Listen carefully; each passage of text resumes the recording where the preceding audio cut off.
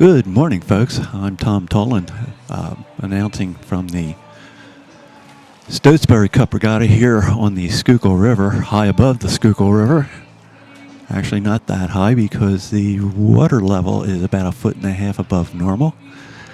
The river is flooded. The races will continue today, but we do have a 1-hour delay due to debris. There's a lot of debris. And the Schuylkill Navy has a lot of folks out here today in launches trying to clean the course up. So it's going to take about an hour, we figure, to get the course raceable. Because of the water level, I would expect the times to be fairly fast today. And at this point, there will be just a 1-hour delay. If that does change, we will let you know. And there's a shot of the Columbia Avenue Bridge. I don't know if you can see the actual debris, but it is heavy here. As I look upriver, there's a couple of trees out there I think we could rig and row. And I'm being told to wrap it up. So, as things progress, we will get back to you. Thank you.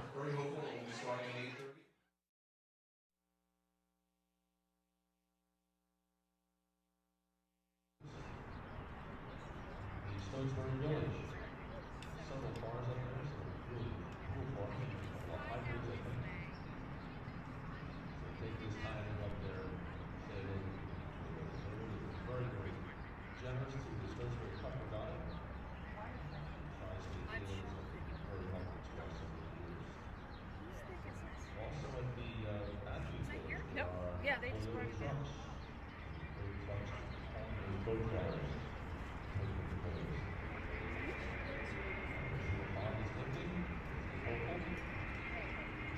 Started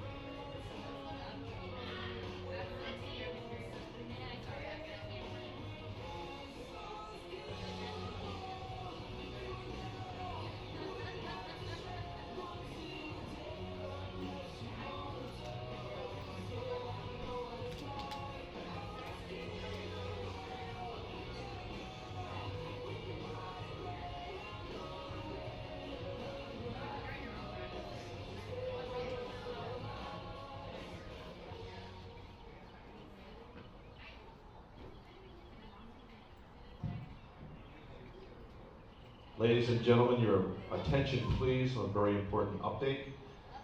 The river has risen to over 8 feet with flow in excess of 14,000 cubic feet per second. We are currently pulling the state boats as heavy debris continues to flow down the river. We cannot launch any boats until 12 p.m. We cannot launch any boats until 12 p.m. and accordingly, we will not be racing any semifinals. Race officials actively meeting to assess options. Hello. So once again, there will be no semifinals. Hello. Boats cannot launch Hello. until 12 p.m.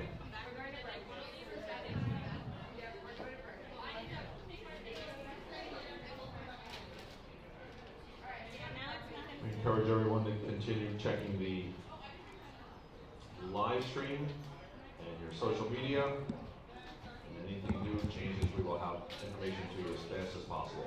Thank you.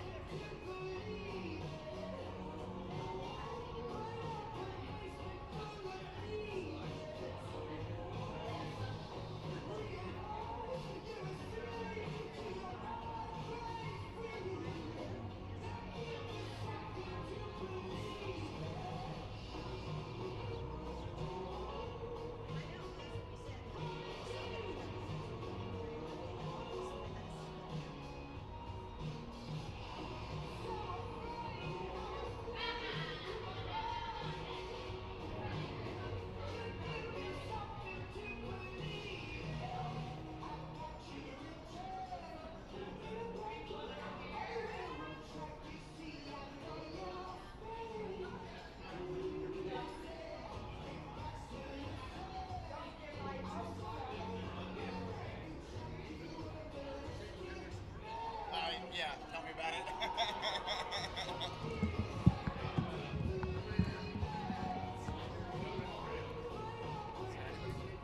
They live?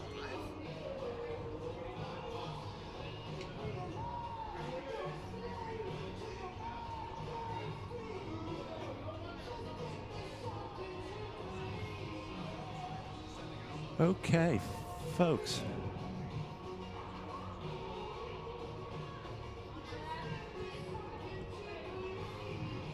Yeah, hello. Joey, can you find out if I'm on? Yeah, sure. Are they up in the tent Yeah.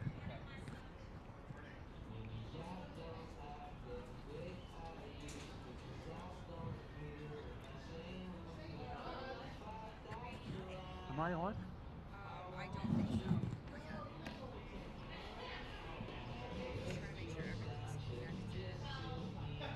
Who's doing the announcing with you? The guy that just passed you. Hello. I mean, it sounded Am I on? everything's just wanted to make sure it's on. It's on, yeah, yeah, yeah. I mean, it looks like it's all working. I definitely did see you on.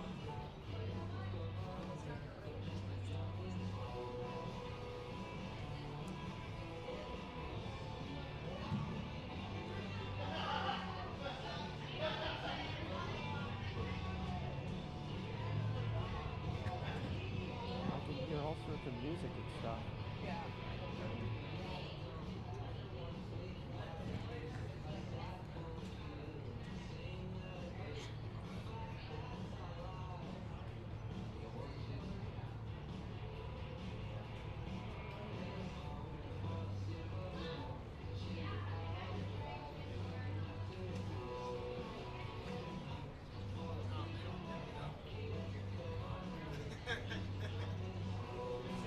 Everybody's trying to figure it out.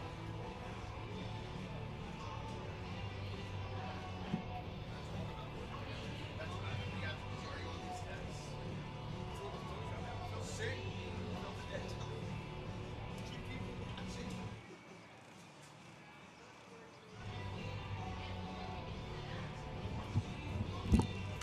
Ram show is dropping fast. Yeah, remember it? It's not one of those rat.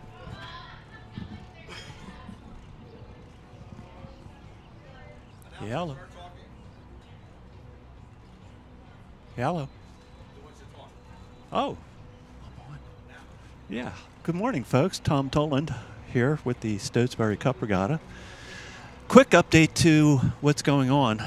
The river has risen to over 8 feet with flow in an excess of 14,000 cubic feet per second. We are currently pulling the stake boats as heavy debris continues to flow down the river. And as of now, we will not be launching any boats until 12 p.m. And accordingly, we will not be racing any semifinals. Race officials are actively meeting to assess the options. The water level came up drastically overnight, so as of now, no boats launching until noon. And the debris here on the Schuylkill River is really, really heavy.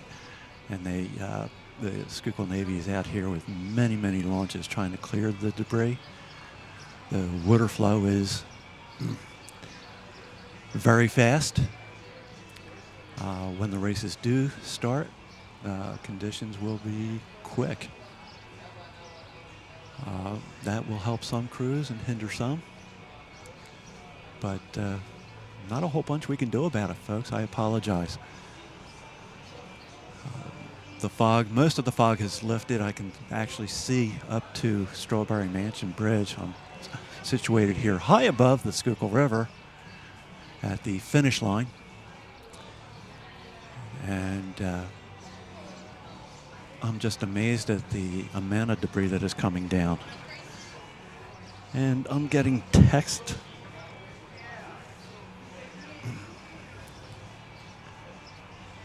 I'm getting text right now, nothing really official. And as things come through, as information comes through, I will update you. I'm happy to update you. Not happy about the news, not happy about the conditions, but once again, folks, it's all about safety here. Keeping the kids safe. I mean, this kind of debris is damaging to boats. You know, we certainly don't want people flipping, turning over. And I can imagine how frustrated the competitors are right now.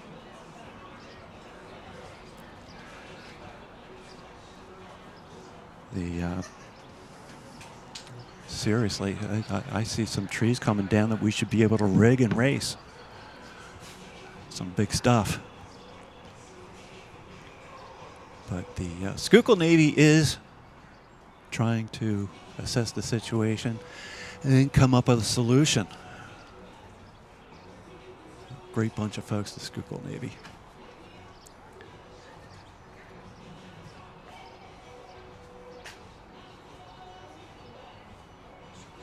Yeah, we hate to see this sort of thing happen. Competitors. It's all about the competitors, and it seems some people are going to compete today. I apologize for that. If you have any issues, I would contact John Hogan, the announcer, standing behind me. Not that he's in charge, but if we need somebody to blame, I'm going to blame him. Teasing, folks. Joey, you're here. I have arrived. You want to introduce yourself? Say a little something about yourself? Sure. Good morning, everybody. My name is Joe Leonard. I am going to be your play-by-play guy if we ever get any races up here today. As you can see out there on the river on your screen right now, if you're watching, large amounts of debris moving pretty quickly, creating an unsafe environment out there for our youth rowers. So as of now, as I'm sure Tom has informed you all semifinals have been canceled, and no racing will be able to take place until 12 p.m. this afternoon. We apologize for the inconvenience, obviously, and we hope that you'll stick with us as we try and get things sorted out here today. So yeah, Joe is. Yeah, we're looking at each other, shrugging our shoulders. It's like, wow.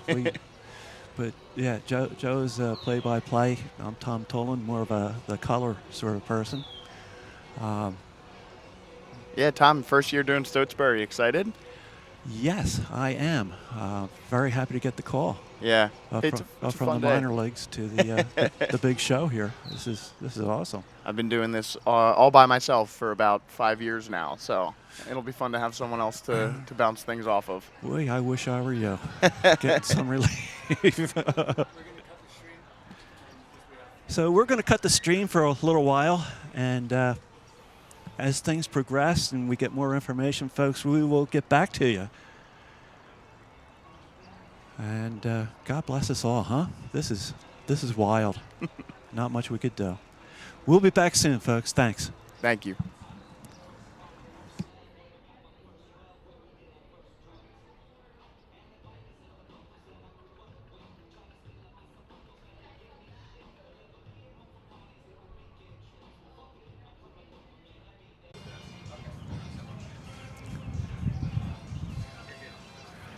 Hi, folks. Tom Toland here again at the Stotesbury Cup Regatta.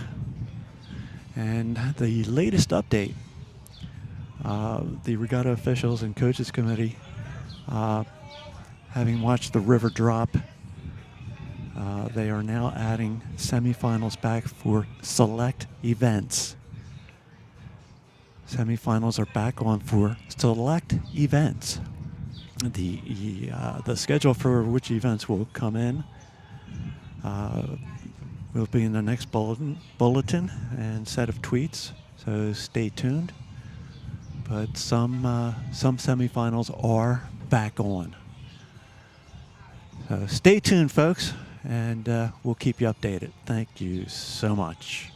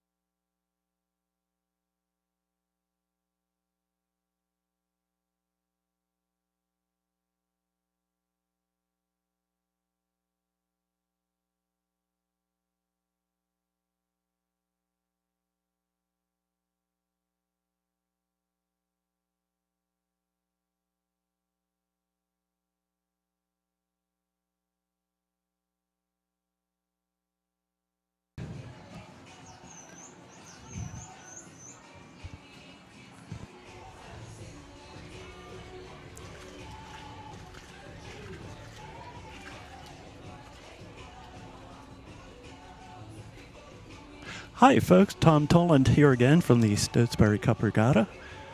A update to what's going on, schedule update. Semis will be preserved for the following events. This is not yet the final order of racing. We will update you on that order once Road Town completes the adjustments. Tentative restart time is 1 p.m. Events, as of now, with semis will be as follows, and not necessarily in this order. All events, both boys and girls senior semis, as they were, senior doubles, senior quads, senior singles, senior four width, senior eights, plus top 12 only junior four width. So again, all events, both boys and girls, in the senior semis as they were, senior double, senior quad, senior single, senior four width, senior eight, plus the top 12 only junior four width. So folks, those are the updates. Once again, tentative restart time is 1 p.m. Please be patient with us. We're doing the best we can. And we will update you folks as soon as we get more information. Looks like it's a gorgeous day. The river is still running a little high, and there is still debris, but the regatta officials are doing the best they can, trying to get the kids out on the water to race. Thanks for your patience, and we will update you shortly. Thanks.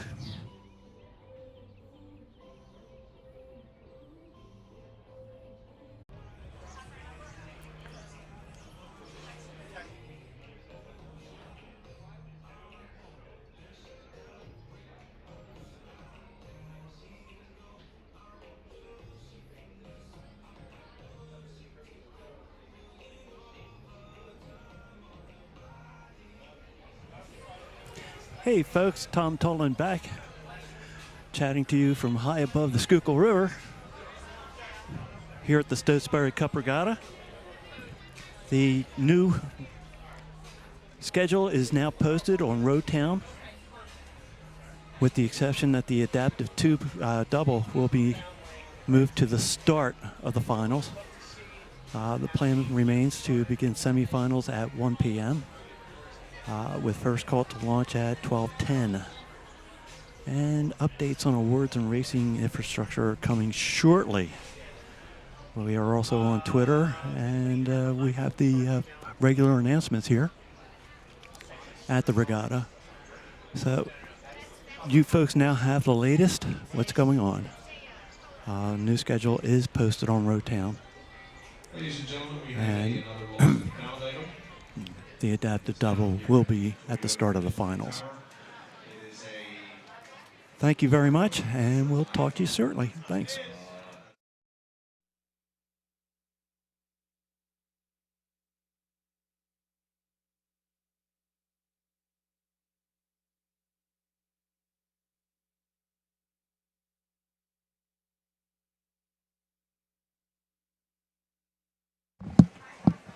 Breaker 19.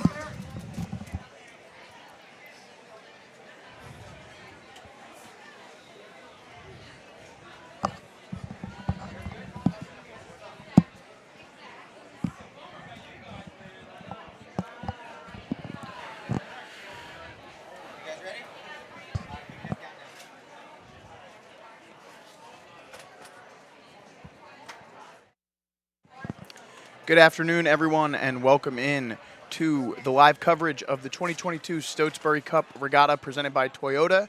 Today is Saturday, May 21st. My name is Joe Leonard. I'm here with Tom Toland, and we will be bringing you live coverage, play-by-play of the races here today. We're going to get started here within the next couple of minutes as our boys' junior fours approach the starting line. Semifinals this morning were canceled due to inclement weather from yesterday, causing the river to rise to an unsafe level. And as you can see now, the river has gone down. The fog from earlier this morning has subsided, and the flotsam has floated away. and we will be getting started here really soon with the boys junior 4. Unfortunately, due to some of the races, a majority of semifinals from this morning have been canceled. So moving forward, semifinals to take place will be the boys junior 4, the girls junior 4, the boys and girls senior double, the boys and girls senior quad, the boys and girls senior single, the boys and girls senior 4, and the boys and girls senior 8s. Yep, we're looking forward to an exciting day here today. This morning the debris was just unbelievable. At least 30 trees worth of wood has been pulled before our eyes here right at the finish line as it's been caught up in the metal dock here right at the finish line as our workers work tirelessly to get things ready and safe for the rowers to compete. Yeah, the Schuylkill Navy did a heck of a job clearing out the debris from the river. I've not seen anything like this in a long time. It was really bad, and the river flow has dropped dramatically. Yeah, it was moving very quickly throughout the morning.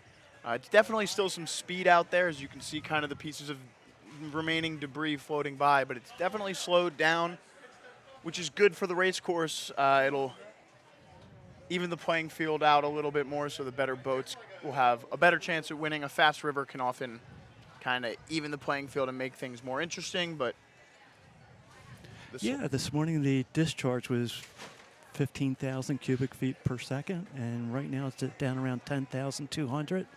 So it has dropped dramatically.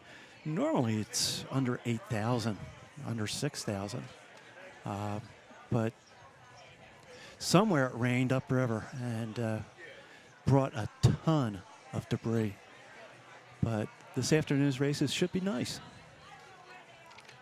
So it's 1 o'clock, and the races are supposed to start at 1.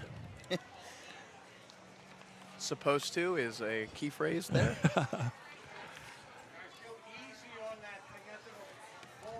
So a couple of things to note here about today's races. Normally at the Stotesbury Cup Regatta, for finals we have stake boats due to the issues with the weather this morning. That will not be possible, so we will have floating starts for each. If you don't understand what that means, essentially at the start of each race for medal races, the boats will back into a buoy with a volunteer on it who will hold them off, and the judges will then line up each of the boats to make sure that they have an even starting point, and that the volunteers on each of those buoys will be able to line them up clearly. Today we will not have that, so the officials are going to do the best that they can at the starting line to get alignment and send them off.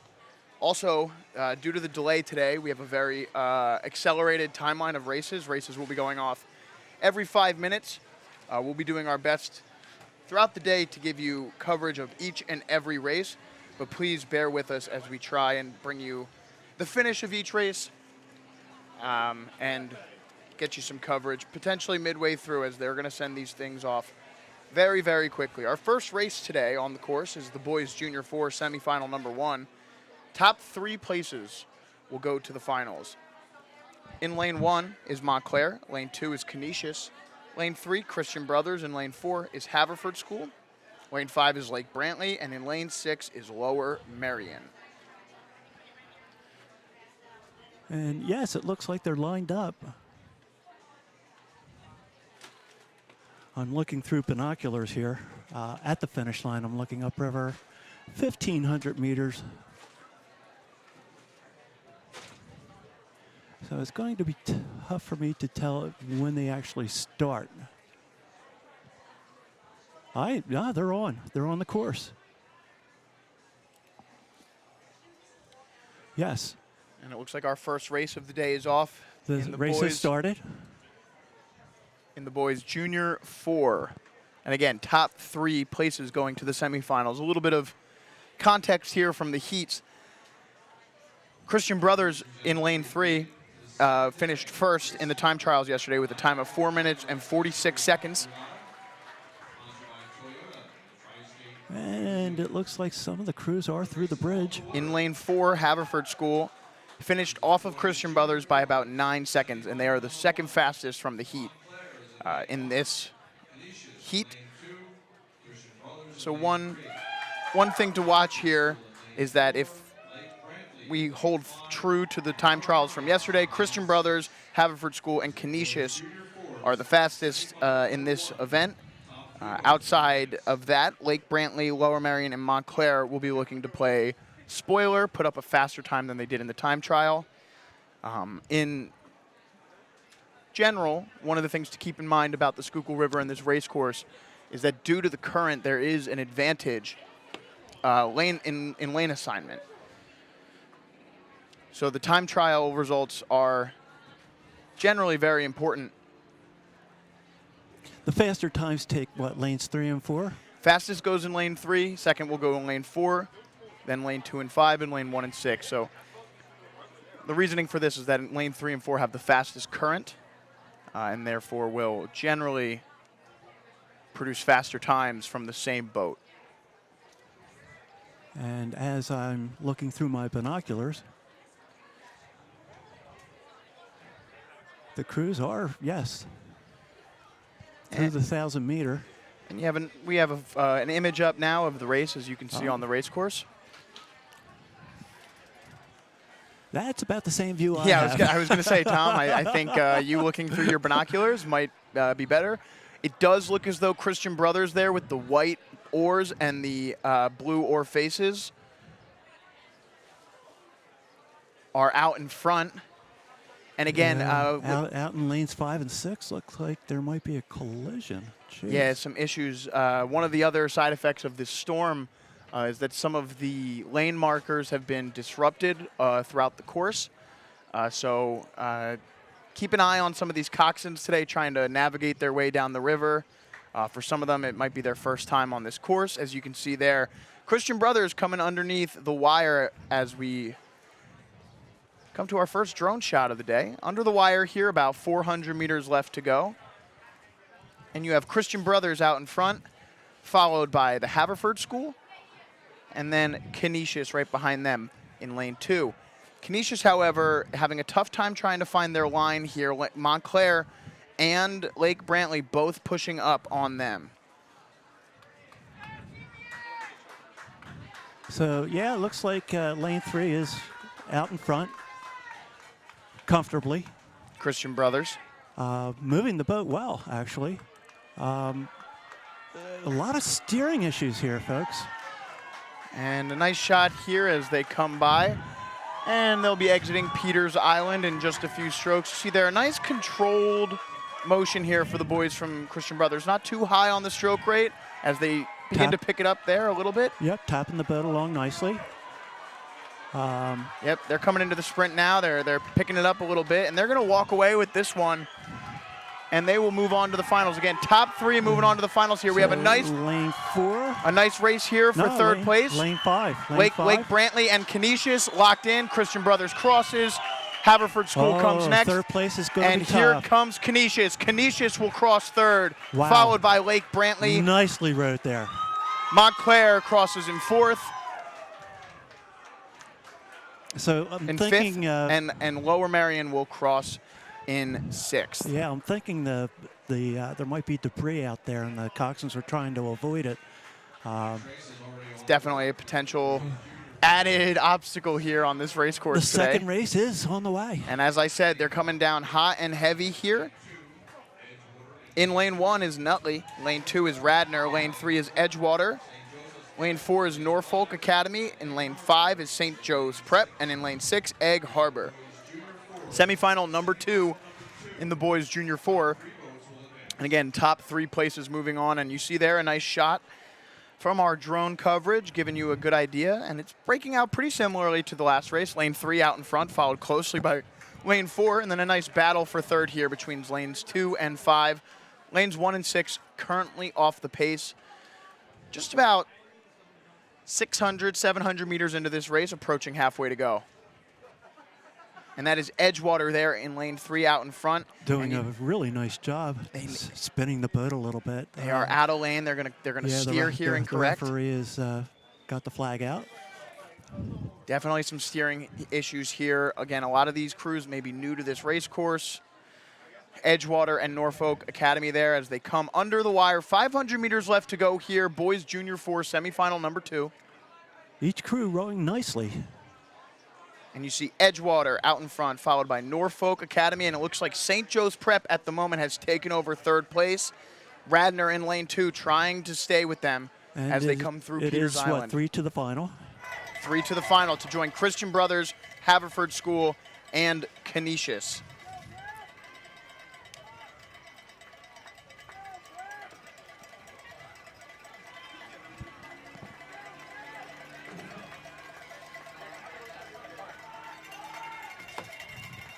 And halfway through the island.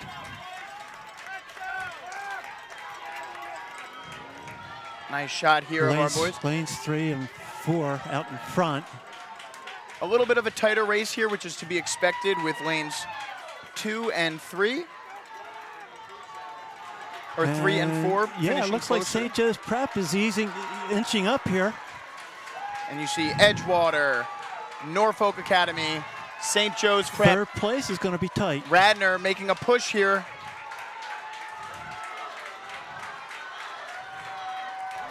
Radnor taking over St. Joe's Prep here with 200 meters Look left at to go. this. Edgewater Really driving. Taking crosses the stroke rate up. first. Holy smokes. followed by Norfolk Academy. Will they do it? And Wow. Looks like Radnor Ooh, I took wouldn't call 3rd. that one. Holy It was really smokes. close there. St. Joe's Prep right on the line. Radnor came up there at the end. And crossing here is Egg Harbor, followed by Nutley. Again, by my eye, I had it Edgewater, Norfolk Academy, Radnor, St. Joe's Prep 4. But await the official results here. Go to rowtown.org. Yep, we're good, but we're not official. 3rd race is on the course.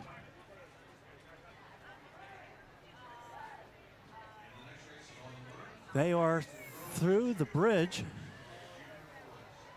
Next up on the race course, girls Junior 4, semifinal number 1. Top 3 places to the finals. In lane 1, Manhasset. Lane 2, Ursuline. In lane 3, Edgewater. Lane 4, Atlantic City. In lane 5 is Harriton. And in lane 6 is Walter Johnson. Girls Junior 4, semifinal number 1. Top 3 places to the final. Nice shot there of our boats as they come down. Nice tight race here between lanes 3 and 4. That's Edgewater out in front in the white oars and the white boat and the red boat. White boat is Atlantic City in lane 4. So again, from left to right on your screen is lane 6, Walter Johnson, lane 5, Harriton, Atlantic City in lane 4, Edgewater lane 3, Ursuline lane 2, and in lane 1, Manhasset. These young ladies are rowing very, very well.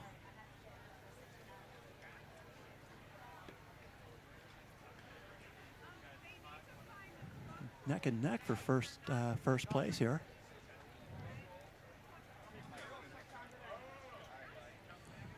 And in the heat time trial yesterday, Edgewater posted the fastest time with a time of 5 minutes and 29 seconds.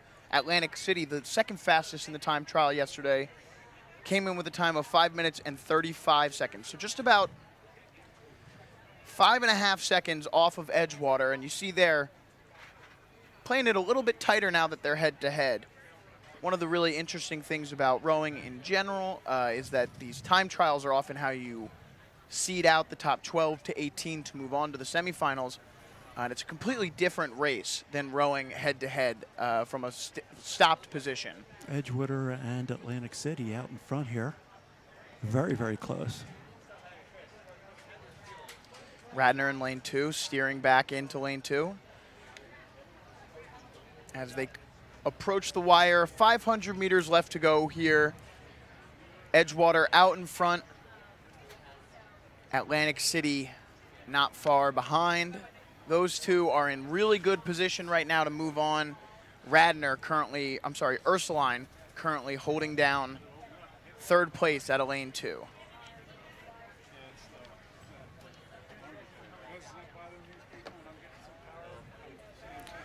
So into the island. still Edgewater and Atlantic City. Oh, here's a nice view. Again, girls junior 4.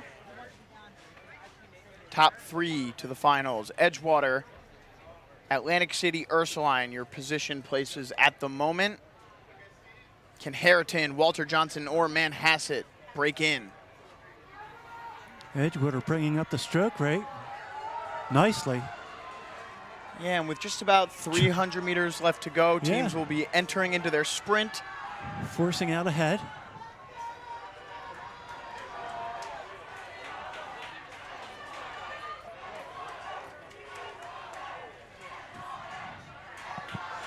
Yeah, Atlantic City, not giving it up.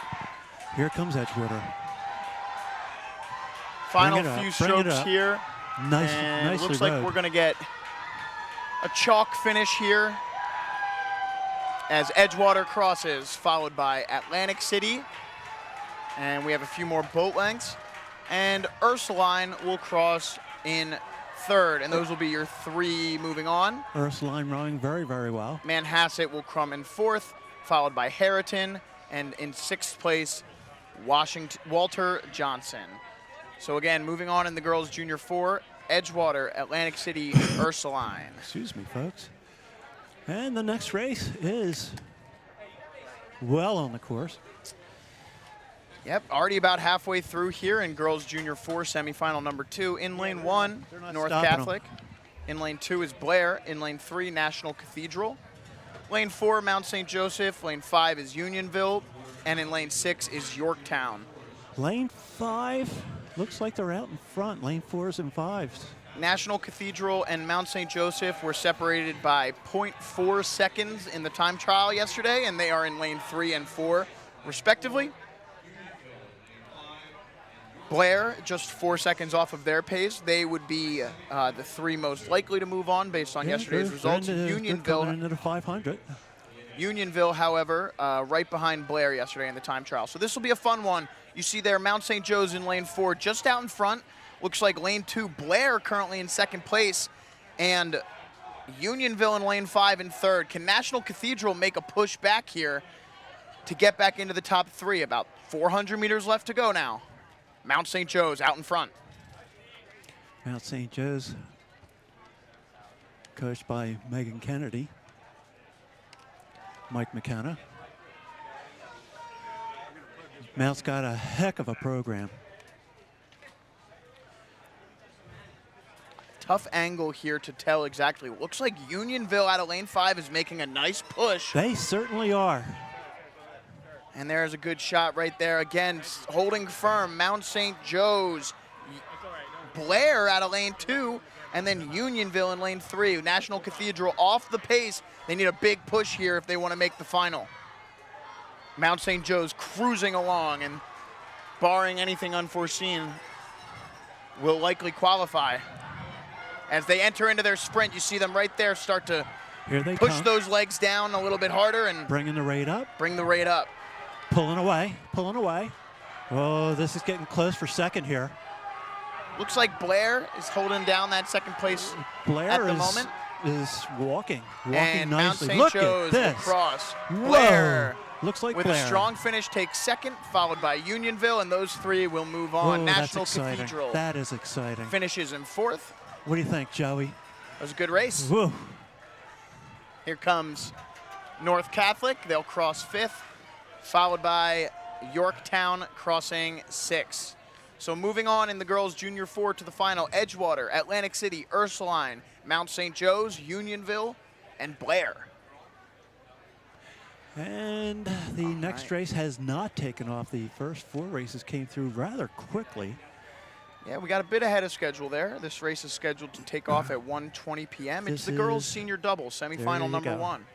In lane 1 will be Haddon Township. Lane 2, Agnes Irwin.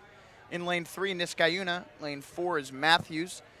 In lane 5 is Rumson Fairhaven. And in lane 6 is Penn Charter. There's a double going across the river. I don't know if there was a false start or...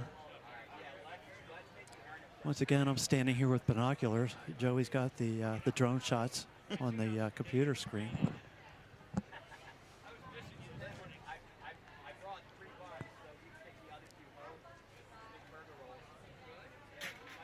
And there really is some nice big debris out here still.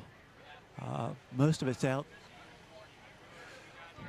in lane 0 and against the wall, but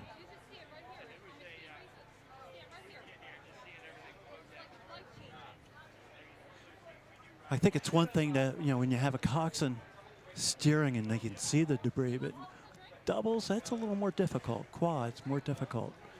Bow persons cannot actually see the stuff. And again, for those who may not be super familiar with the sport, the difference between the boats that we just saw, fours, they're sweep boats, meaning that each rower has one large oar in their hands and they have a coxswain, a generally smaller person who sits at the front or the back of the boat and steers and calls out the moves and the race plan. Whereas the doubles and quads and singles later on that you'll see throughout the day, each of those rowers has 2 smaller oars that they handle with each one of their hands, and depending on the size of the boat, the person in the bow is responsible for calling out the race plan and steering the boat correctly. Looks like the doubles race is off. Once again, I'm going through my binoculars. My old eyes. And I'm thinking they just don't make binoculars for people my age.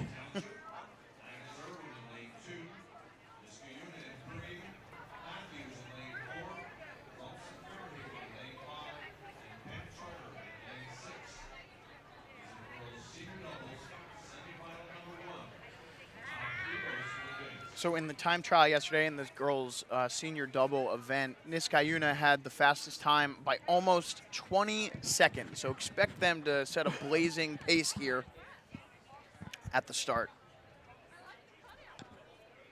Next fastest in this race was Matthews.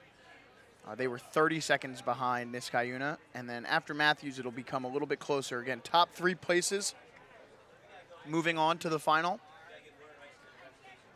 So again, expect Niskayuna, based on their time trial, to have a big jump, and then the rest of the crews to fight it out for those final 2 spaces, as it looks like we're stalled here under Strawberry Mansion. Yeah.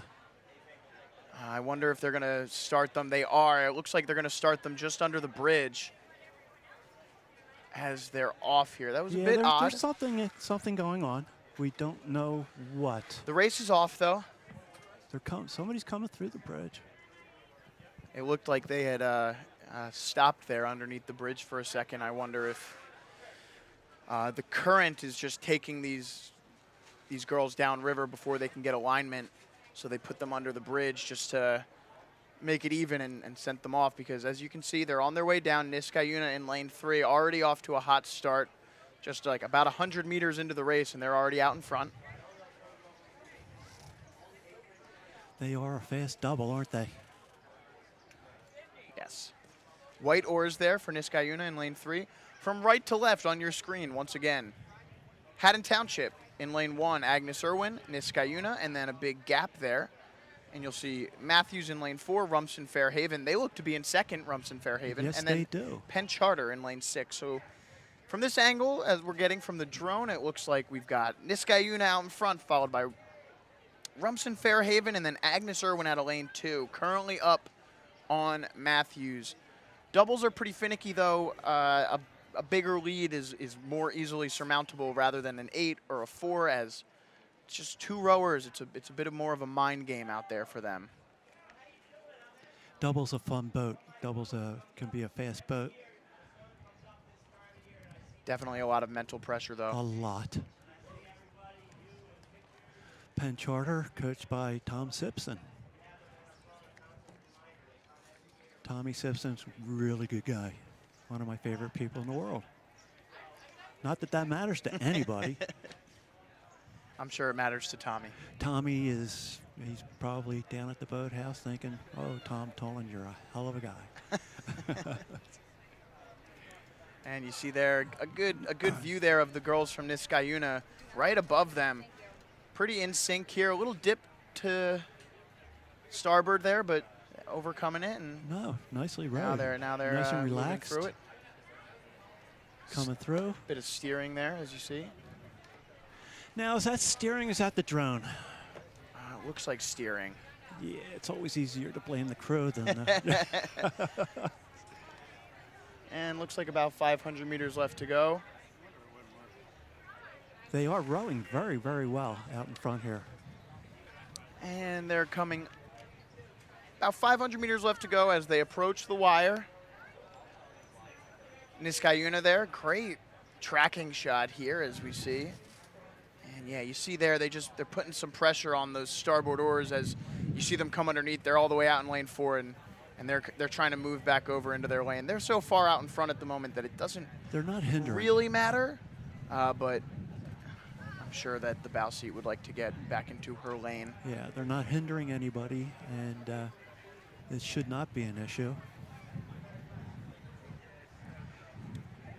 And we've got about 400 meters left for the rest of the cruise, and a good fight here. Third place. Looks like Agnes Irwin out of lane 2 is in second, followed by Rumson Fairhaven. And Rumson Fairhaven kind of steering into lane 4 there, potentially cutting off Matthews. So keep an eye on that. But again, it looks like Niskayuna, Agnes Irwin, Rumson Fairhaven, Matthews. That's 1 through 4 at the moment.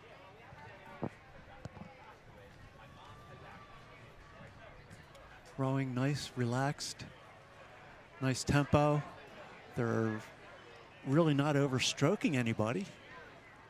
They're strong young ladies.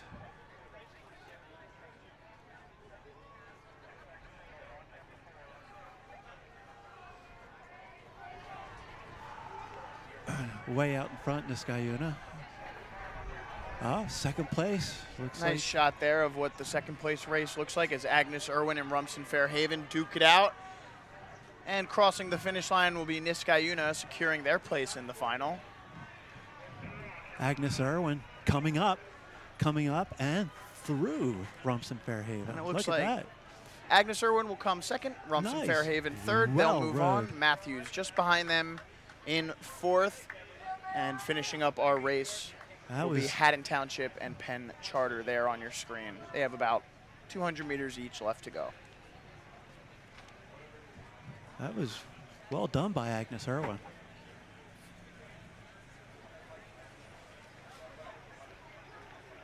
Next race is on the water. Well, they are off. They're coming through the bridge, through Strawberry Mansion. And Haddon Township crosses. And there's Penn And Charter. so does Penn Charter. All right, next up on the race course is semifinal number 2 in the girls' senior double. In lane 1 is Conestoga. Lane 2 is Baldwin. Lane 3, Albemarle. Lane 4 is Castilla. In lane 5 is Walter Johnson. And in lane 6, Shipley. And again, Albemarle was the fastest time here. This should be a bit of a tighter race as the crews were a little bit more tightly packed together, places 2 through 12 than they were 1 to 2.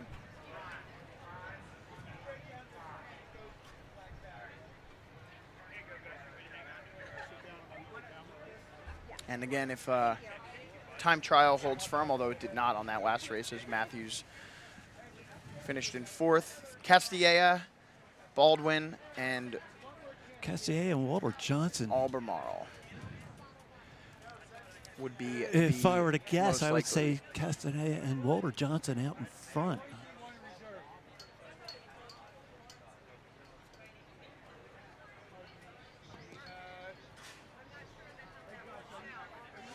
Two, And you see there, 5. that's the boys' senior double as they get on underway. Girls' senior double still out on the race course. Boys' senior double, semifinal number 1. You see there, they've got sent off.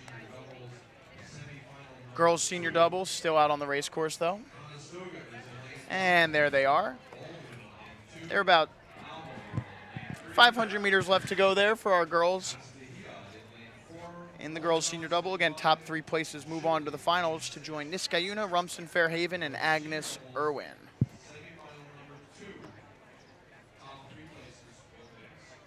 Again, in lane 1, Conestoga. Lane 2, Baldwin. Lane 3, Albemarle. Lane 4, Castilla. In lane 5, Walter Johnson.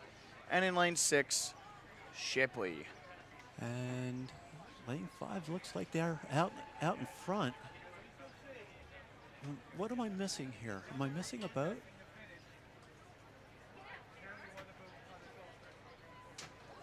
Two, And three, just some confirmation on that five. close race from earlier. It did the boys Junior 4 semifinal number 2. It was Edgewater, Norfolk Academy, and Radnor edging out St. Joe's Prep by just about 0.2 seconds. 1, 2, 3. Again, girls senior double, Five. semifinal number 2 out on the race course at the moment.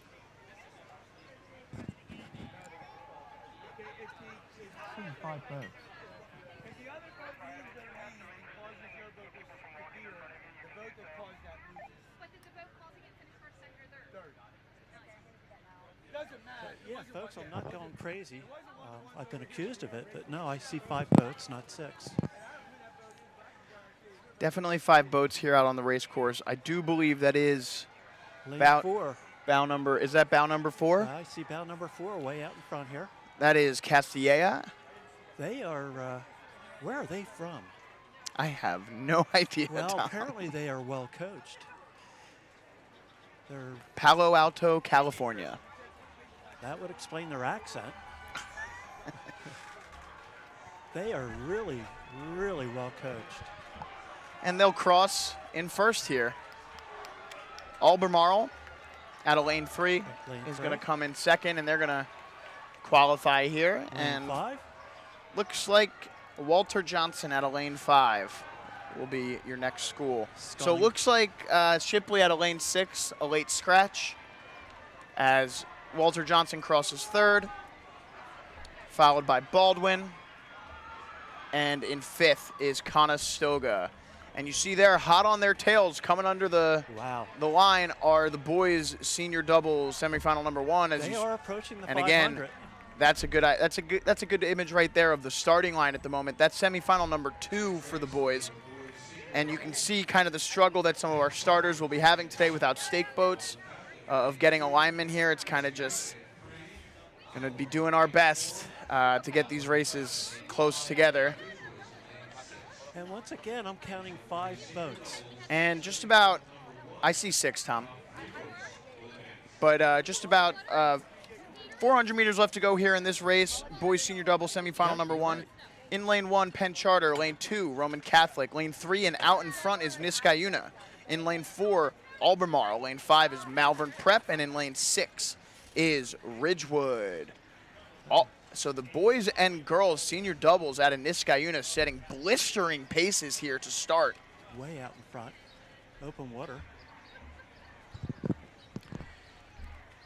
And as they exit the island, 200 meters left to go. It's Niskayuna, followed by Albemarle. And then the race for third is on after that. A little check there for the bow seat from Niskayuna. Make sure he's in his lane. And they will glide into the finish here in first place. Sculling the boat nicely.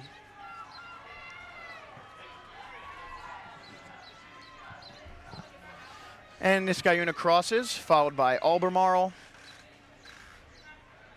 And it looks like third place will be going to lane 2, Roman Catholic. Roman Catholics.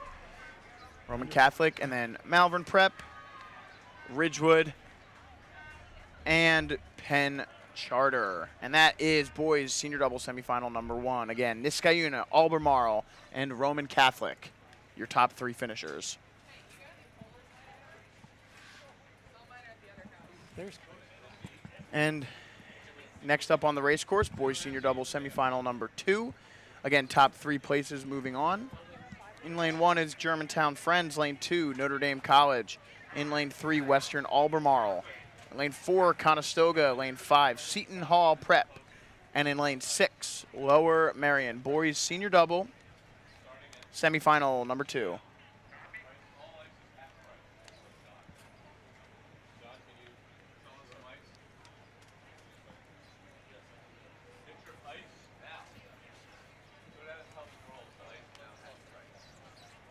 So do we have a temperature update, what the weather is?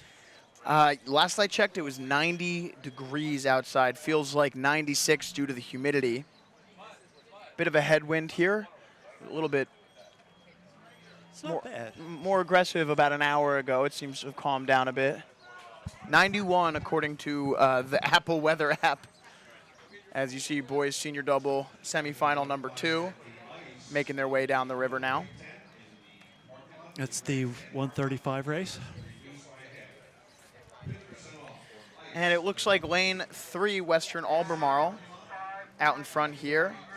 Conestoga in lane 4 and Seton Hall Prep in lane 5, locked in second place. And those are your top 3 right now, off the pace. Germantown Friends, Notre Dame College, and Lower Merion.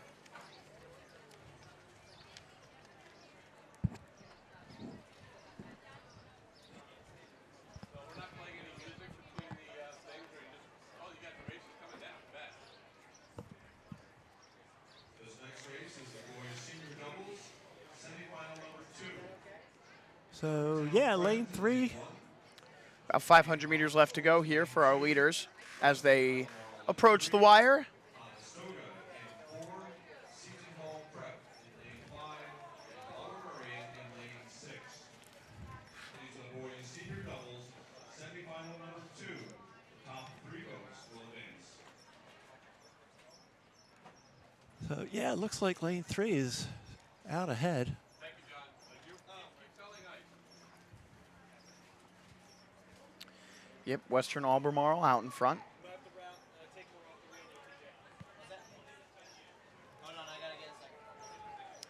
And you see there a still pretty tight race between There's lane Conestoga 5. and Seton Hall Prep. Give the edge to Seton Hall Prep at the moment as Conestoga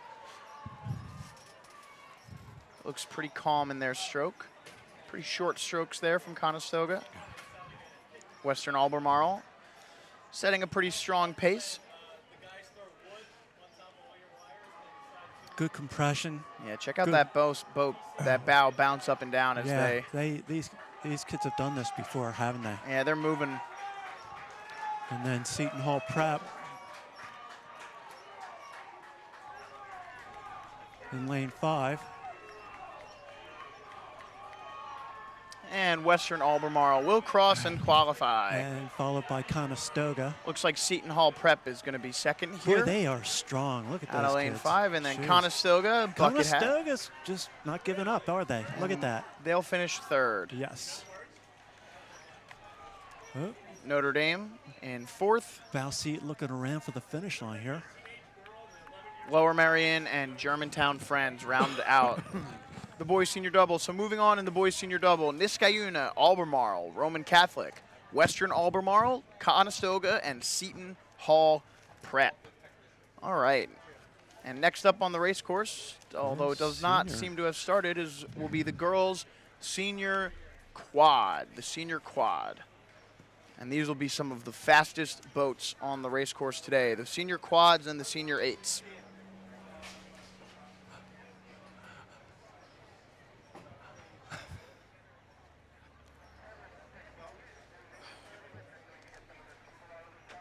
And again, we're a bit ahead of schedule as the officials have a pretty tight timeline that we need to adhere to get through all these races today, so they'll be sending them off pretty quickly. So I imagine this will be happening often as we get ahead of schedule and wait for boats to approach the starting line for their scheduled we are times. slightly ahead of schedule, and the officials are doing a heck of a job lining them up, getting them off.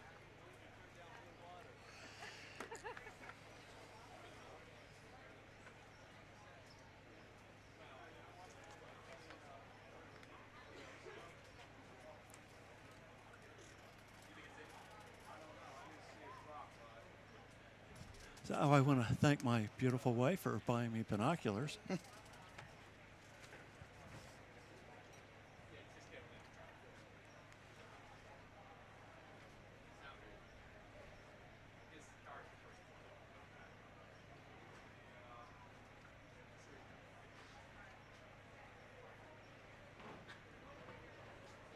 Conditions, I mean, other than the debris that was out this morning, the conditions are very, very good.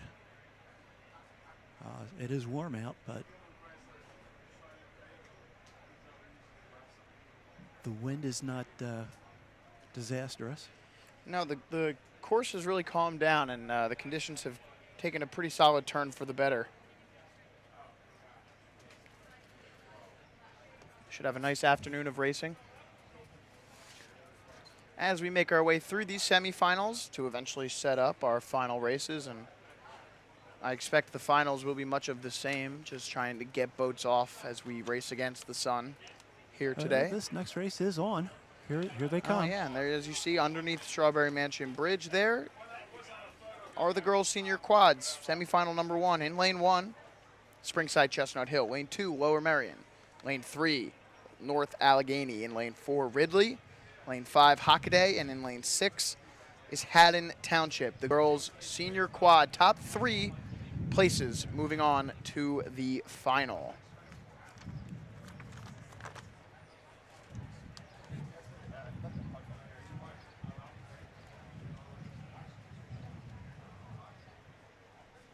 So, yep, through the bridge. And as it comes to our semifinals today, this is the last semifinal of the day that will be top 3 moving on. The girls' senior quad, semifinal 1 and 2 will be top 3. And then following that, we'll have 3 semifinals each of the remaining senior categories, including the boys' senior quad. And we have a double cutting across the river in front of the, not directly in front, but I'm pretty sure if I was in the double, I'd want to get across a lot faster. All right, and nice shot there of our crews way out in lane 1. Again, Springside Chestnut Hill. Lane 2, Lower Merion. Lane 3, North Allegheny. Lane 4, and the boat that appears to be out in front, Ridley, followed by Hockaday, and then Haddon Township out in lane 6. So as you can see on your screen there, it looks like Lower Merion in lane 2 and Ridley are your leaders at the moment. Third place belonging to Hockaday in lane 5. Lane 3, North Allegheny, your pole position from the time trial yesterday, in 4th place, potentially 5th place, depending on where Springside Chestnut Hill is out in lane 1. I'm amazed that there's another double cutting right across the course. And they got to get across fast because Yeah. Chestnut Hill is way out in lane 1. And yeah, they just kind of stopped there while they're drifting. And again, as you see here, these boats are really spread out all across the river, so it's difficult, even from this angle, to tell who's out in front, but it does appear as though Ridley in lane 4 is your leader, followed by Lower Merion, Hockaday, Springside Chestnut Hill, and Haddon and North Allegheny. But that battle all across the board is strong. It is. Chestnut Hill in a really good position, as I was flaming them earlier for being so far in lane 1. They're the only boat in their lane. Every other boat at the moment, as you see, is adjusting their point and coming back lane across 4, the river. 5, and 6 were grouped together there, so to the point where I couldn't see one of them. And you can see lane 2 there, Lower Merion, they got ahead of it. They're back in their lane. North Allegheny is cutting a tough angle across that's going to cost them a lot of time as they try and get back into lane 3. Ridley doing well. And yeah, Ridley there in lane 4, and you see the boats in lane 5 and 6 pushed all the way outside of the... Whoa, lane 6 is... Lane 5 is coming in to Ridley, and it looks like they cut across them and missed them. Holy smokes. That's a close one, though. And now they're just eating the puddles of Ridley in lane 4. This might be something to watch after the race. We'll see. Yeah, there could be interference here. But anyway, Ridley still out in front after all of that. North Allegheny making a push. A strong push. Really, Out of lane really 3, good. they know they made a mistake coming into this island, but they got their point, and they're on their way. Looks like Ridley's still out in front. Hockaday putting up a good fight in lane 5. North Allegheny is coming. Lane 4, lane 5. Lower Merion appears to be in 2nd or 3rd. Springside Chestnut Hill not far behind them. The race for 3rd is a tight one. This is close, folks. Ridley I looks like they're this. going to walk away with it. Yes. Yep, And lane we'll 4. have a good angle here as they come across.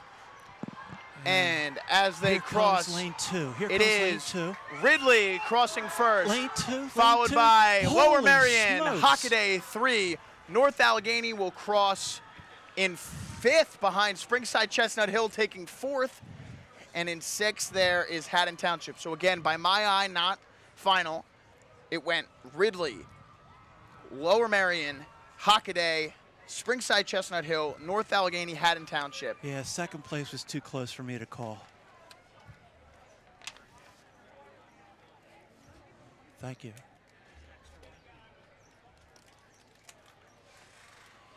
And Ooh, that was exciting. I'll get an official reading there in a few minutes for you for the girls senior quad semifinal number 1. But again, by my eye, unofficially, it was Ridley, Lower Marion, Hockaday, Springside Chestnut Hill, North Allegheny, Haddon Township as semifinal number 2 This is makes on its the- way down the race course. They're about halfway through here. Yeah, they're at the 1,000 meter.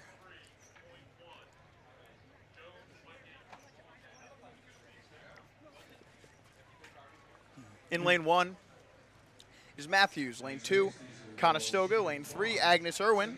In lane 4 is Augustine Classical. In lane 5, Bonner Prendergast. And in lane 6 is Philadelphia City Rowing. And it looks there like lane 3, Agnes Irwin is out in front, followed closely by Augustine Classical. Turning the page to the program here, folks. I should probably pay closer attention. That's why I have Joey. Girls senior quad. Once again, quads, sculling boats, no coxswains.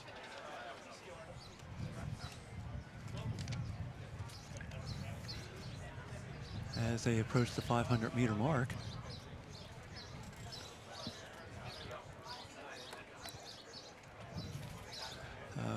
Lane. That's Agnes Irwin out in front in lane 3 as they Lane come 3. under the wire. And a little bit less exciting of a race in this one, although the places may change. Looks like Agnes Irwin, Conestoga, and Augustine Classical are your 3 out in front and likely to move on to the final here. With about 400 meters left to go, let's see if any of the other boats can make a late push. So yes, right now it looks like Agnes Irwin.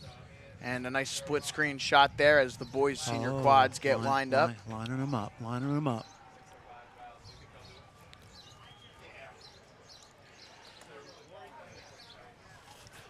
And again, after this girls' senior quad, this is top 3. Top 3 moving on to the finals. After this, it will be the senior quads. I misspoke earlier. It is top 3 in the boys' senior quads moving on.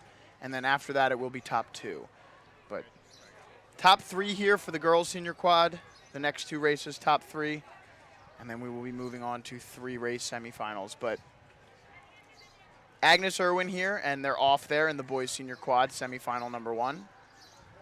Sculling along nicely. Agnes powerfully. Irwin. 100 meters left to go here. Lane 3, Agnes Irwin. And it looks like lane 4, slightly out ahead. Lane 2 putting on a press, looking for second place here. And crossing the line is Agnes Irwin, followed by look at this. Here we go again. Conestoga will take 2. Look and at then that. Augustine Classical, 3rd. And those 3 boats will move on.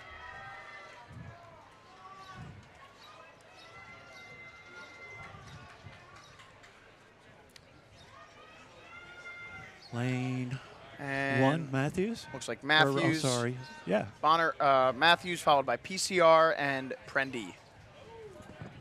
As boys senior quad semifinal number 1 makes its way out onto the race course. They are And on. the results are in from that semifinal number 1. That was a close call for the girls senior quad. It was, as I called it, Ridley, Lower Marion, Hockaday, Springside Chestnut Hill, North Allegheny, Haddon Township. So again, the moral of the story is trust me, I am always right. You'd think I was married to him. Oh, that wasn't for you, Tom. That was for everyone listening. Yeah. There's only 2 people I know that are always right. Well, three. You, my wife, and her lawyer. All right, semifinal number I'm one kidding about the lawyer. in the boys senior quad. In lane 1, St. Benedict's Prep. In lane 2 is Ridley. Lane 3, the Haverford School. In lane 4, Niskayuna. Lane 5, Haddon Township. And in lane 6, Penn Charter. Expect some fast crews here in the boys senior quad. These boats get moving. And once again, Penn Charter. Shout out to Tommy Simpson.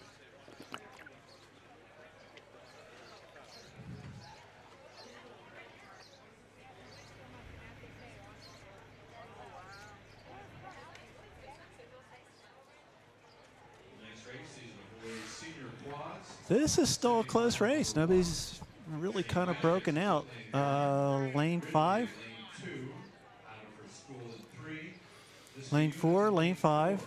Haddon Township in lane 5, and Penn Charter in lane 6. This is the boys senior quads semifinal number 1. Top 3 boats will advance. So lanes 4 and 5 look like they're out ahead. Haverford School in lane 3. Niskayuna and Haddon Township. Those 3 boats look to be like they're out in front from this angle here. Yeah, you're right. It looks like I would say Haverford, Niskayuna, Haddon, and then we'll see what's happening out of lane 1. Although I see their oars, I think Yeah, they're behind. Haverford put on a nice move and came through a little bit. Haverford was the top finisher in the time trial yesterday in this event.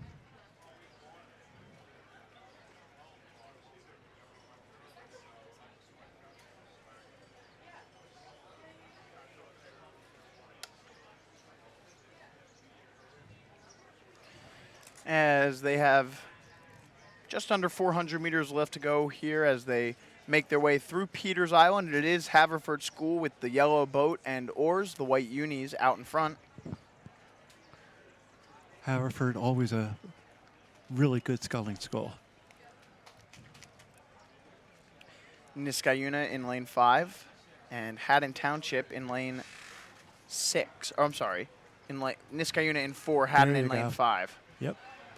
Looks like Haddon Township potentially in second. Tough to tell. Big move here coming from Ridley in lane 2. Let's see if they can push into that top 3 and make it to the final. Again, top 3 moving on to the final here as Haverford School finishes they off are- about they- 50 yeah. minutes to go. 50 meters to go. Haverford School will cross first. Niskayuna is trying to hold them off. Looks like Niskayuna here. It's tight. Haddon Township 2, Niskayuna 3. Very good. Ridley comes up short, 4th. Well sculled. St. Benedict's Prep will finish in 5th, and Penn Charter will follow them. As on your screen on the right is boys senior quad semifinal number 2. Great shot there of what appears to be lane 4, Malvern Prep. Next to them, Springside Chestnut Hill. And that race, boys senior quad semifinal number 2. In lane 1, Upper Merion. In lane 2 is Roman Catholic. In lane 3, Conestoga. In lane 4, Malvern Prep. Lane 5 is Springside Chestnut Hill. And in lane 6, Yep, coming through the bridge. North Allegheny. Boys senior quad semifinal number 2.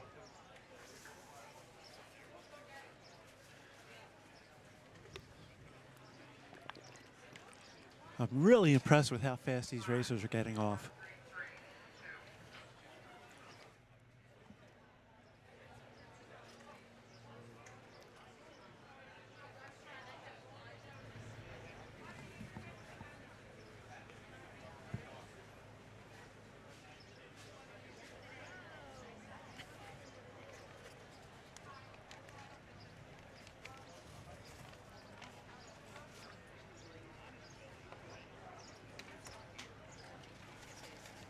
Looks like we're about 500 meters in here in the boys senior quad semifinal number 2.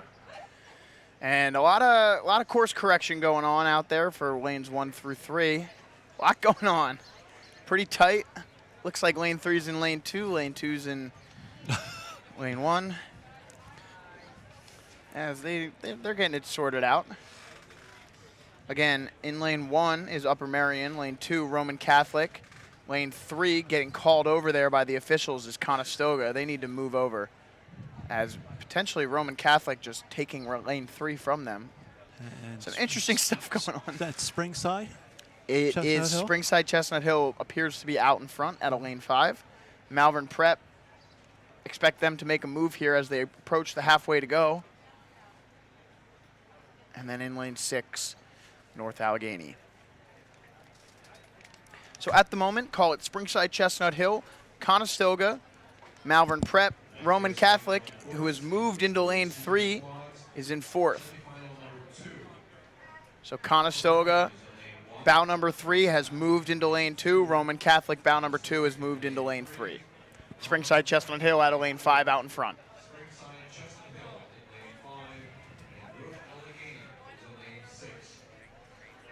Yeah, this, like I said, rowing without a coxswain, it gets a little difficult at times.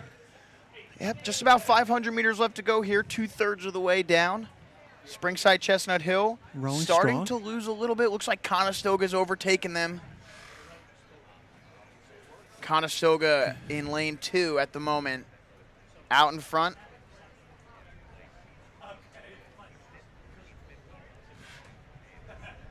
And it might be the wind out here, but these 4, 5, 6 crews throughout the day have had a tough time staying inside of the wire as they approach it. It's been an issue all day. Conestoga, Somebody's cutting out in straight front. across the water. That's they're North Allegheny. Yeah, they're correcting. Conestoga on your screen there, white unis, maroon oars. Springside Chestnut Hill there, blue with the black stripe. It looks like they've lost their lead. And the fight for third is on between Malvern Prep and Roman Catholic. Malvern holding strong at the moment. Roman trying to fight their way in, although their point is not doing them too many favors at the moment. Conestoga and Springside Chestnut Hill having a nice little battle here. This is Yeah, lane 5 is still slightly ahead, but This is an important finish here, as whoever Lane wins 3. this race will get lane 4 in the final. yep. Here comes lane 3. Conestoga, Springside Chestnut Hill, duking it out till Looking the end around, here. Looking around. Whoa, heavens. And as they come to the finish line, closest race of the day. Nice. I don't have it. That's the closest I've seen all day. Malvern Prep will come third. Springside. Looks May like have Roman held Catholic 4. I agree. I think if I had to give the edge, I'd give it to Springside Chestnut Hill. on. But North Allegheny crossing next. they were being walked on quickly. Upper Merion following them. Great race. The boys from Springside Chestnut Hill sucking a bit of air. Conestoga looking tired as well. That was exciting. All right, next up on the race course, and you see they are off, is the boys' senior single. Semifinal, number 1. In lane 1, Springside Chestnut Hill. In lane 2, Hamilton Wenham. In lane 3, Niskayuna. In lane 4, Wilmington Friends. Lane 5 is Ridgewood. And in lane 6 is Western Albemarle. Really quickly, I'd like to read an announcement to any coaches and teams listening. We have some changes to the award presentations later this afternoon during the finals. The change in schedule has necessitated an unavoidable change in our award ceremony procedures that we approved with feedback from our coaches committee. The final awards will take place as follows. Only senior boys and girls 8s will come into the awards dock as is traditionally done. Only senior boys and girls 8s. All other crews, medaling crews, will not turn into the award docks. Instead, crews are instructed to come as a full crew in uniform to the grandstand as soon as they can within 2 hours of their posted finals time. You will assemble down the middle aisle of the grandstand, walk down onto the dock via the steps, and be presented the medals on the dock. Gold medalists only per normal procedures. Will ascend the raised platform against the awards backdrop for photographs. So all medalists, please come to the grandstand within 2 hours of your final time being posted. you will be presented your medals at the grandstand, and the gold medal winners will be allowed onto the stage for photographs. Thank you very much. Back to the races. Boys, senior singles semifinal number 1, top 2 moving on to the final. We will have 3 semifinals here in the boys senior single. At first glance, looks like our boys are the young man from Hamilton Wenham out in front here in lane 2, followed by Niskayuna and Wilmington Friends in third, just off the pace. Again, top 2 moving on to the final. We will have 3 flights of semifinals remaining. I love the singles races. Singles are very exciting to me. That makes one of us. No offense to these young men. I actually admire the ability to row a single. It takes incredible technical precision and mental fortitude. I just like boats that go fast. That I understand. Just a preference. Just No, a preference. That's all. No. Hey, once again, you're never wrong. Just a preference. Yes, I enjoy the single once the boat gets up and running. The power, the speed of the boat, you can hear the water under the boat. Nobody but you to blame. That might be why I don't like it.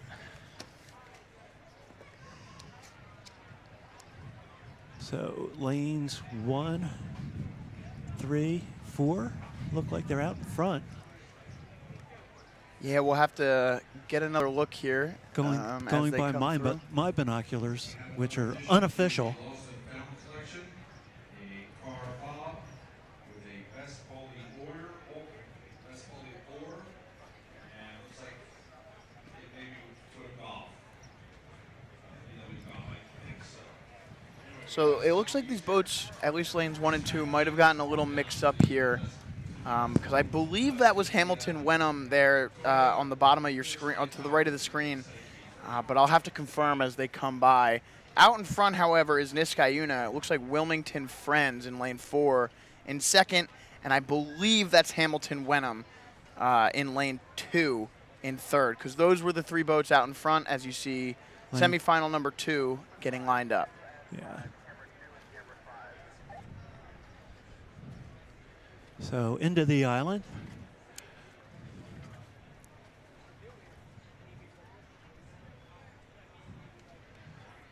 These kids the gentlemen are rowing quite strongly. Once again, some steering issues. The headwind The here has headwind picked is up a picking little up. bit. Referee's got his flag out, trying to direct the guys. I think the young man from Hamilton Wenham is having a difficult time. That is Hamilton Wenham. I do see the bow marker, lane 2. As you see Wilmington Friends start to make a move out of lane 4. They're Lane out in 4, front. Lane and 3's Lane 3 giving is- him the eyes. Lane 3's not giving it up. No, he's not. He sees him take the move. He waited it out, and now he's going himself.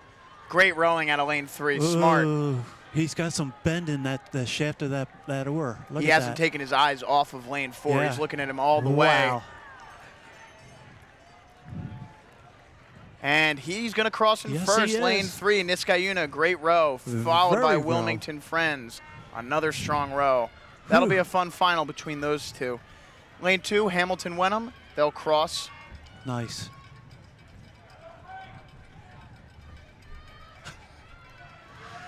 So we have Cleet Graham in the stands making faces,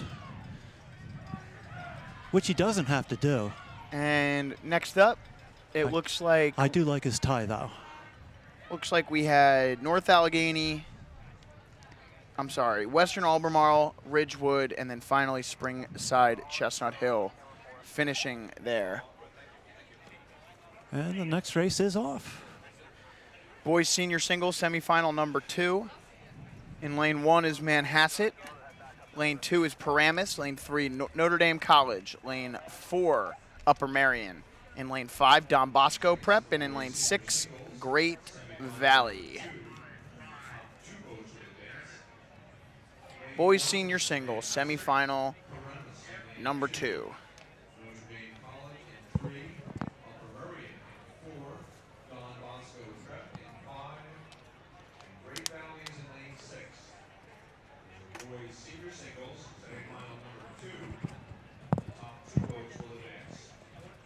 What's this? Did it.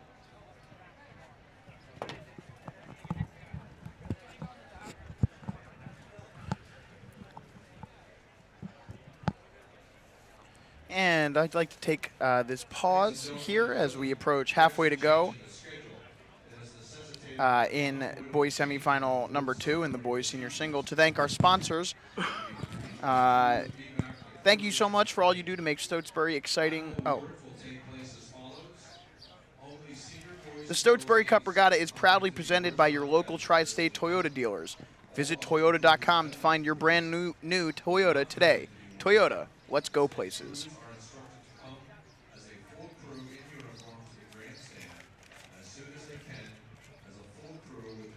About 500 meters left to go here in the boys senior single semifinal number 2. Notre Dame College at a lane 3 out in front, followed by Paramus. And then the battle for third is a tight one between Upper Merion and Don Bosco.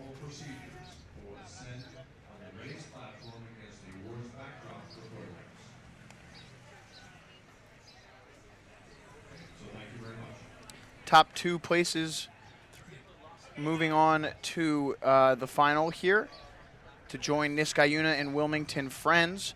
At the moment, that would be Notre Dame College and Paramus, your leaders. Upper Merion out of lane 4. Notre Dame looks likely like he's to mount a comeback. Growing very, very comfortably.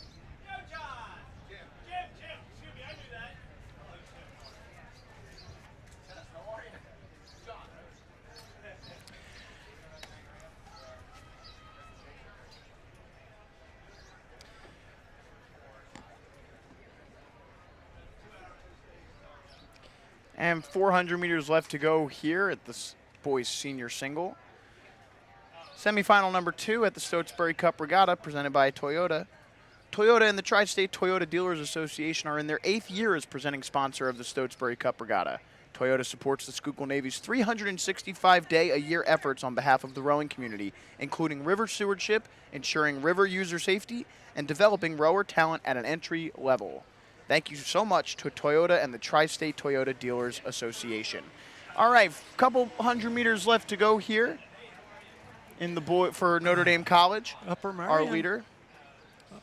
Upper Merion, lane 4. Looks like he's out in front.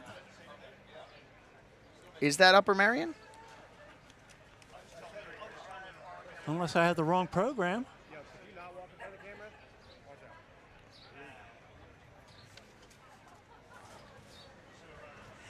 Yeah, Upper Merion is currently in 3rd. That is Notre Dame College at a lane 3 out in front. Paramus. Okay, they switched lanes on me. Yeah, they've been having a tough time. It's been tough, and they are similar colors. So, Both yeah, the blue kid and yellow. out from the kid from lane 3 is There's way a out, shot there. yeah. Paramus and Upper Merion locked in a battle. Again, it's only top 2 moving on to the final. Notre Dame locked up from position. They're going to cross first, and they will cross now. Notre Dame, yeah. And Paramus trying to hold off the last-ditch effort by Upper Merion. Whoa, power. Look at the power. Wow. Both of them. And Paramus will move on to the final. Upper Merion falls just short. Tough race between those two. Don Bosco Prep crosses next. In 4th, they'll be followed by Great Valley, and Manhasset will finish in 6th. So again, so far in the final in the boys senior single is Niskayuna, Wilmington Friends, Notre Dame College, and Paramus. Semifinal number 3 in the boys senior single is up next. That's Roman Catholic. Lane 1, Haverford 2. Holy Spirit 3. Shenandoah 4. St. Benedict Prep 5. Fort Lee 6. I'm getting good at reading programs, folks. And we're being interrupted by Jim Sanzoni.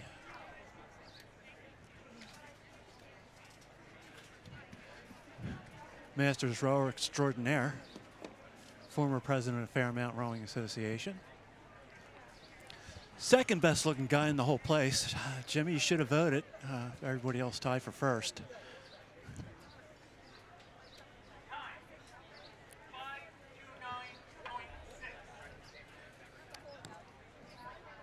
And here they come, approaching the 500-meter mark. Yep, we're well underway here in semifinal number 3 in the boys senior single again. Roman Catholic, Haverford High School, Holy Spirit, Shenendehowa, St. Benedict's Prep, and Fort Lee. This race is tight here. Again, top 2 moving to the final. We have 3 boats across. Out in front, but just barely, is Haverford High School. Holy Spirit and Shenendehowa lockstep.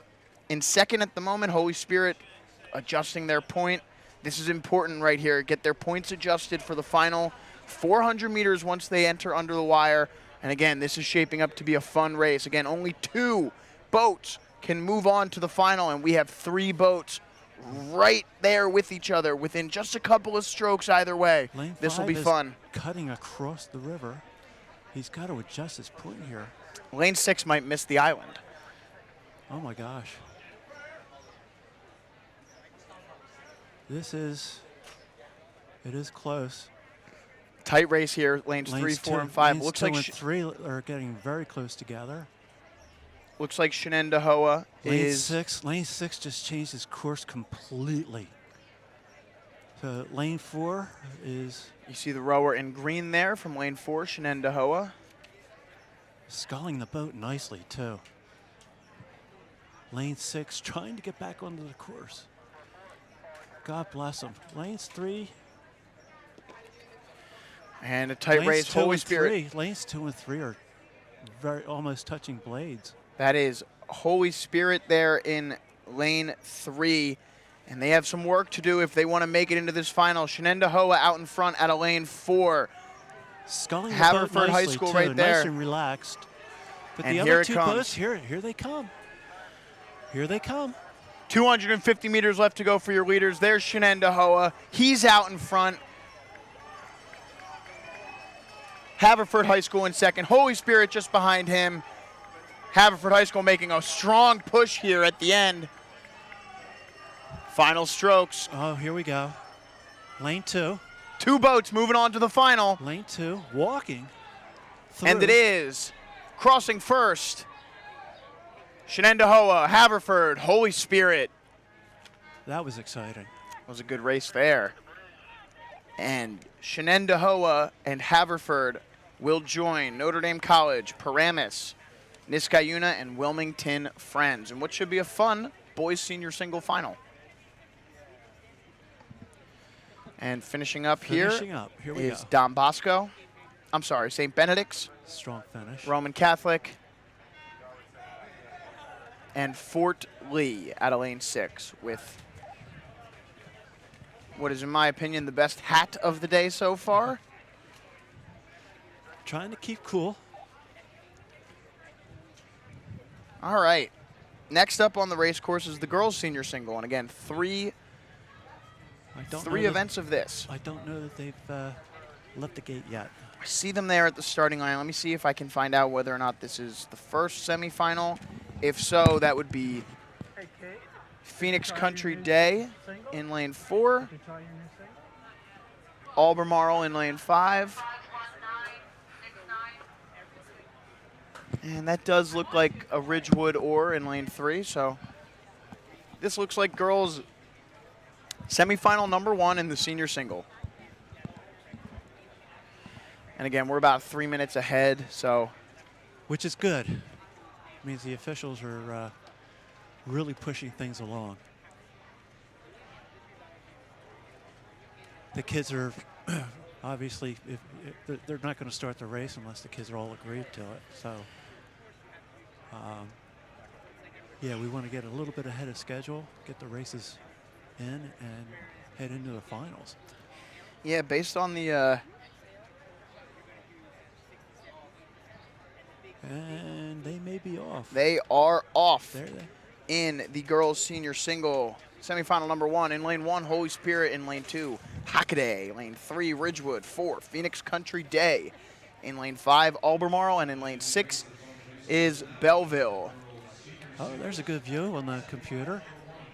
No wonder you're always right. I'm using binoculars and you're using the screen here. I don't think that's right.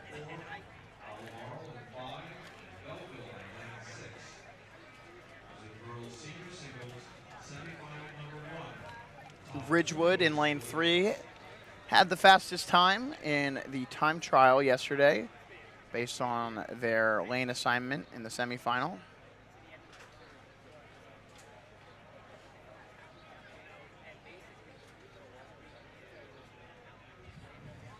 And they put up the fastest time yesterday in the time trial by 16 seconds.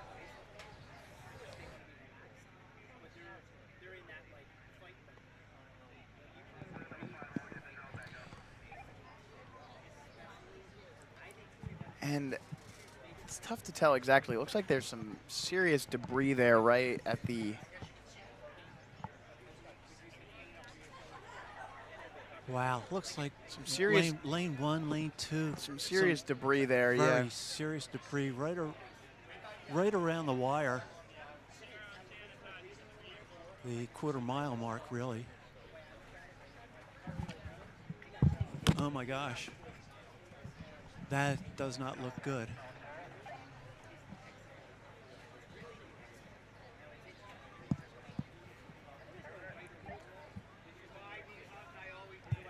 And it looks like it's traveling to the west side.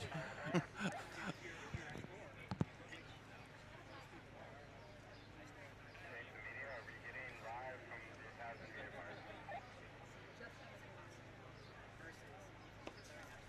not happy about lanes 1 and 2 here. The scullers in lanes 1 and 2.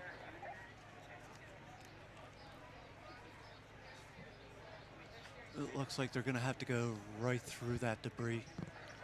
I just received word from up on the tower that the referees are apparently steering boats away from the debris there in the middle of the river, which may be why some of this alignment, these lines that we've seen have been so aggressive throughout the day. It could explain some of that.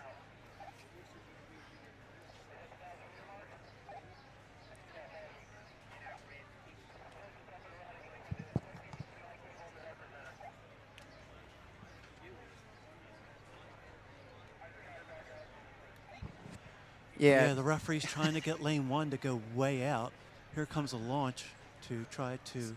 It's difficult timing. Obviously, no time is great when you have Now, boats being sent off every 5 minutes, but yeah, just in the middle of the race course. heading into the 500-meter mark.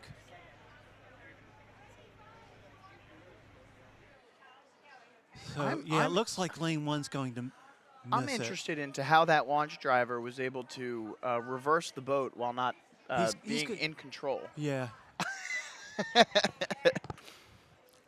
Anyway, as they come That's- under the wire here, you have a good look at what's going on. I believe lane 1, Holy Spirit may have scratched in this race because I did not see them at the start. Again, top 2 places moving on to the final. That appears to be Ridgewood in lane 3 and Phoenix Country Day in lane 4. Followed by Hockaday in lane 2. Hockaday not too far behind Phoenix Country Day, so keep an eye on that as they come in. The young lady in lane 2 looks like she's going right. No, she's going to miss it. Oh, my goodness. I'm nervous. Lane 4 just cut across the river. And there's a good shot there from the drone of the debris as it sits in lanes 1 and 2 at the moment. Lane 3 and 4. And it does appear as though Lane 2 missed the debris. Ridgewood and Phoenix Country Day are pulling out in front. They're battling. All right, yeah, we've corrected the steering issue.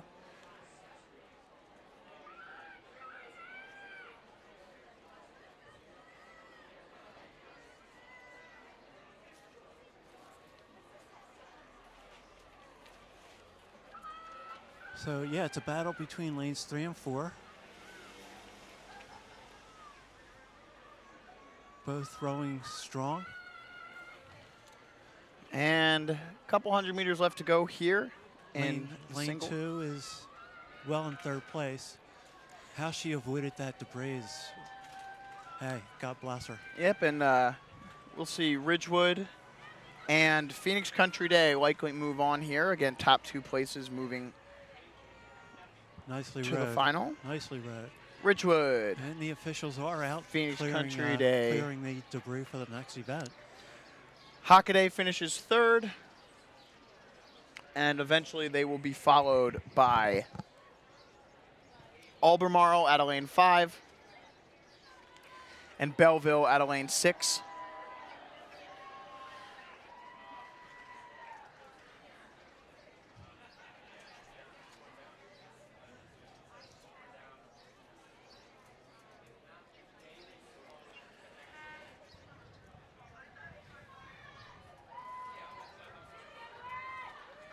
Trying to figure out whether or not this is semifinal number 2 or semifinal number 3 that you're seeing on your screen as they get off here.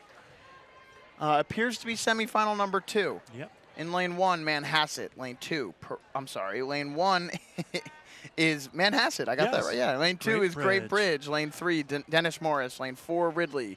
Lane 5, St. Anne's Belfield. And in lane 6 is Great Valley.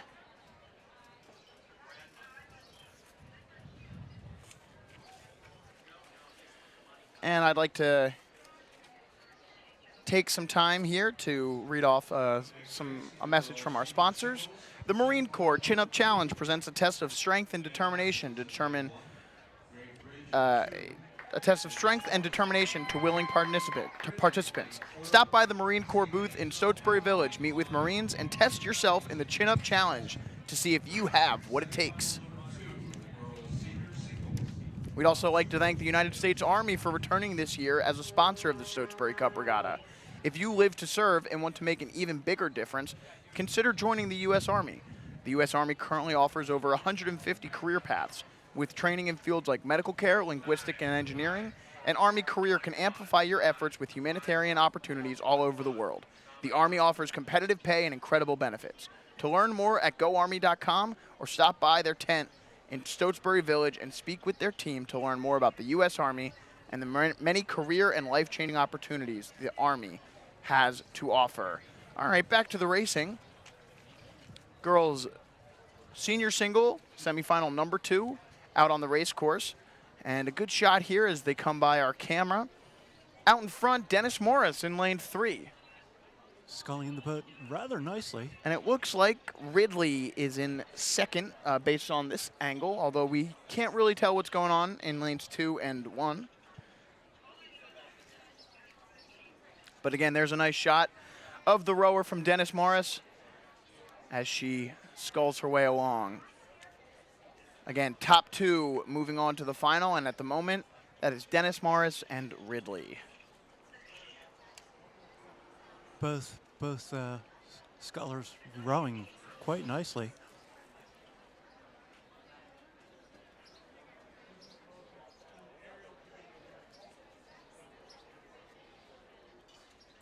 There's not a whole bunch of difference between any of them, the way I'm looking at it. Once again, that's through binoculars, but Joey's got the... Yeah, it does appear as though third you're place right. belongs to St. Anne's. And then they're really close with Great Bridge in lane 2. But again, it's only top 2 moving on to the final here. So Dennis Morris and Ridley in lanes 3 and 4 do appear to be top 2. in position to move on. Yep, pressing the boat along nicely.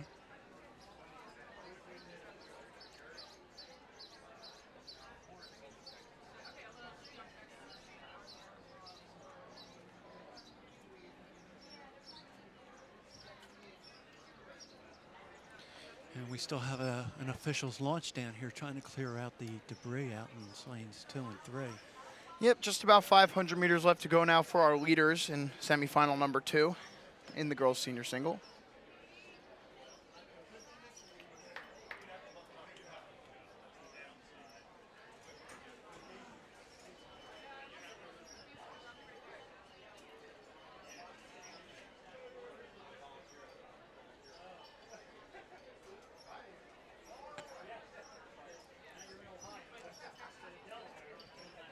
Under the wire for Dennis Morris. Sculling the boat very, very well, very strong, very clean.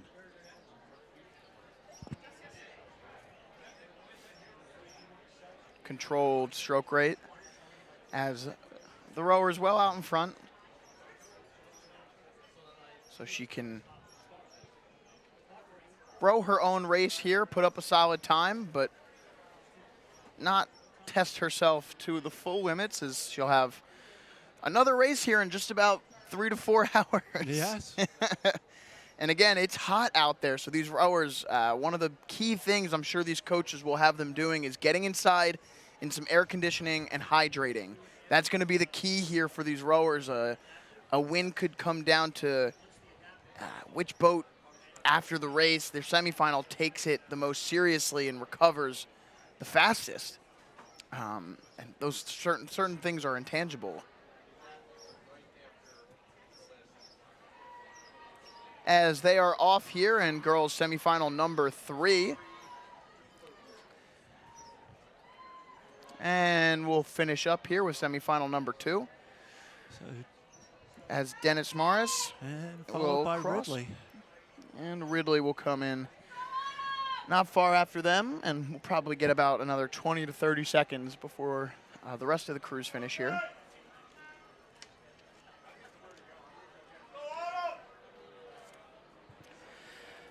All right, great race. Dennis Morris, she doesn't even look tired. Just check the boat down, just getting into her lane, and Ridley crosses next. She pretty beat up. Yes. All right, Two and to the final. She's in the final. finishing up here in semifinal number 2 is, looks like Great Bridge. St. Anne's Belfield gets passed right there at the end by Manhasset. And then finally in 6th will be Great Valley. And that is semifinal number 2. Dennis Morris and Ridley join Ridgewood and Phoenix Country Day in the final. Who will join them Semifinal 3. in semifinal number 3? Coming through the bridge. In lane 1, Baldwin. In lane 2, Bishop Moore. In lane 3, Lauren Park. In lane 4, St. Ignatius. Lane 5 is Philadelphia City Rowing. And in lane 6 is Friends Central. At the 2022 Stotesbury Cup Regatta, presented by Toyota. Oh, what a feeling.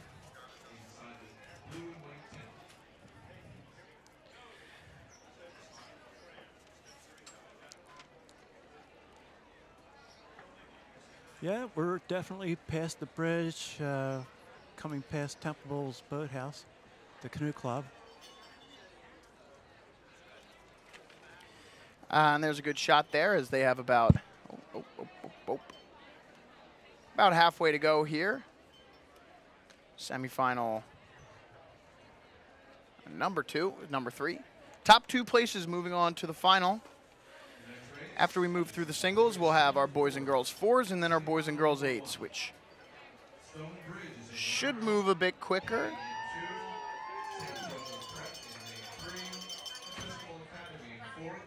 Good shot there. Looks like it's tough to tell given the lane assignments and seeing all those crews out. My assumption would be that that is Lauren Park and Lane 3? Philadelphia City Rowing. It's difficult to tell given this angle because they're so far out of their lanes. Yes. Quick shout out to a couple of the coaches at Friends Central, Teddy Villanueva and Austin Burke, a couple high school teammates of mine. Young Teddy. Young Teddy. Good kid. I row with his dad. Old Teddy.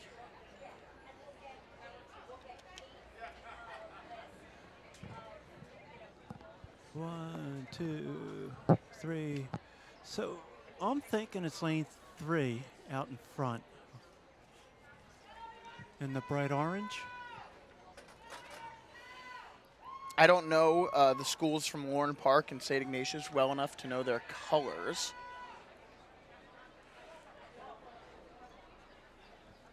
Yeah, she may be lane 3.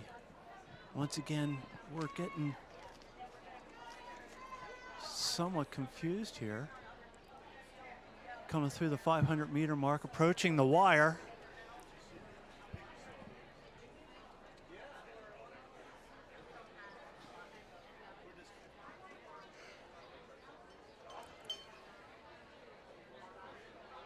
it looks like everybody's making a course correction.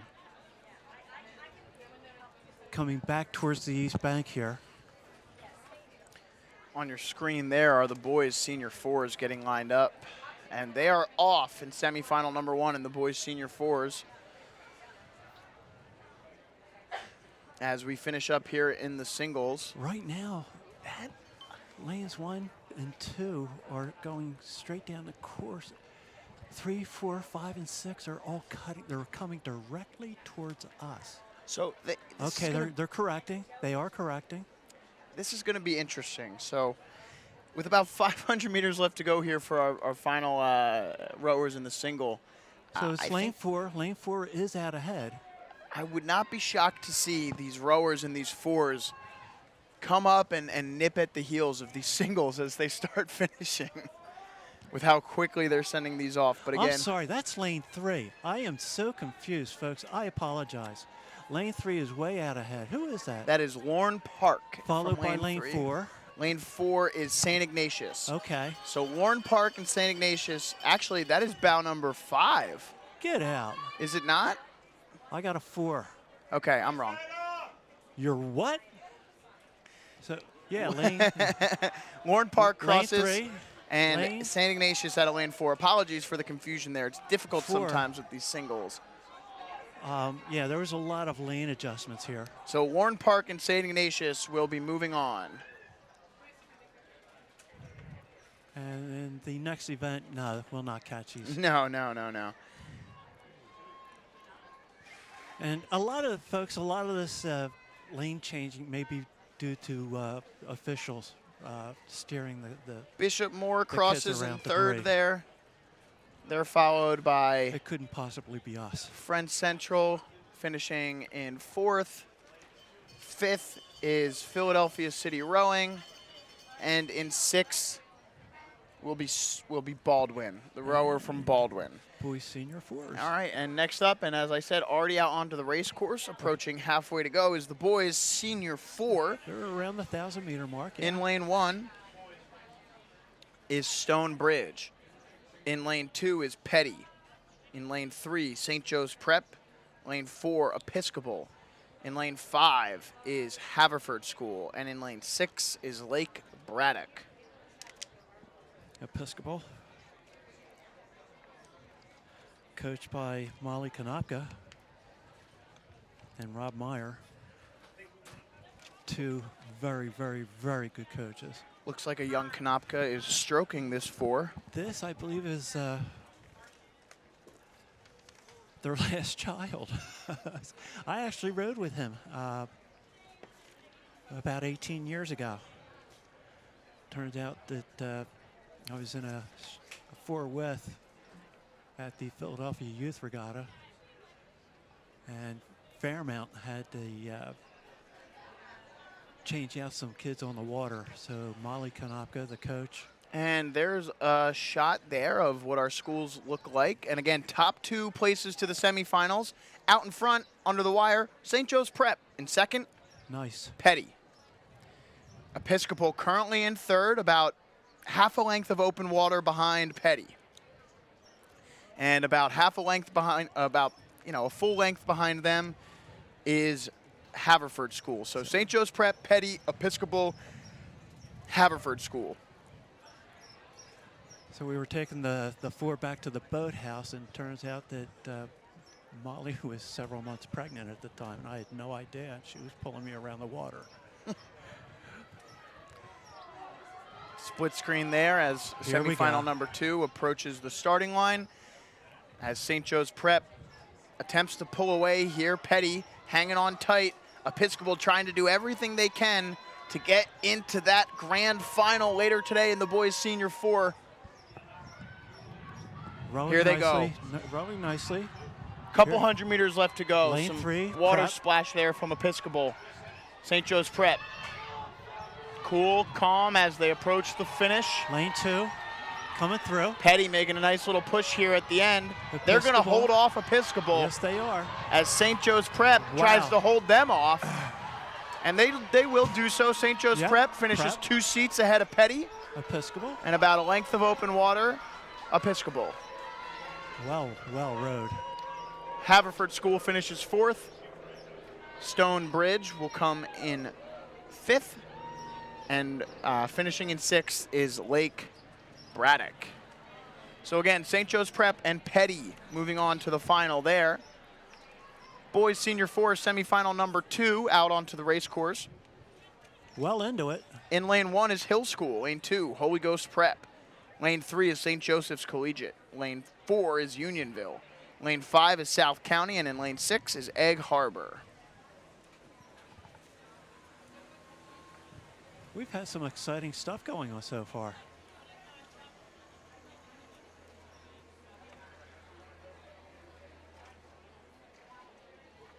Yeah, I'm thinking the kids are probably a little wound up not having rowed this morning.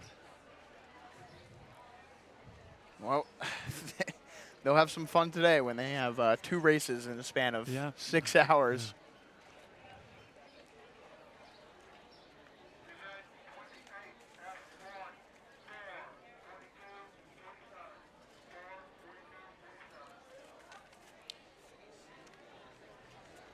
So just to give folks listening at home an idea of the schedule,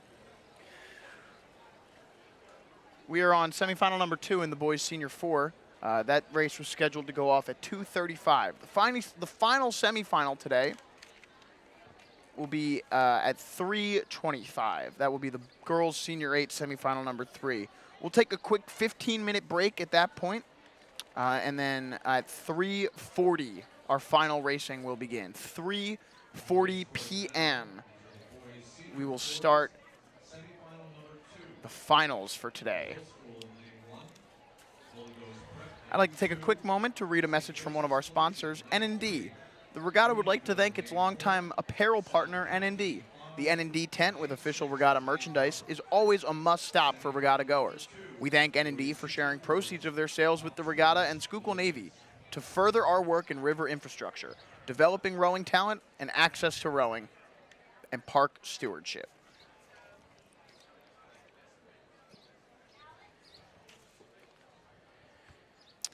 There you go. Your attention, please. Will James Baker come to the Toyota finish line? All right, 500 meters left to go here in semifinal number 2 in the boys senior 4, and yeah, there's a good shot there of the debris that's just kind of hanging out in lanes 1 and 2 at the moment. Hasn't seemed to affect too many races, but Yeah, so far the officials seem to be getting the kids' boats around them. hopefully as the day goes on, that'll continue to float downriver and off the race course. At the moment, it's just kind of hanging out. So, lanes 4, lanes 3. Looks like lane 4, yeah, out in front. That would be Unionville. St. Joseph's Collegiate in lane 3 appears to be in second again. Top 2 places moving on to the final.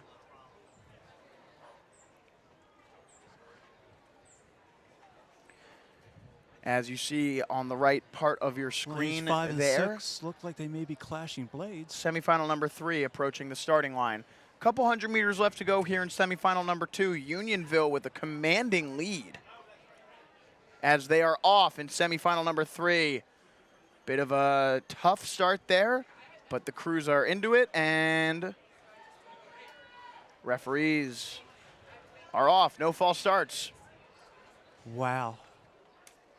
Final couple hundred meters here in semifinal number 2 as Unionville pushes forward. St. Joseph's Collegiate making a late push to try and catch them.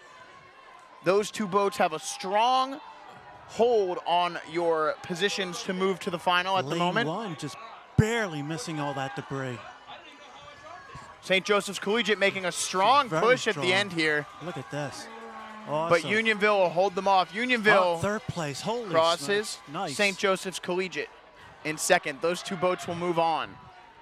Lane 2, Holy Ghost Prep finishes 3rd. 4th is Hill School out of lane 1, followed by South County, and in 6th place, Egg Harbor. And the next event is on the way.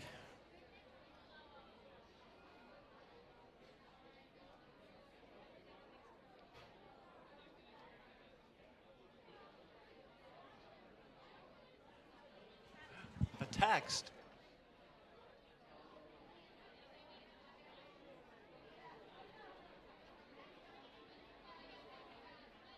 That was the All right. final two. Yep, semifinal number 3 now as we turn to the final page of our semifinal program. Boys Senior 4 semifinal 3. Absagami, Norfolk Academy, Canisius, Robinson, Manhasset, Bishop O'Connell in lane 6.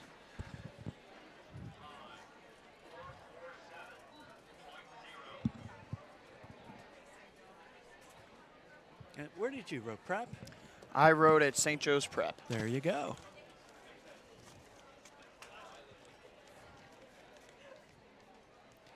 And nice shot there. This is going to be a fun one. 6 boats across here. Absagami, Norfolk Academy, Canisius, Robinson, Manhasset, and Bishop O'Connell. Give the edge to Canisius out of lane 3. Manhasset in second at the moment, but not far behind. And then locked in third place are Norfolk Academy and Robinson. Manhasset just off the pace. Bishop O'Connell just off the pace. Absagami just a bit off them. Again, Canisius starting to pull away there in lane 3. The race for second is a tight one between tight. Manhasset and Robinson. Norfolk Academy just falling behind now. Bishop O'Connell hanging tough with Norfolk Academy. Absagami making a push back into 5th. Canisius trying to hold firm. Manhasset trying to walk away a little bit. Robinson not giving up. Same with Bishop O'Connell. Canisius making a strong middle of the race move here. That's the sign of a solid crew there in that middle 500. If they can start to create some separation, that you know they have a strong race plan and a strong foundation of fitness that allows them Here we go. to do that. So under the wire, here they come. Canisius beats the rest of the crews there. Quarter mile left. Manhasset and Robinson locked in a battle for Wow, second place. look at this. Norfolk Academy has fallen off at this point. The race for second is Robinson on. putting 2 it- boats moving on to the final. Robinson really putting on the heat. Yeah, strong move there to begin the 500. Manhasset's not saying no, but Robinson really putting on the heat. Big thing to watch there. Robinson just made a strong move at the start of the 500. Manhasset just had to hold firm and now has a chance to walk back. Robinson with 2 seats on Manhasset. Canisius with a length on Robinson. Top 2 boats. Top 2. Moving on. Will they join St. Joe's Prep, Petty, St. Joseph's Collegiate, and Unionville? Who will it be? Canisius, Robinson, Manhasset, down to the wire. Couple 100 meters left to go. Canisius out in front. Pressing the boat. Maybe even walking away a little bit. Second place. And Robinson, yeah, making a strong push here Robinson is to really control that putting- second place. Oh, couple bad strokes there. Oh, a digger there from Robinson. Let's Ooh. see if they can recover. No, they did. They're out. And they've got their speed back up. And Canisius crosses. Here comes. And they'll move on, followed by Robinson. Wow. Third Wow. goes to Norfolk, and they just beat Manhasset there at the end, it looked like. Bishop O'Connell crosses in 5th, and Absagami in 6th. Exciting. Fun race there. Exciting. Boys Senior 4's final will be St. Joe's Prep, Petty, St. Joe's Collegiate, Holy Ghost Prep, Canisius, and Robinson. And on the girls? race course now is the girls Senior 4, semifinal number 1. Top 2 places to the final. In lane 1, Nichols. Lane 2, Academy of Notre Dame. Lane 3, Blair. Lane 4 is Mainland. And in lane 5, Unionville. Lane 6 is Mount St. Joe's. Mount St. Joe's is always tough. Coming out of lane 6, they're one of the final crews to qualify for this semifinal. So they'll have some tough sledding ahead of them. Blair, the fastest time yesterday in the time trials. They'll be your favorite along with Mainland to advance. But it's anybody's race. Next race is the girls Senior 4's semifinal number 1. So, yeah, they're look like they're approaching St. Joe's College, or I'm sorry, Temple University's canoe club.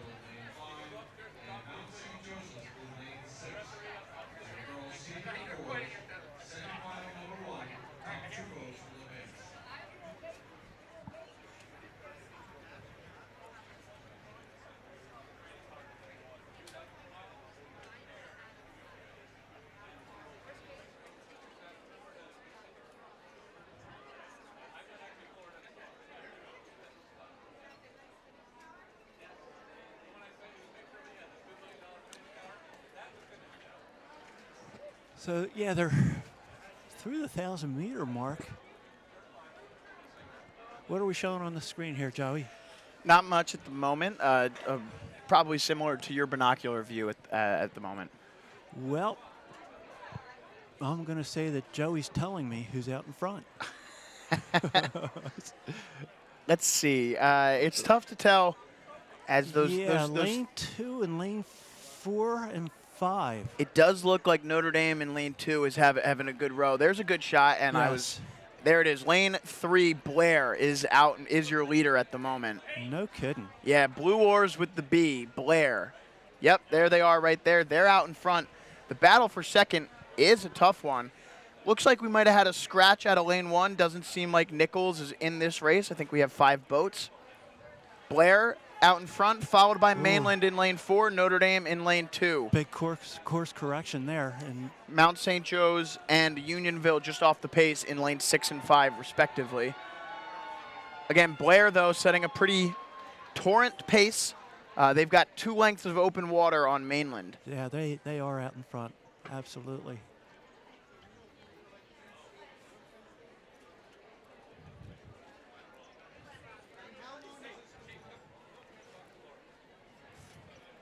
Here we go. Yep. Well, out in 500 front. meters left to go, or just about, maybe 600. You see Blair there with a good bit of open water. Notre Dame, though, probably about a length down on Mainland. They're still well in this race to get to the final. So, yeah. Blair and Mainland. Yep. Both boats rowing well, relaxed. There's about 500 meters, yep, and as they approach the wire. Yep, quarter mile.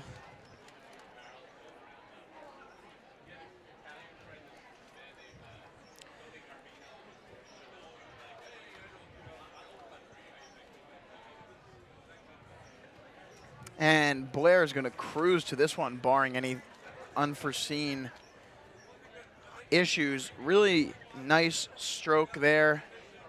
You see all blades entering and exiting at just about the same time, looking like they have similar length.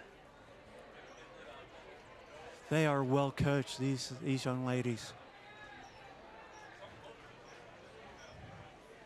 Putting the blades in, not missing much water, just One of the telltale signs of a solid high school crew is the catch and how those blades look when they go in. And the young ladies from Blair have some pretty catches. Yep, they're finishing together. They're tapping the boat along. They're not being pressed, which is kind of an advantage, I think, for the next race. Definitely. Going into the final, Don't need to go into their full sprint here followed by lane 4. because, again, they will be racing in 3 hours, Yep. which sounds like enough time to recover, but you have to imagine as an athlete, you get out there, you get warmed up as Blair will cross the finish line first, and then you race, and then your body cools down, and you tighten up, and your muscles start to tighten, and you have to go through that process all over again, not to mention it's 95 degrees outside. Here comes Mainland across As the finish. Mainland will cross second, and they will qualify. And followed by Academy of Notre Dame. Notre Dame, Unionville, Mount St. Joe's, and that will be girls semifinal number 1. Feels like the wind is picking up, a nice headwind at this point. And that appears to be semifinal number 3. So I think semifinal number 2 is out on the race course because that looks like Marion Mercy.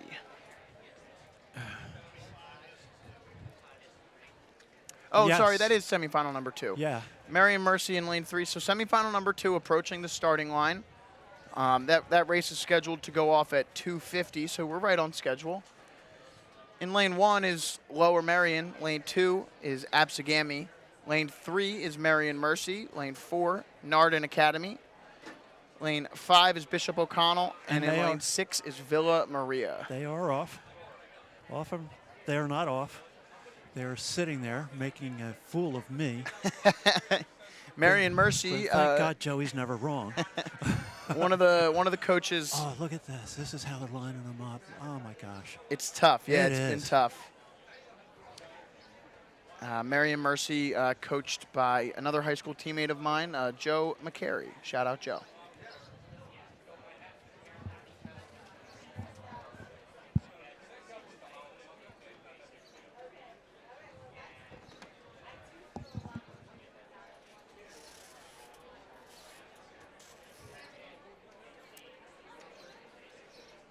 And they are off.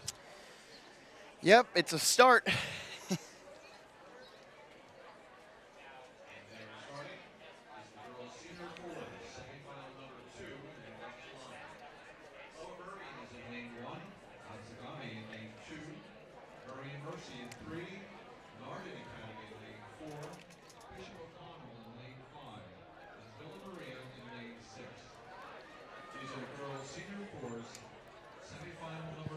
And they go under Strawberry Mansion Bridge in the girls' senior four semifinal number 2.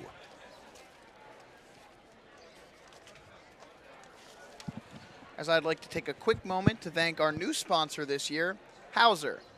Hauser is a new sponsor of the regatta. Hauser is a modern, socially responsible real estate brokerage, mortgage brokerage, and title agency for savvy homeowners. Home sellers save an average of $15,000 with their flat fee listing agents. Check out what Hauser offers at the Hauser tent in Stotesbury Village. Thank you, Hauser. And just about 500 meters into this race, there's a good shot of the girls from Marion Mercy in their matching white caps. If you've been a long-time listener of my coverage of the Stotesbury Cup Regatta, I'm a big fan of team coordination. I think style matters out on the race course, and Marion Mercy is showing you why. Clean look with the white hats. Boy, they are rowing exceptionally well, aren't they? But guess what? The visors from Nardin Academy might be out in front. They are. I'll take a visor over a hat any day of the week. But again, this is a tight race here. Top 2 moving on to the final. Looks like Nardin is out in front out of lane 4. Marion really close to them, though, so not much between those two crews. And then off the pace. It's top 2 to the final, so yeah, Marion wants to. Yeah, Stay Absagami out. and Bishop O'Connell currently at the edges of the leaders in lanes 2 and 5. And lane 1, that would be Lower Marion making a push here to get into 3rd place, as Marion Mercy seems to have taken the lead. Give him a seat, 2 seats on Nardin.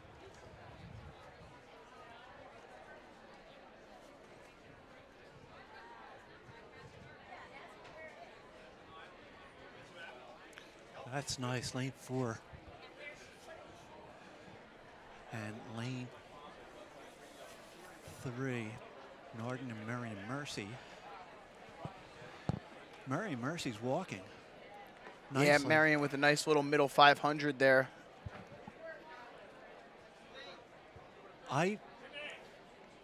Who's ahead? Marion. Yep. Wow, they were back quite a bit, but they are very, very well coached. They're about to open up some water. Yeah.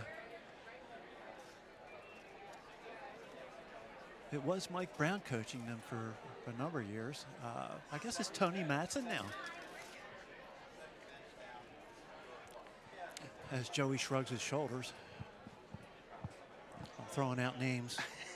I could be making them up. Joey doesn't know. 400 meters left to go here. Marion Mercy with open water on Nardin Academy. Both of those schools, though, however, in position to move on and join Blair and Mainland in the final as they get off here in semifinal number 3, sending them off at a quick pace. I'm thinking hats over visors here. It does seem hats over visors.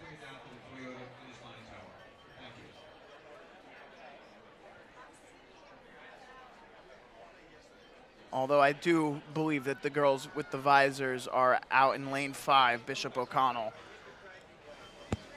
But they get some style points in my book. Marion Mercy, a couple hundred meters left to go out in front. Pretty controlled pace here. well out in front.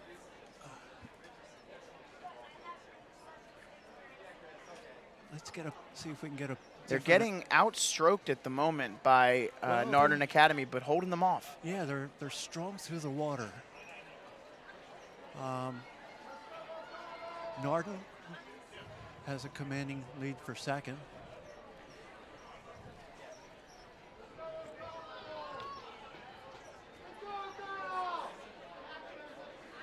So Joe Malone is the head coach of Marion Absagami as coming they from behind cross, to pass. and Narden Bishop- Academy comes Bishop in. O'Connor. So And Absagami will get third, Bishop O'Connell Oh. fourth. Absagami's running very well also. Boy, they are Lower Marion. really putting some power behind those blades, huh? And in sixth is Villa Maria. Oh, next is girls senior 4 semifinal 3. They are approaching the stairs. All right, so one more semifinal to see who will join Blair. That's actually a boat going upriver.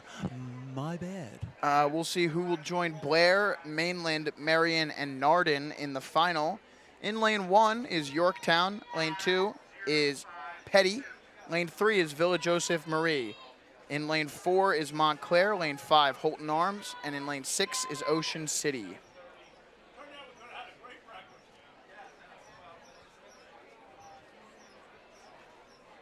Yeah, coming past the canoe club into the St. Joe's University boathouse.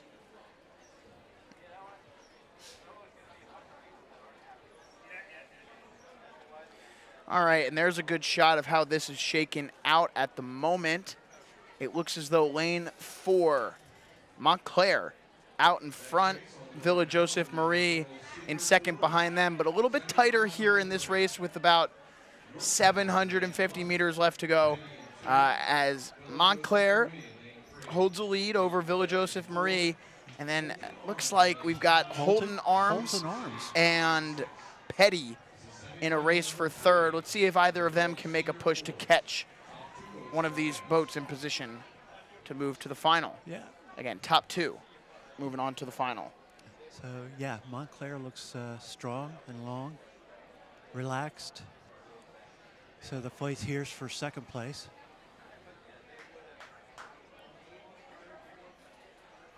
As they approach 500 meters left to go here, Montclair low on that stroke rate at the moment.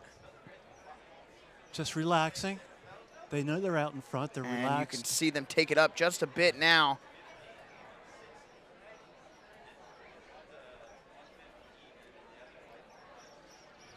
This is exciting.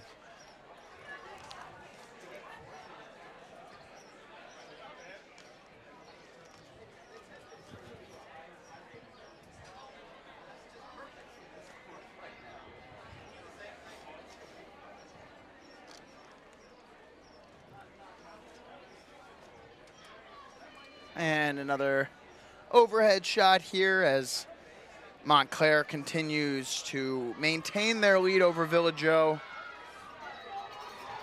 And it looks like Holton Arms might just run out of water here. They have a chance. They're about a length down on Villa Joe. They need to go now.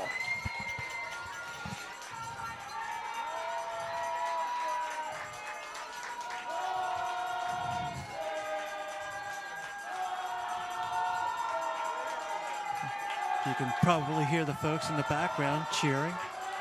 As there's a good shot of the young ladies from Montclair. Understroking. Well, they just brought it up. They want everybody to know that this is theirs. Villa Joe with a nice little push here at the end.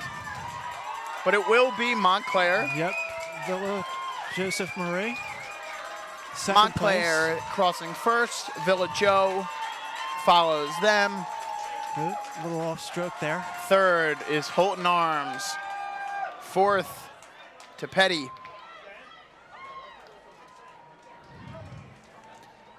And Ocean City. Ocean City still back at the island. Thank you.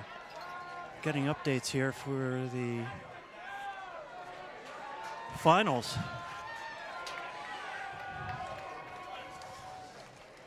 And finishing up here in the girls' senior 4 is Yorktown. All right. Ocean and City still way out. yeah, Ocean City out of another- lane 6 is still finishing up.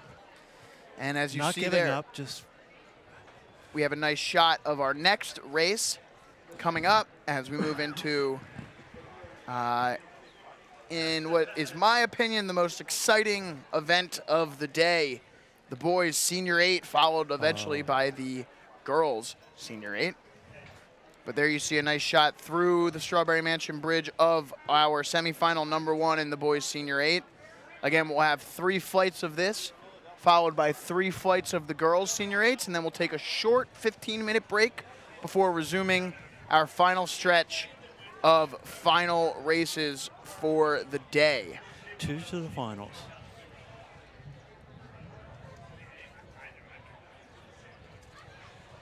So yeah, 3 heats, 2 to the finals. And we'll get the lineup to you as soon as the race gets started. It's 3 o'clock, and it looks to me like they're off. Are they off? They are not. Well, why not? I'm ready. Look at me. I'm tapping my feet. I'm anxious. And there's a shot of your favorites in this race. St. Joe's Prep out of lane 3 in the yellow Empacher in crimson and gray. Next to them in lane 4 is Walt Whitman. Expect them to be in contention to win this race and potentially move on. And there's your lineup for you. In lane There 1 we is are, DeMatha. Lane 2, Dallas Jesuit. Lane 3 is St. Joe's Prep. Lane 4, Walt Whitman. Lane 5, Saratoga. And in lane 6 is McLean. A lot of really talented schools in this race. Any one of them could move on to the final. Any 2 of them could move on to the final. So it should be a fun one. St. Joe's Prep, obviously the defending champions in this race.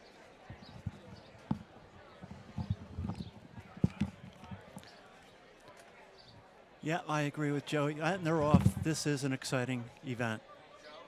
Ooh, high strokes.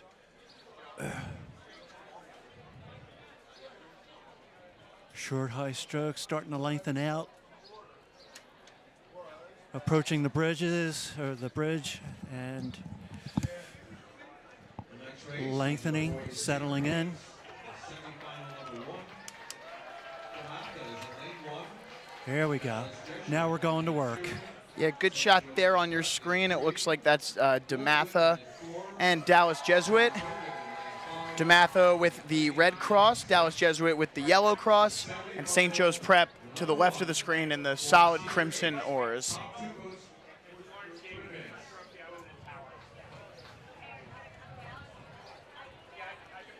And yes, they're approaching the Canoe Club, Temple University's boathouse.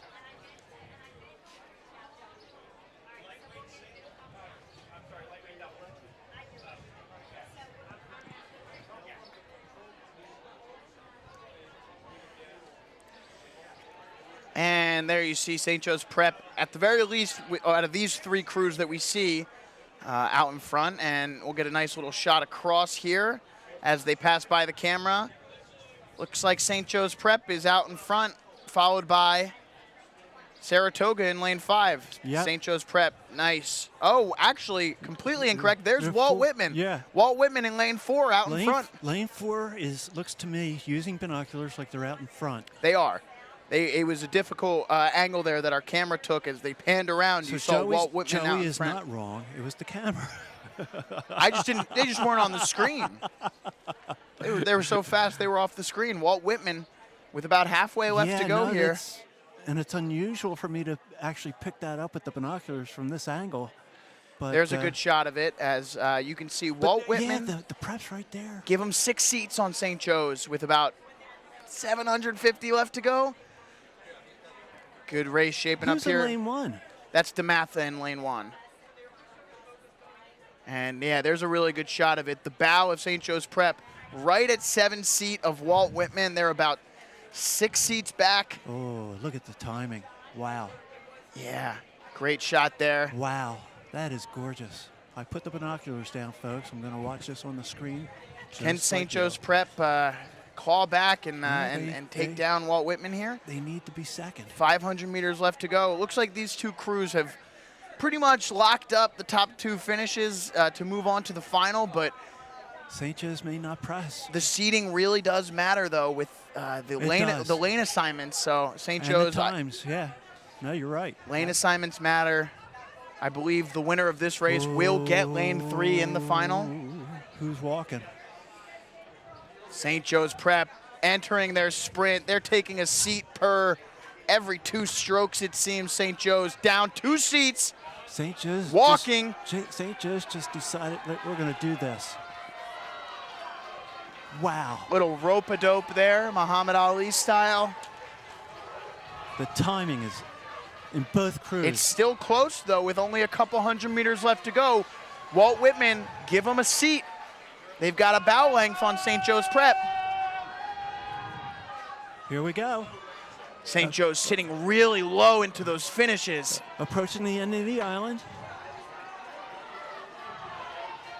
You see there the Get Prep tough, get tough. outstroking Whitman. And they took it up another 2. Here we go. Taking the rate up, taking the rate up. Pressing the boat, pressing the boat. And Here we go. Semifinal number 1. What's going on? Finishing a What's tight race. going on? St. Joe's Prep Holy smokes. out in front. St. Joe's Oh my Prep goodness. takes it by a bow deck over Walt Whitman. That's the way I see it. Wow. Next up, Dallas Jesuit finishes in 4th behind Saratoga. Then DeMatha comes in 5th. Prep. And finally wow. McLean. Prep was way down. Fought their way back. That Bit of a surprise there, I'm sure, for the boys in St. Joe's Prep. Could be a good wake-up call as Walt Whitman gave them a strong race there. wow. And again, these boats are all fast. Every single one of the boats that advances from the semifinal in the boys senior 8 and the girls senior 8 for that matter will be fast crews. So expect another fun race here as semifinal number 2 gets set to go down the race course. Walter Johnson, lane 1, Montclair 2, Gonzaga 3, St. Andrews 4, LaSalle 5, and Woodson 6. Folks, I don't really get excited about these things, but that I thought was very, very impressive. There's nothing quite like seeing 8s in this sport being rowed at a high level. They are generally the most aesthetically pleasing, the fastest, and it's really kind of gets the blood flowing. Lane 1 on your screen there in the blue and white is Walter Johnson. And here we Montclair go. in the blue and Lining up. This is tough to do, to line these boats up. It really is. might be as good as they're going to get there. Lane 4 back just a little bit. Bringing them up. They're touching them up. Yep. Here, and they're off. And Gonzaga out of lane 3 was the second fastest crew in the time trial yesterday to St. Joe's Prep. Great start out of lane 5 by the boys out of LaSalle. LaSalle. Nice. And on your screen at the moment is Walter Johnson, Montclair, and lane 3 Gonzaga. Gonzaga, of course, had a lot of success at the Stotesbury Cup Regatta in the early 2010s. They went and won, I think, 4 straight boys senior 8 and second 8 finals. They're really, really great. They're one of the powerhouses of the East Coast in boys high school rowing. And LaSalle, coached by Mike Brown, I believe. Good look there at the boys from Gonzaga in the white unis with the purple oars. Mike Brown being an excellent coach, an excellent sculler on his own. Looks like St. Andrews is having some difficulty with their point. It does, yes. The referee's flag was out. Based on where the camera's at in this angle, I think Gonzaga has the edge over St. Andrews, although St. Andrews, oh, and there's LaSalle. LaSalle probably in second, potentially first. Look at this. Yeah, Gonzaga, give them 2 seats on LaSalle. Give LaSalle 2 seats on, that is St. Andrews. Give St. Andrews 2 seats on Montclair. This is a tight race here, Montclair, folks. yeah, Montclair's Gonzaga with right there. Gonzaga with a chance to pull away here and kind of stamp their mark in this final, but this race for second could be an interesting one. Everybody's looking strong and relaxed. Nobody's panicking. Nobody, they're, you know, hey, we got a job to do. Let's do it. The Explorers out of LaSalle, I'm not too sure. I know they've had a tough go over recent years. This could be a return to the final at Stotesbury for them. I know that they're itching to get back into that race as one of the staples of the Schuylkill River here, the boys out of LaSalle.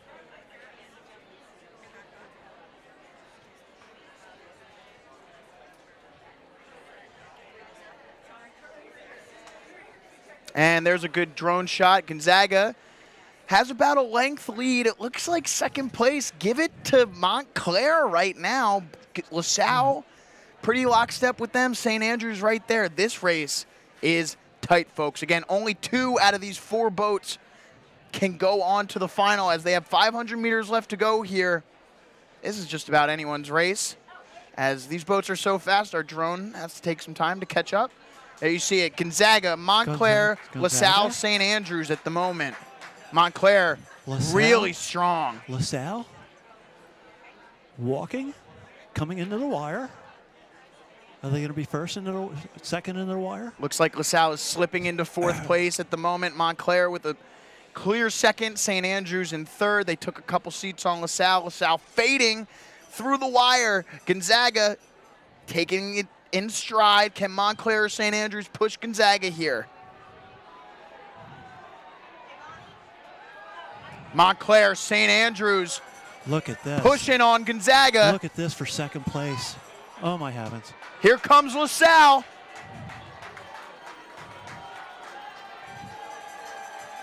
Wow, these kids are tough. These kids are tough. 300 meters left to go.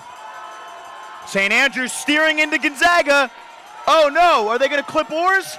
Ooh. They do, they clip oars. Gonzaga pushes them away. St. Andrews, that could be fatal. Lane 5.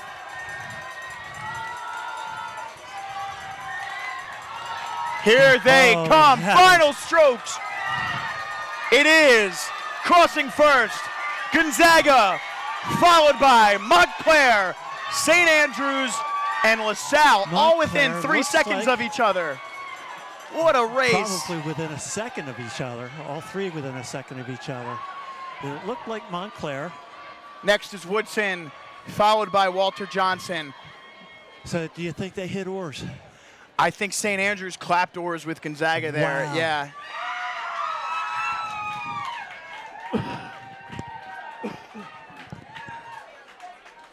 All right. That was exciting. Some fun races here in the senior 8s. So right now, by our eyes, we have St. Joe's Prep, Walt Whitman, Gonzaga, and Montclair. Potentially St. Andrews. Check rowtown.org for the official results. They'll be updated as soon as the officials get the word. But again, it looked like Montclair edged out St. Andrews and LaSalle there as they are off here in semifinal number 3 in the boys senior 8. In lane 1 at the bottom of your screen, Lawrenceville. Wakefield in lane 2, in lane 3, and the favorite in this race is Wilson. Bethesda Chevy Chase in lane 4, lane 5, St. Albans, and in lane 6, Yorktown. Yeah, folks, keep an eye on Rowtown for official results. My binoculars are not official.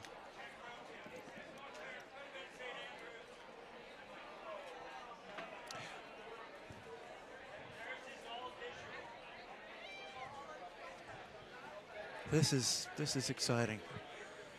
Yep, senior 8s. Guess what? We got 3 more after this one in the girls event. The young ladies.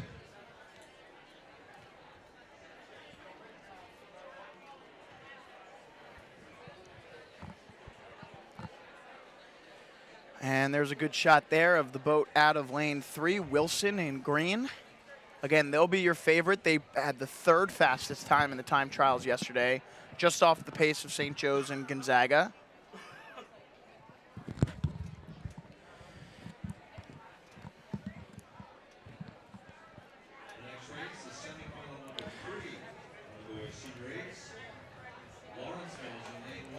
Boy, they are long and relaxed, aren't they? They look really We'll get good. a good shot here of our boats as they come across. Look at the press. Look at the compression, the press, the squeeze on the back end. Give the edge to Chevy Chase at the moment.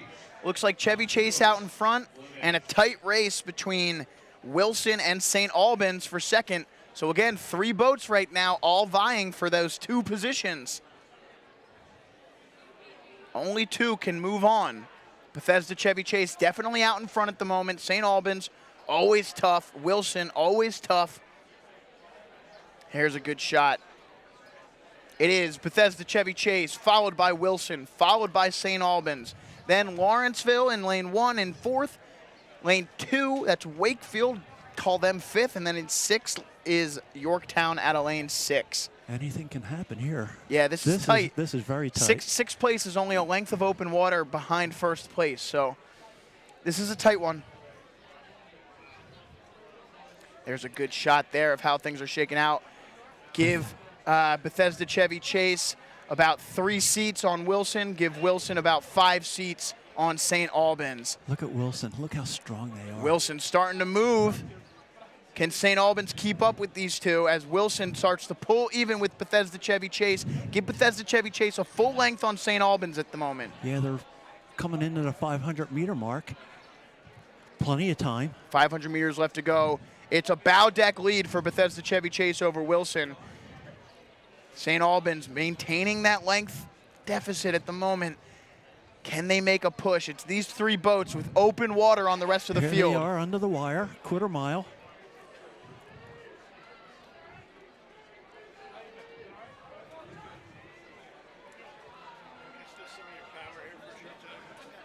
Yeah, Bethesda looks like they're Bethesda Chevy Chase. nice and relaxed. They held holding that- everybody off. This is getting tight again for second place. Yeah, here comes St. Albans. Bethesda Chevy Chase held on that move from Wilson.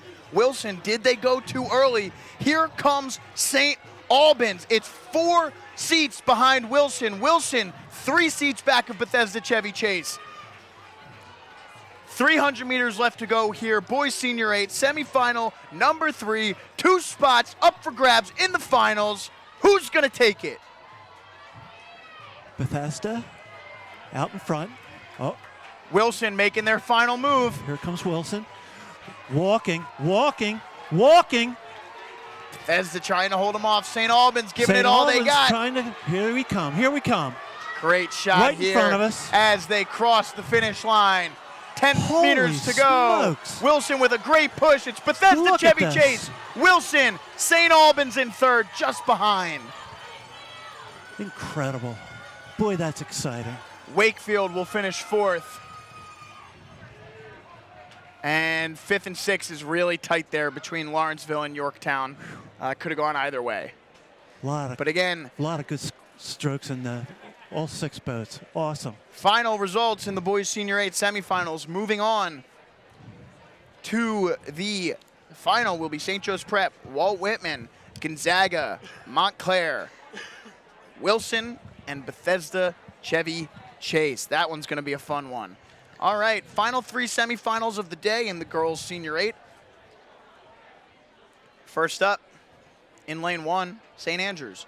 Lane 2 is Bethesda Chevy Chase. In lane 3 is Mount St. Joe's. Lane 4 is Oakton, and in lane 5 is James Madison. And I believe Robinson in lane 6 is a scratch. Really?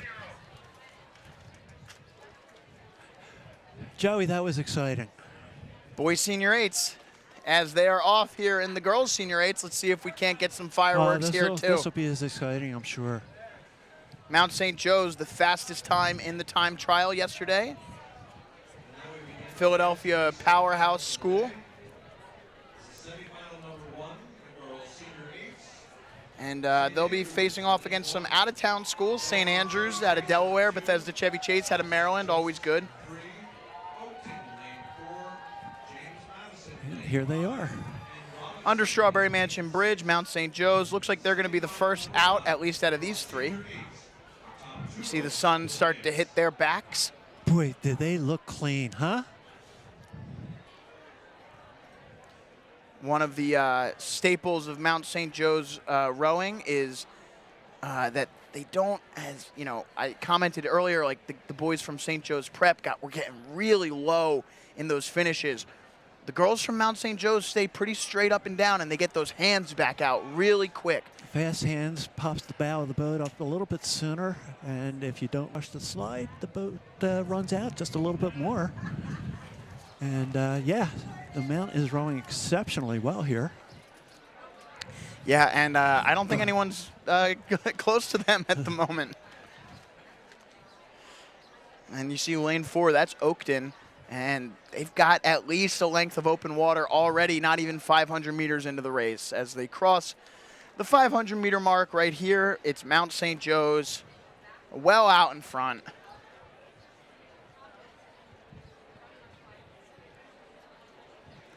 And yeah, there are 5 boats. You said there was a scratch. Yeah, Robinson in lane 6.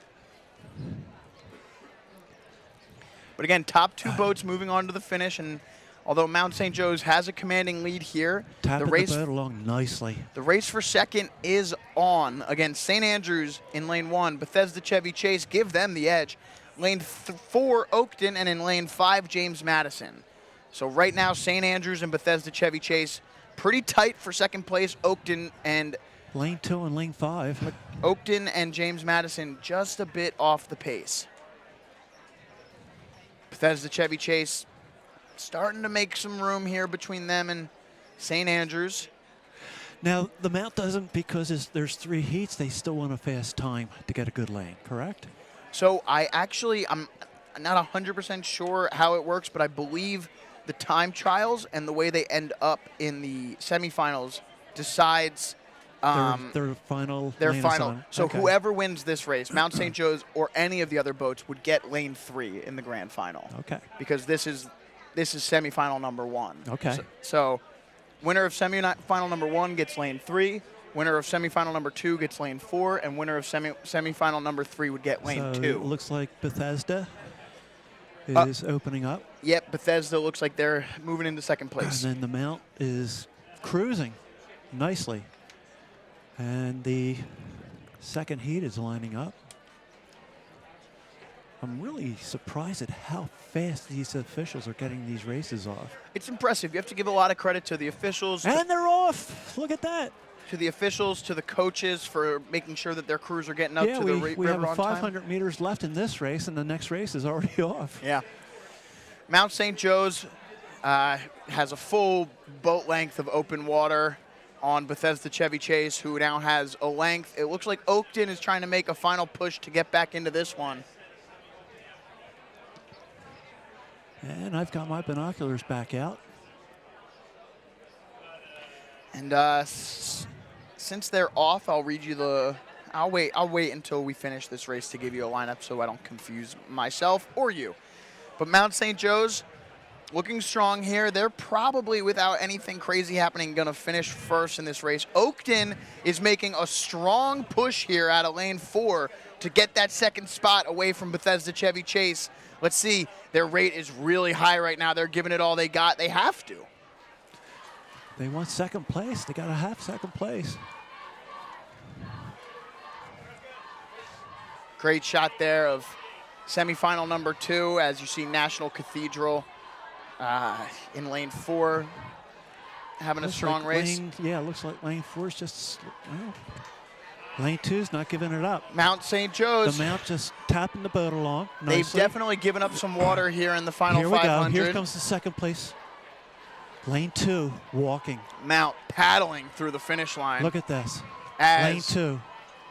Bethesda Chevy Chase holds off Oakton. Great Nice. push there by Oakton at the end. Got to applaud those girls for a strong push. Those Mount crews are just phenomenal. And They- St. Andrews will finish 4th. So well coached by Megan Kennedy, Mike McKenna. James Madison will come across next. So, second heat, lane 1, Lawrenceville, 2, Wakefield, Wilson, 3, National Cathedral, lane 4, McLean, 5, and Langley in lane 6. And they are around the 1,000-meter mark Yep. already. Yeah, they're past 500 meters left to go.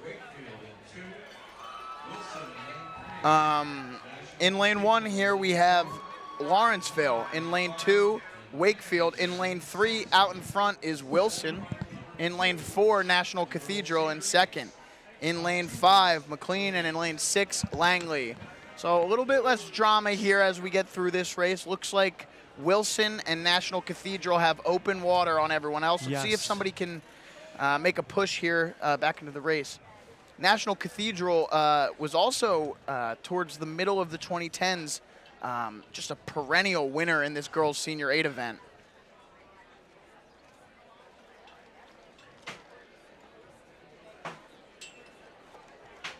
As Wilson with a strong lead with about 500 meters left to go. Yeah, they're half a length up and cruising along nicely. Bethesda. Gonna be getting a video of the people on the dock.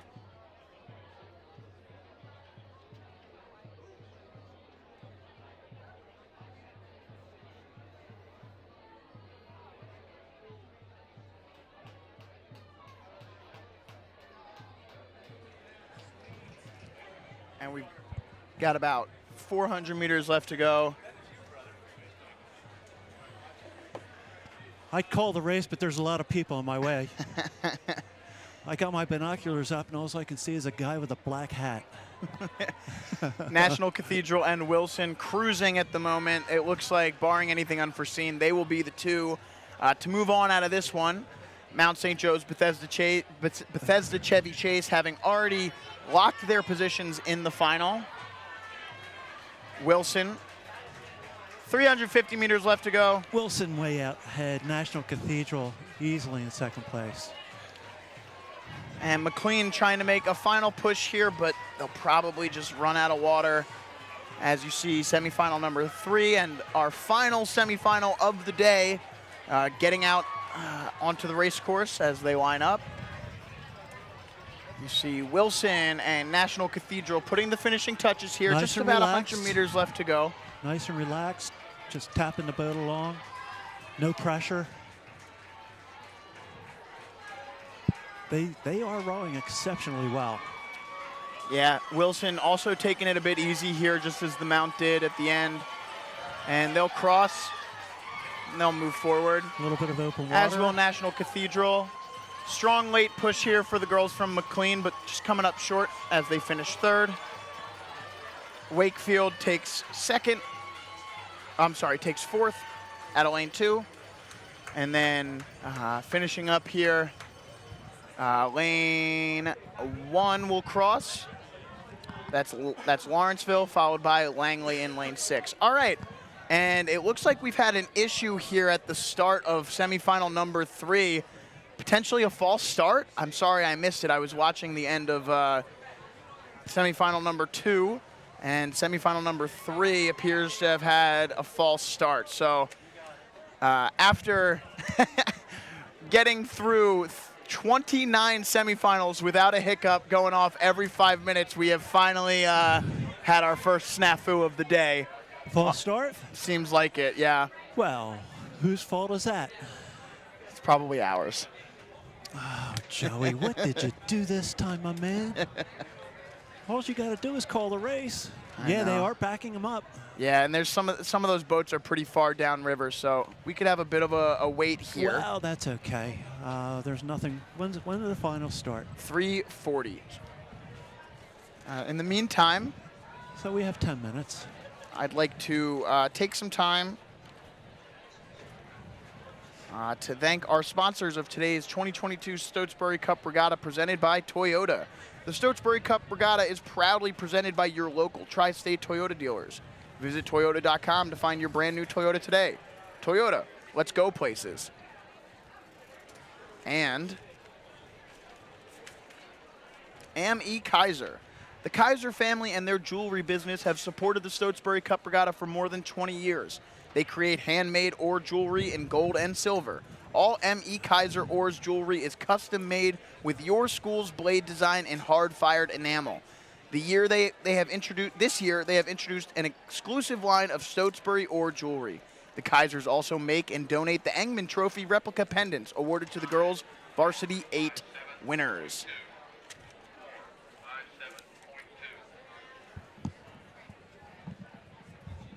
57.2. And special request to the folks back here in the tent, if you can get us a couple of waters, that'd be great.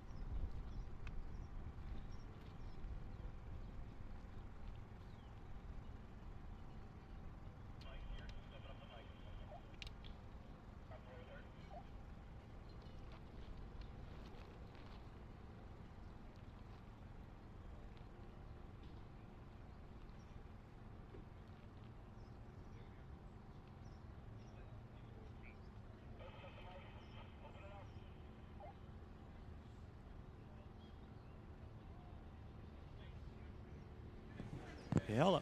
Hello. Okay. I think I can hear. There we are. You on? I'm Yeah, on. We're here. How about Hi. you? Hey, we're back. So, we're back with the girls senior 8 semifinal 3, the last semifinal of the day. Lane 1, W.T. Woodson. 2, Alexandria City. 3, Morristown. Walt Whitman in 4, Unionville 5, Radnor in And 6. they are off. They are off. Sorry about the delay. Apparently there was a false start and they brought them back.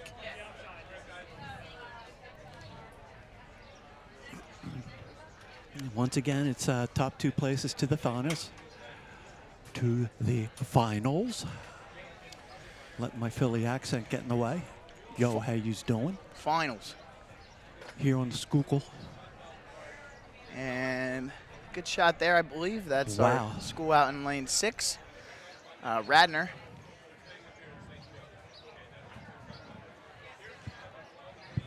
Great sports school, Radnor.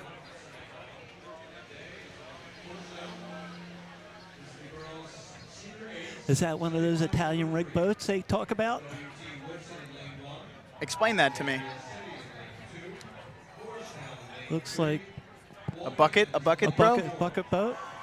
Yeah, folks at home. So you see there, generally speaking, on these sweep boats, they go every other with the oars.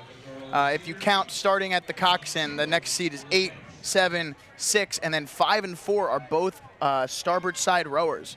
So it's a little bit unconventional. Generally, it allows you to put your 2 strongest rowers in 5 and 4 seat if they're the same side of the boat. Oh yeah, looking great at them, race here as they come through. Morristown here, out in front. Wow, Think so? I think that might be Alexandria, right? Or is it Really? Morristown? I thought I saw a 3 on the bow. Okay. All right, I'll take your word for it. No, don't do that. No, I think that's Morristown. They're fast. You mean I could be right? Let's not Look get how strong they are on the back end of that stroke. Yeah, you had it. It's Morristown out in front.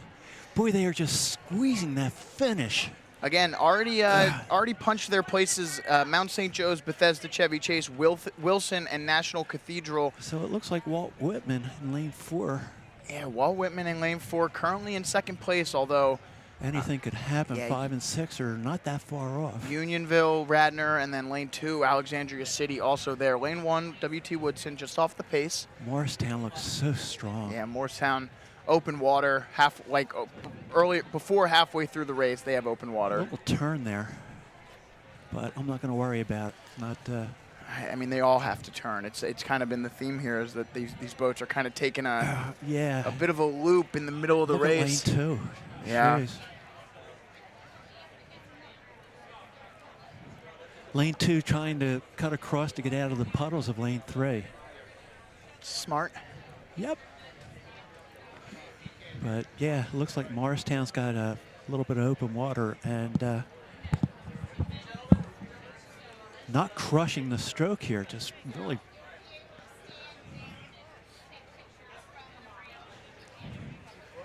finishing so strong. Thank you very much. We just got some water here for the announcers. Joey may drown. Starting to sweat. 400 meters left to go. Yeah, quarter mile. The wire, the wire right next to the wire on the wall is a quarter mile mark that a lot of people don't know is there.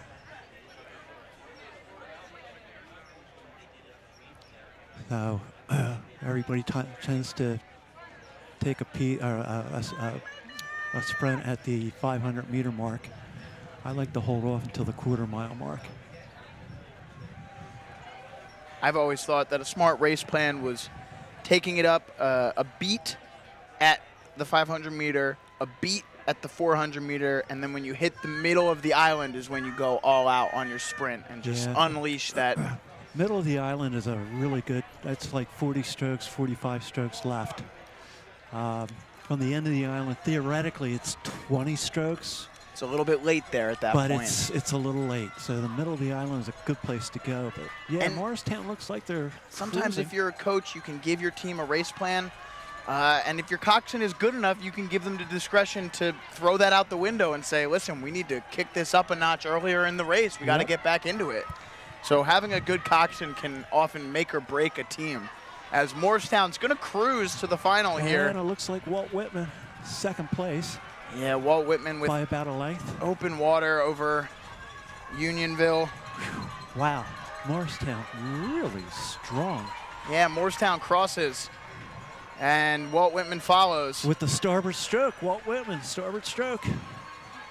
Unionville, Radnor, Alexandria City, and W.T.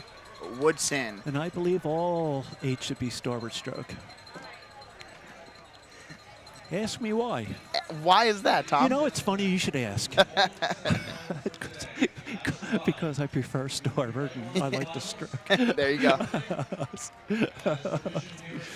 But yeah, good question, Joey. That's, We will pause for a moment as the national anthem will be sung of Canada and then the United States.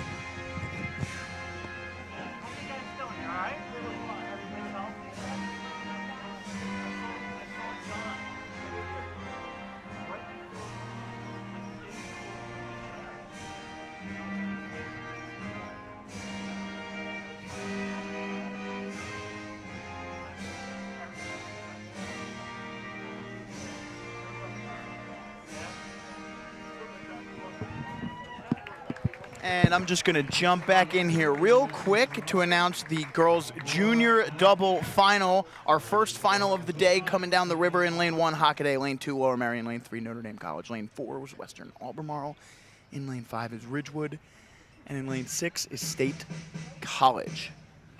Girls' junior double as the national anthem blares.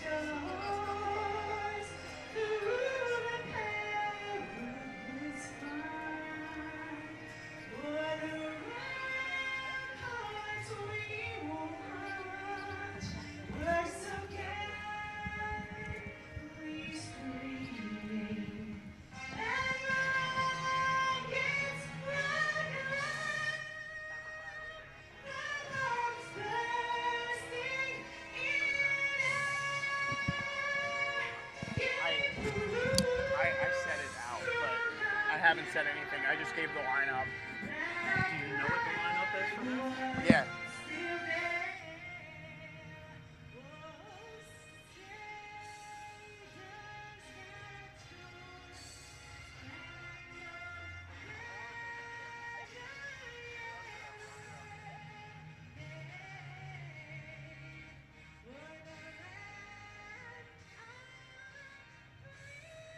Hey, what's up? Yeah, I'm trying to find the f-stop on the camera.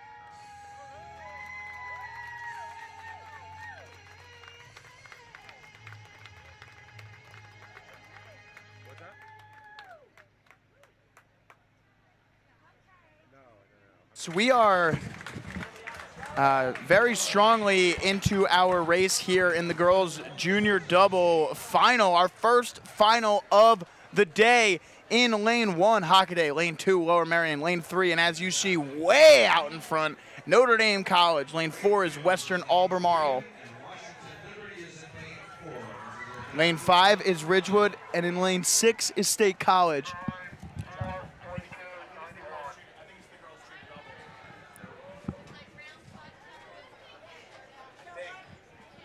It's 6 boats.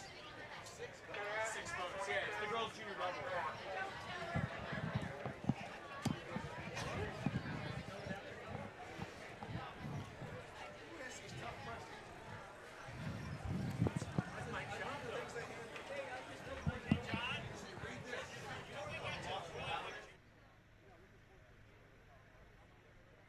double.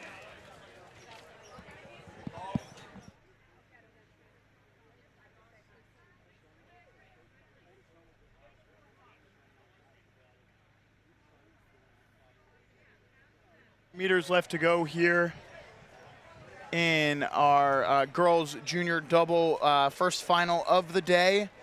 That is Notre Dame College as they come through here. Notre Dame College way out in front here. Looks like Western Albemarle currently in bronze position, or silver position rather, and the race for bronze is a tight one between a couple of different boats here.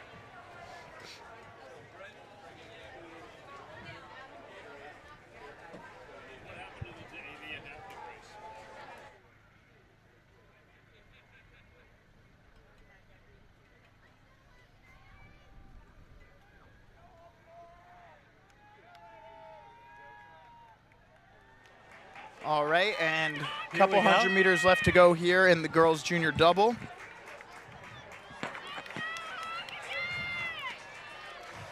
Notre Dame College. Yeah, great race from them. Apologies to anyone watching at home for the limited coverage, but that's a start to finish domination by Notre Dame, and they take gold in the girls' junior double. Silver, looking like Western Albemarle. Race for bronze is a tight one. Will it be Hockaday? Will it be Lower Merion? Will it be Ridgewood? As silver rather, goes to Western Albemarle. Race for bronze, here it comes. Hockaday. Hockaday takes bronze. That's what it looks like, yes. Ridgewood finishes fourth. Boy, that was a commanding lead. Great race for the girls of Notre Dame. Heck of a race. And that is Lower Merion crossing fifth. And State College will round it out here in sixth. And that's our first final of the day. Gold to Notre Dame College. Boys freshman 8 coming up next. Per the schedule. Per the schedule. Anything can happen. Anything can happen. But we won't be wrong. No. That's exactly. You're getting it now, Tom. Yeah, I'm catching on. That was Jimmy Hemwood was hanging out here. Rode for my dad at St. Joe's, as did a lot of the Henwood family. Stopped by to say hi to me. Henwood family, phenomenal rowing family. And Jimmy was in the 1970 Dad Vale winning 8. I was happy to say him stopped by.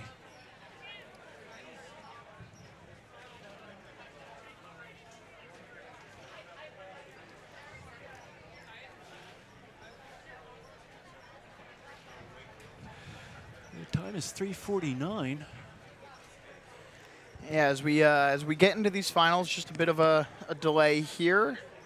I'm sure they're kind of struggling to figure out exactly how they're doing this. I wonder if we'll see the adaptive double next.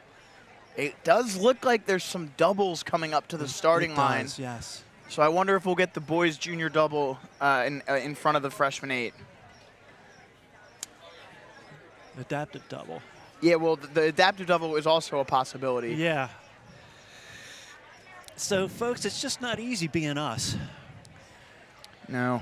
We make it look easy, but it's really not. And I do get excited by the races. Sorry? You guys do the live feed. Yeah. What is your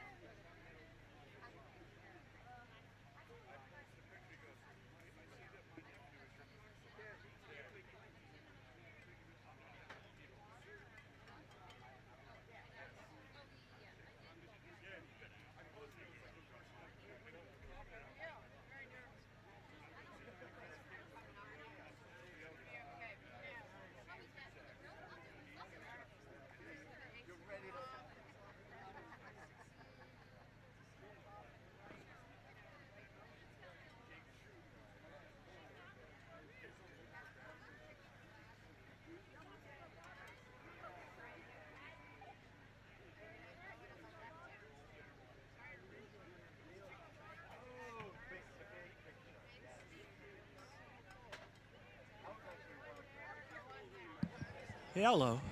Hey, and we're back as coming up down the race course now is the adaptive double final. And work with me for 1 second as I get the boats. Adaptive.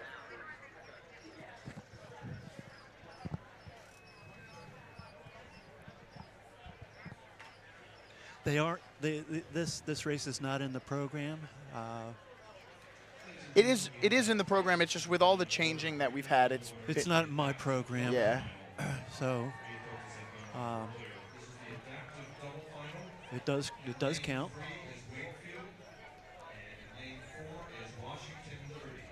Okay, great. So it looks like it sounds like in lane 3 is Wakefield, and in lane 4 is Washington Liberty.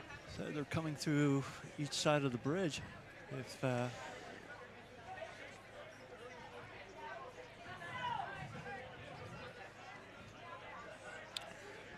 The adaptive double is an event that promotes inclusivity throughout the sport of rowing. It's something that we strive for here on the Schuylkill River. It's a wonderful sport that we all enjoy participating in, and we want everyone to be able to enjoy it with us. yeah, it looks like lanes 2 and 3, and some of these folks are like very, very strong.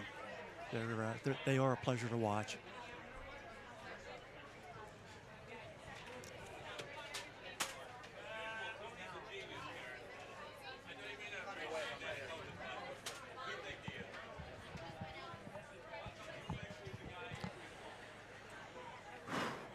All right. And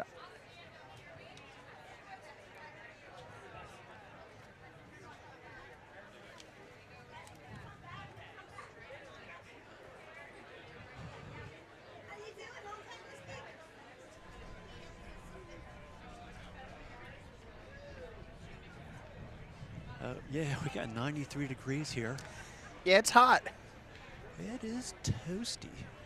Yeah, so in lane 2 is Wakefield, and then on your screen there in lane 3 is Washington Liberty.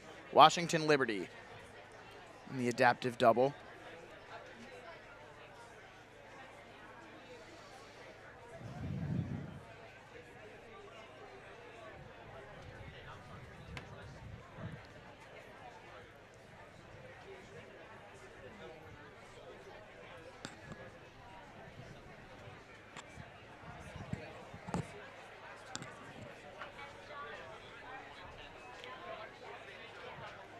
So yeah, both crews are just heading into looks like the canoe club, maybe the 1,000-meter mark. Both crews moving the boat nicely.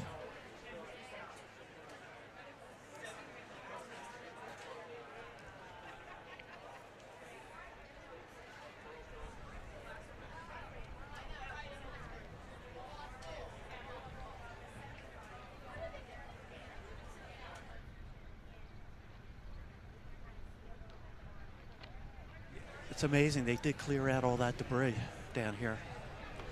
Yeah, the race course is shaping up for a pretty solid finish here. Not moving too quickly anymore.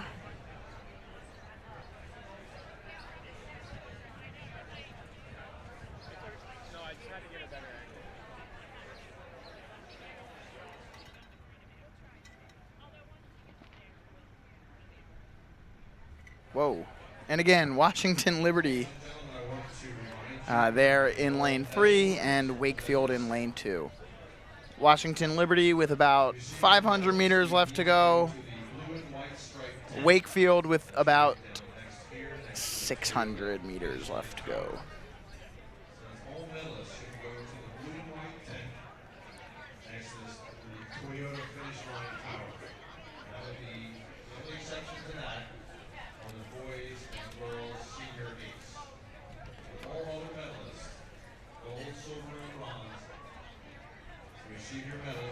Oh, coming into the quarter mile.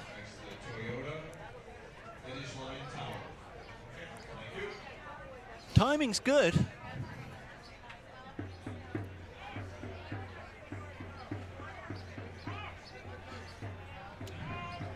A little course adjustment there.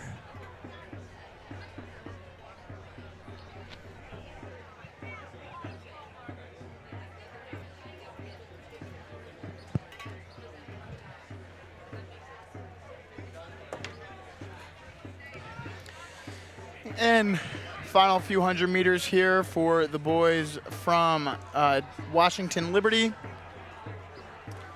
Wakefield just coming under the wire there.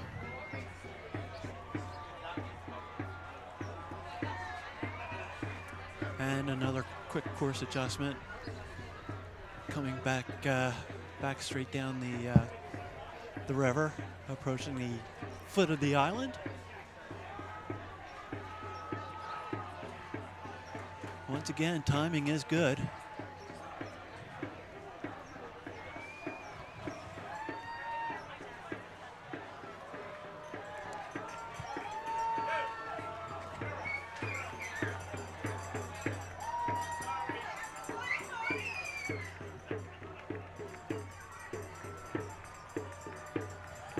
And coming down in front of us here.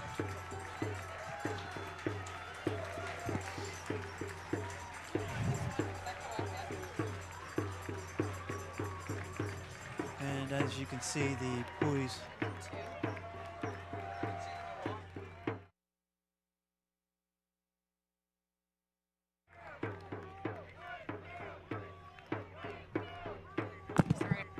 this looks like his junior double final. Did we skip over the men's boys freshman final?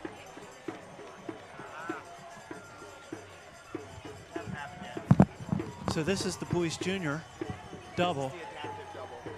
No, coming down. So Yeah, it looks like next up on the race course is the boys junior double. So we'll probably circle back to the freshman 8. But the adaptive second place. yeah, is Wakefield finishing now. is finishing up just now. Well rowed, well sculled. Yeah, great race for the boys from Wakefield. In the boys junior double final, in lane 1 is the Hun School. In lane 2 is Holy Spirit. In lane 3 is Western Albemarle. In lane 4, Seton Hall Prep. Lane 5, St. Joseph's, New Jersey. And in lane 6 is Matthews. These 6 schools were the top 6 finishers in the time trial yesterday. They went straight to the final after their semifinal this morning was canceled. There on your screen is Hun School in red and black and Holy Spirit in blue and yellow. Oh, they're strong.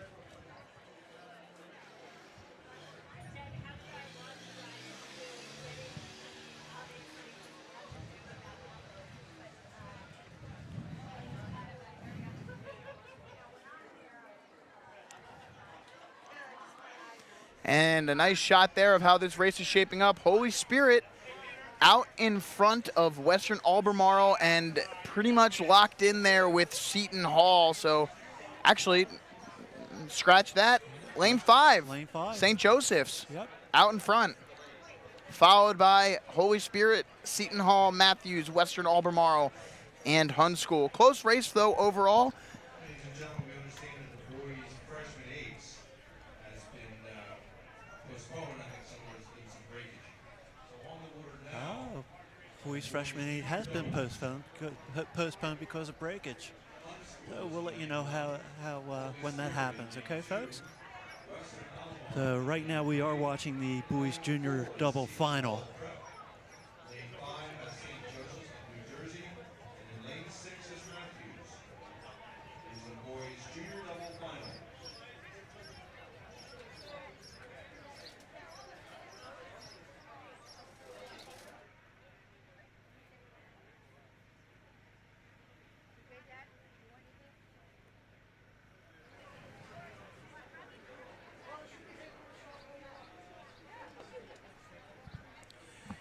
This is Just about 500 meters left to go now here in the boys junior double.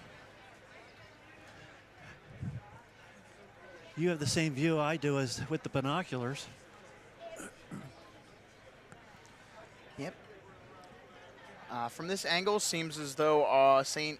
Joseph's is holding firm out in front. Out of lane 5. Yes, that's kind of where my binoculars are leading me. Lane 6 looks like they're going into them. I'm assuming there's enough room. And the girls' freshman 8 is getting lined up.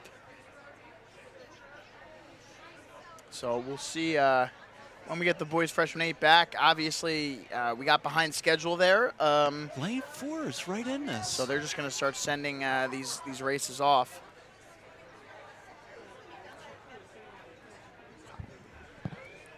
This is kind of close for me. Yeah, it's tough to tell without the aerial view exactly what's going on. We got about 400 meters left as they enter through the wire into Peters Island. 1, 2, 3, 4, 5, 6 boats. It does look as though St. Joseph's has really walked out away from the rest of the crews here. Yes, they do. Or is that Western Albemarle? This is lane 5 is out here. Are we sure? Looks like a 5 to me in the All binoculars. right, that's St. Joseph's from New Jersey. They've been leading start to Followed finish. by lane 3. That is Western Lane 3 Albemarle. Lane 3 is getting strong here. Watch this. Are they going to run out of water? St. Joseph's I with a think they strong may, but 1,000 boy, meters. They are tapping that boat along nicely, walking away And from St. third Joe's Collegiate, place. Lane 5. St. Joe's from New Jersey Lane takes 3, gold. second place. Silver to Western 4. Albemarle, and bronze goes to Seton Hall Prep. Finishing in 4th is Matthews. Holy Spirit 5th, 6th to Hun School. Again, gold to St. Joseph's from New Jersey. And the girls' freshman 8 is underway. In lane 1 is Montclair, lane 2, Marion Mercy, lane 3, National Cathedral. Lane 4 is Mount St. Joe's, lane 5, Wilson, and lane 6 is Holy Spirit. That's a murderer's row of women's Yes, rowing right there. Sure, certainly is.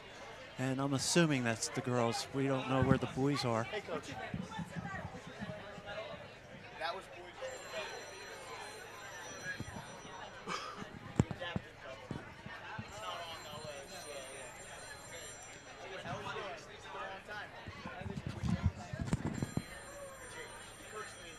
We think it's the girls, we're not sure. Girls freshmen. We think so. Could be the boys though. Yeah, well, The boys what hadn't gone off I gotta yet. get back to this, but it was good to talk to you. I saw I'll let Steve, you know. Gennaro? Gennaro up there, and I called him Bill.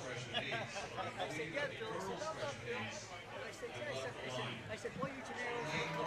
Yeah. Take care. I gotta get back to this, yeah. You guys did a great job. This is the girls, yes. All right, Mount St. Joe's girls, freshman 8 out in front here at lane 4. They finished 2nd in the time trial at lane 4. National Cathedral won the time trial there in lane 3. But check out lane 1, Montclair. Always known for their speed. They're out there. They're fighting for gold in this one. Montclair, great shot of them there. Girls, freshman 8. Wow. Marion Mercy in lane 2. Lane 3, National Cathedral, Referee's 4, got the Mount St. flag out, doing some Joe's. steering for the crews. Wilson in 5, and Holy Spirit in 6.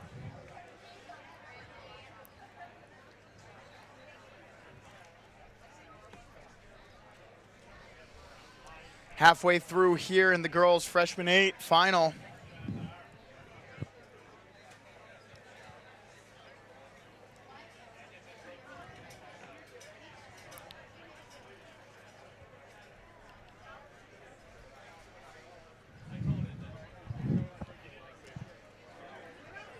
All right. Just about 500 meters left to go now. Looks like Mount St. Joe's is maintaining that lead. We got the same view as the binoculars. I agree. Mount St. Joe's always, always fast. Call it Mount Montclair in 2nd, though, at lane 1. Ooh. Holy Spirit in lane 6, looking strong. Wilson as well. All boats little look good. steering correction out in lane 1. Does look like Montclair has a bit of a lead on Marion and National Cathedral, though. It's difficult to tell exactly how they stack up next to Mount St. Joe's, given the distance between lanes 1 and 4.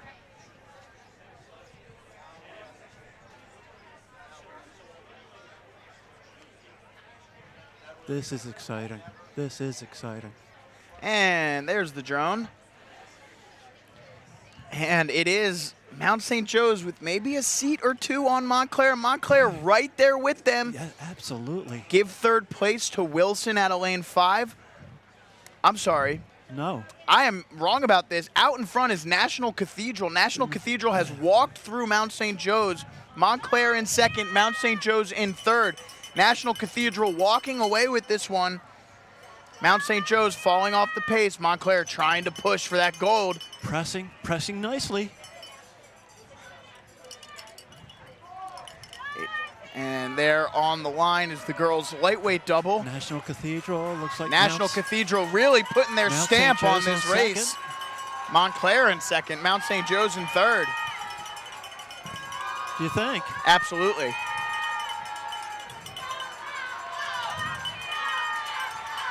Here they come. National Cathedral with open water pulling in away. the girls' freshman 8. Look at this. 100 meters Wow. left to go. National Cathedral, what a second half. Nice press. Amazing. Putting their stamp on this one. Here This comes is the good. mount. Here- They want silver. They want it. This is going to be tight. There it is. National Cathedral's going to cross. They're going to take gold in the girls' freshman 8. Here's the race for silver. Here Is it comes Montclair? Here comes Is it Mount Montclair. St. Here Joe's? comes Montclair. Is it St. Joe's? It might be St. Joe's. I'm going to give it to Montclair, but it's close. Montclair, Mount St. Joe's, silver, bronze, followed by Marion, Holy Amazing. Spirit, Wow. and Wilson in 6. Again, by my eye, call it National Cathedral, Montclair, Mount St. Joe's. It had to have been thousandths of a second there between Montclair and Mount St. Joe's. Really, really tough to tell. Whoever took the last stroke probably got the silver there. But again, National Cathedral takes home the gold in the girls' freshman 8. Check rotown.org for final results on silver and bronze. Quick reminder to all medalists, with the exception of the senior 8s, all medalists should proceed as soon as they can as a full boat in uniform to the blue and white regatta info tent at the top of the grandstand and no later than 2 hours after the posted time of their event. You will receive your medals on the dock with gold medalists on the trophy platform per usual. Next up, getting lined up, is the girls' lightweight double. So again, we had some rigging issues in the boys' freshman 8. That's why that event has been temporarily skipped, and we're behind on the schedule, so we need to keep pushing on these races. So the girls' lightweight double up next. Girls, lightweight double. Lane 1, Huckaday, 2.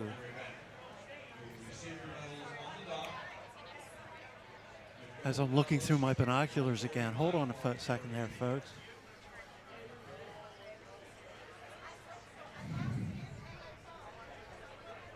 Yeah, no, they're just lining up. Yeah.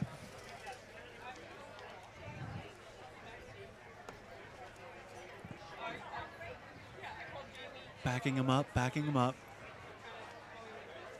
This has got to be difficult to do.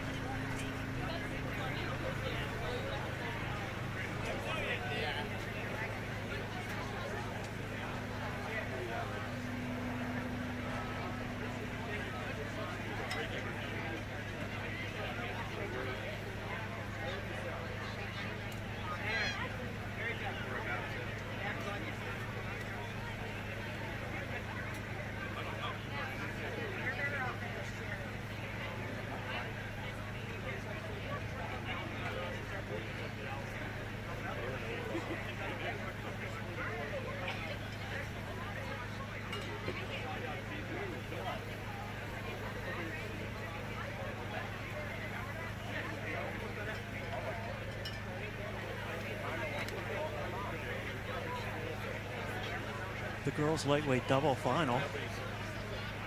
Was it a false start or just No, I think they're just, having a hard time lining them yeah, up? they've just been floating down the river. They're trying to back them up, and it's just been a bit all over the place.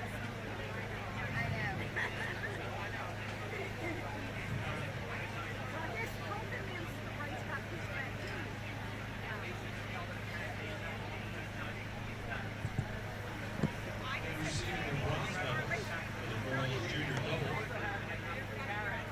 is Hockaday.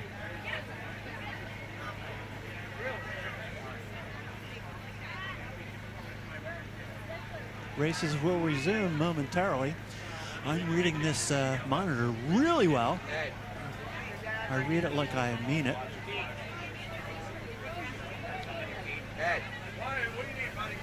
Oh, yes. I've been by. All right. Looks like we're finally starting to get lined up here in this girls' lightweight double.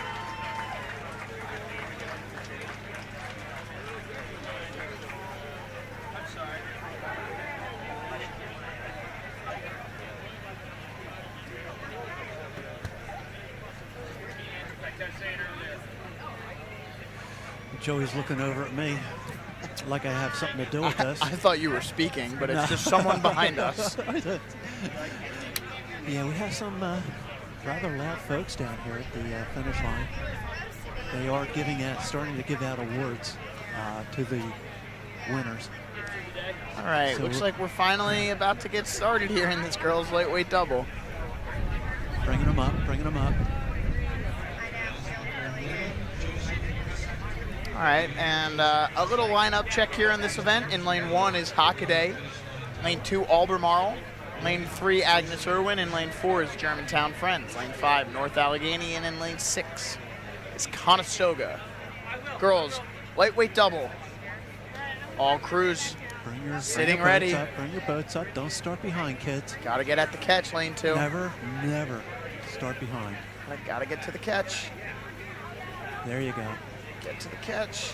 Get up, get They're up. floating. No, they got a buoy there. Look They're at going to the Lane starting 1. line here. And now they're at the catch. All crews sitting ready.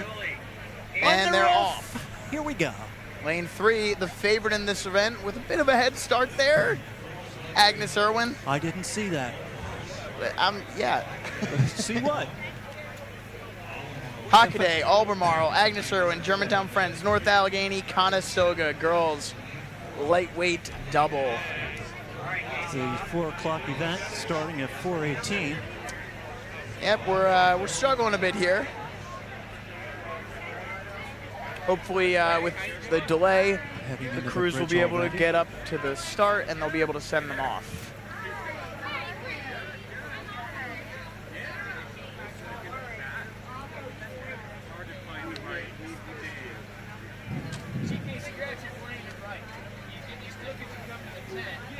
I haven't had the schedule we have. Yeah. So you get the best of both worlds. Not using the binoculars right now.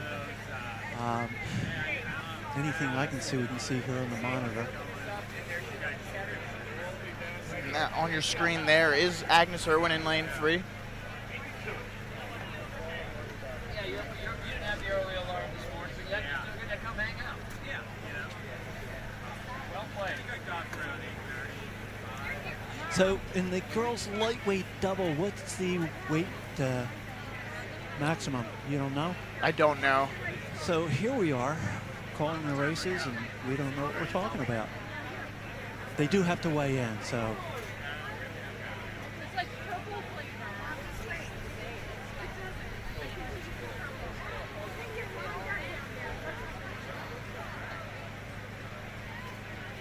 Yep, lane 3, Agnes Irwin. Yeah, good shot there of the crew out of Agnes Irwin. Out in front, looks like second place belongs to North Allegheny out of lane 5. Water looks a bit rocky up there, doesn't it? Yeah, it's pretty flat down here, but in the middle of that race course with the wider... And that may be from motorboats launches too, so Looking at some of the flags down here, it doesn't look like it's a real big headwind.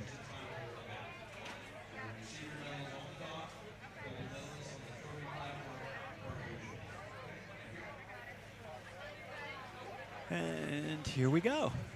So yeah, lane 3, Agnes Irwin. Looks like they're out by a length. Yeah, good shot there, lane 3. Followed by lane 4 and 5, Germantown Friends and North Allegheny. North Allegheny locked in a pretty tight battle there for third with Albemarle. And then off the pace in lane 1, Hockaday and Conestoga out in lane 6. But again, Agnes Irwin, your leaders, with about 800 meters left to go. Tapping the boat along nicely, about a length of a little bit of open water. I wouldn't say it's a length though, but followed by lane 4, Germantown Friends. And to me, it looks like North Allegheny in third, but that's pretty close with Hockaday. Yeah, I would go with I think Albemarle is in third at the moment. Is that what I said? Yeah, I think so. That's what I heard. Yeah. Albemarle out of lane 2. That is close for third. Yeah, I think Albemarle looks like they might have a shot at walking back into North Allegheny there, or Germantown Friends rather, sorry. Yeah.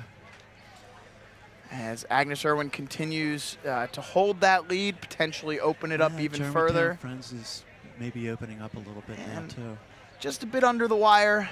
Here we come into the quarter-mile mark. So maybe a length open for Agnes Irwin. Sculling the boat nicely. And yeah, they take a move right there. They're putting this to bed early. Nice. And hey, looks like the boys junior freshman 8s finally decided to show up.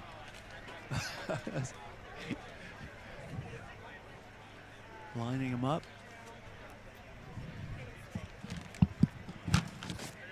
Oh, here we come into the center of the island for the girls lightweight double. And Agnes Irwin does look relaxed out in front. And the boys freshman 8s are off as Agnes Irwin attempts to put the finishing touch. St. Joe's Prep with a great jump out of lane 4 there. They finished down just a couple seconds to Gonzaga after the time trial. And 2-seat in St. Joe's, looks like he's early. Little rush there. And Agnes Irwin here, a couple hundred meters left to go as they try to take home gold in the girls' at the lightweight foot double. Of the island and cruising. And it looks like, you're right, lane 3. Albemarle. Yeah, lane 2, Albemarle has made a really nice move to attempt to take this silver. Agnes Irwin has this all but locked up in the girls' lightweight double. I don't know, Germantown Friends isn't giving up either. And here they come, final strokes Albemarle. in the girls' lightweight double. It is gold Lane 2 fighting. to Agnes Irwin, and Albemarle grabs. Friends. Oh no! Look at Germantown. Oh no! Get it together! Get Germantown it together! Friends Get it together! takes the silver. Can Albemarle save the bronze? They can. Oh, Heartbreak. Wow. Boy, they were right there too. Holy smokes! Hey, it happens, folks. Hockaday finishes 4th, followed by North Allegheny, and Conestoga comes in 6th. All right, on the race course is the boys, freshman 8 after Agnes Irwin took home gold in the girls' lightweight double. In the boys' freshman 8, in lane 1 is St. Andrews. In lane 2 is Wakefield. In lane 3, and on your screen in the right there in the white is Gonzaga with the purple oars. Next to them, St. Joe's Prep in the white with the crimson oars. Lane 5 is Canisius, and in lane 6 is James Madison. Tough to tell right there. Looks like St. Joe's might have a seat or two on Gonzaga. Who's that, Wakefield? Wakefield in lane 2. St. Joe's Prep and Gonzaga pushing themselves away from the rest of the crews here. I'm coming back up with my binoculars, folks.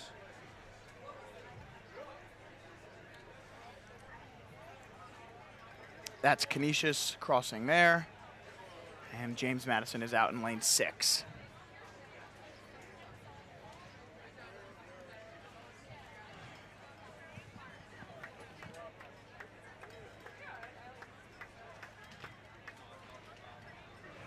This is Once again, boys freshman 8. Delayed. Apparently there was an equipment issue. All But, right. they're approaching the 500 500 mark. meters left to go. Tough to tell. St. Joe's, Gonzaga definitely out in front. Not much between them on this angle.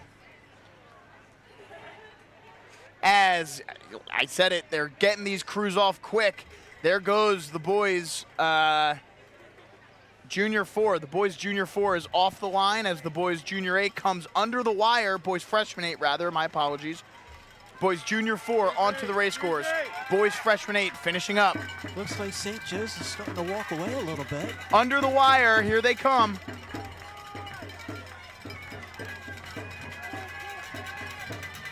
I could be wrong, folks. I've been wrong before, but don't tell my wife. We have no aerial right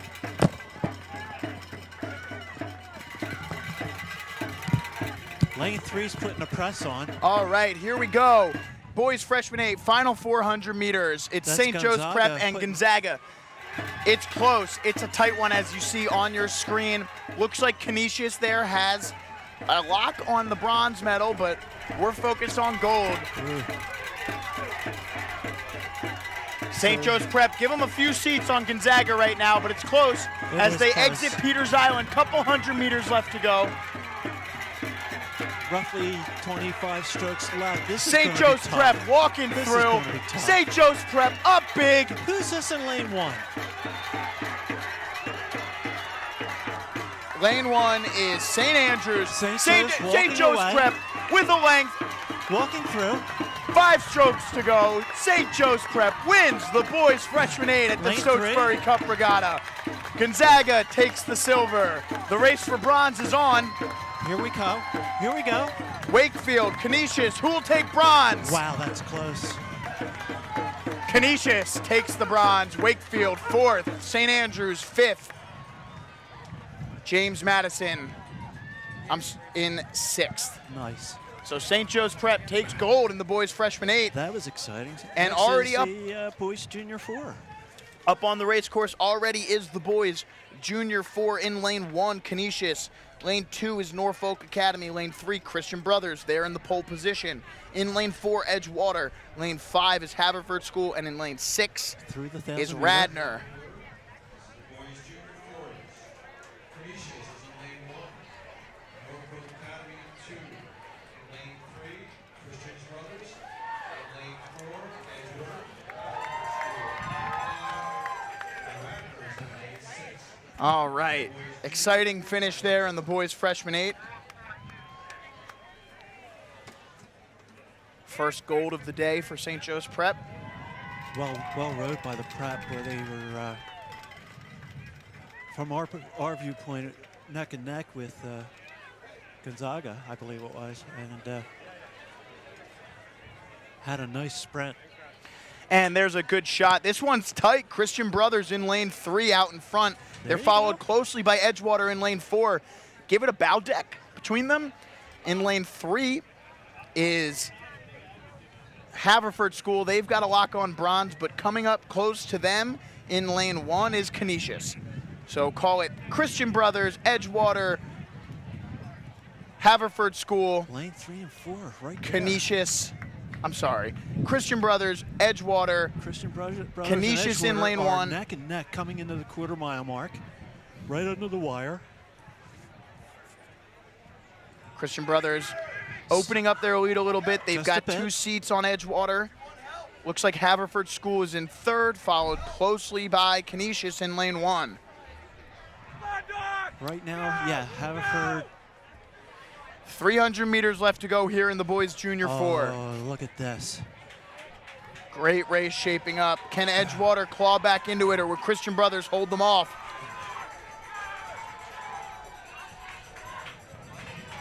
Oh, this is exciting too. Edgewater trying to make their move. Christian Brothers. 200 meters left to go here. I'm sitting down for this one. I'm putting the binoculars down, folks. Christian Brothers, Edgewater, Christian Brothers, Edgewater. Edgewater trying to make a move. Christian Brothers holding them off. Pushing through. Final pushing 100 through. Look at meters this. left to go. Christian Pushing Brothers, away, great pushing stroke, away. great strokes. And the boys junior Wow. 4 final. Look at this. Christian Brothers takes the Edgewater, gold. second. Edgewater the silver. Bronze. Lane 1. Canisius. Looks like Canisius. Look at the bend in the shaft of the oars for Canisius. Haverford takes 4th. Amazing. 5th goes to Norfolk Academy, and Radnor finishes Boys lightweight 6th. double already on the course. Next up on the race course is the boys lightweight double. Malvern Prep, lane 1. And Upper yep, they're Merion, out there 2. in St. lane 1. Francis, 3. Germantown Friends, 4. Haverford School, 5. And St. Benedict's Prep, lane 6. So again, this is the boys lightweight double. St. Francis is the pole position. They won the time trial yesterday, so they have lane 3, although this one looks tight. This one looks very tight. In fact, it looks as though Germantown Friends out of lane 4 give them the early advantage, followed closely by St. Francis in lane 3. Lane 1, Malvern Prep putting up a good fight. Here comes Malvern Prep as they go through the stairs, approaching halfway to go.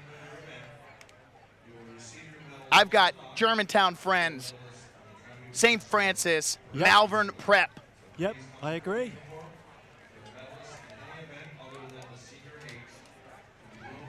Looks like steering issues way out there, but yeah. 500 meters left to go. Referee is calling it. Somebody's got to make a move out there and Malvern lane 4 Prep, Malvern Prep falling off the pace just a little bit. St. Francis trying to hold on to Germantown Friends. Germantown Friends just hanging on by a thread here right now. Under the wire they go. Who's got it in them? Wow. Germantown Friends, St. Francis racing for gold. Here comes Upper Merion trying to take that bronze right away from Malvern Prep as they are off in the girls. 4 what? Girls Junior 4. Yes, the girls junior 4. I was right. This is exciting. This is nice. Here we go. So we have Germantown Friends has lost their lead. St. Francis has moved through Germantown Friends. Can Germantown Friends just claw back? There they go. You see the stroke Germantown rate Friends is increase. making a move. Look at this. 250 meters left to go. Germantown Friends, that stroke rate increases. Can they just hang on? Making a move. Pulling away. They're up. Germantown Friends has nudged back in front. Give them a bow ball. Oh, what a race this is turning out to be. Germantown Friends and St. Francis locked. Neck and neck. Look at this. Let's get tough. Let's get tough, kids. Oh. Who's got Here it? we go. Here Who's we go. got it? Here comes St. Francis. 10 strokes left. Here comes St. Francis. Germantown Friends. Dig deep. Germantown Friends holding them off. Holding them off. And a little bit of a digger there from St. Francis. There goes This Germantown is Friends. tough. Can they This is take tough. advantage of it? Look. 10 meters left to go. 2 strokes left in Holy it. mackerel. Germantown Friends takes the Wow. gold. St. Francis the silver. Lane 2. Upper Merion bronze. third. What a Oh, race in the boys exciting. lightweight double. Exciting. 4th goes to Haverford School. 5th to Malvern Prep. I'm all winded from rowing that race. And 6th goes to St. Benedict's Prep. Again, check gotta get my heart rotown.org rate back for down. the official results. But here it looked like Germantown Friends edged St. Francis by a bow ball. St. Francis was walking nicely, and Germantown Friends walked away a little bit and just held on. And Exciting. up on the race Exciting course stuff. now is the girls junior 4 in lane 1, Ursuline. Lane 2 is Blair. Lane 3 is Edgewater. Lane 4 is Mount St. Joe's. Lane 5, Atlantic City. And in lane 6, Unionville. So this was one of our semifinals that we had earlier today, and Edgewater and Mount St. Joe's both won their respective semifinals. Edgewater won theirs in dominating fashion, if you'll recall. So it'll be interesting to see. Edgewater, Mount St. Joe's, Atlantic City, and Blair. So, yes. Ursuline in lane 1, Unionville in lane 6. They are through the 1,000-meter mark. And I'm back with my binoculars. You know, folks, if it wasn't for people, I'd be able to see.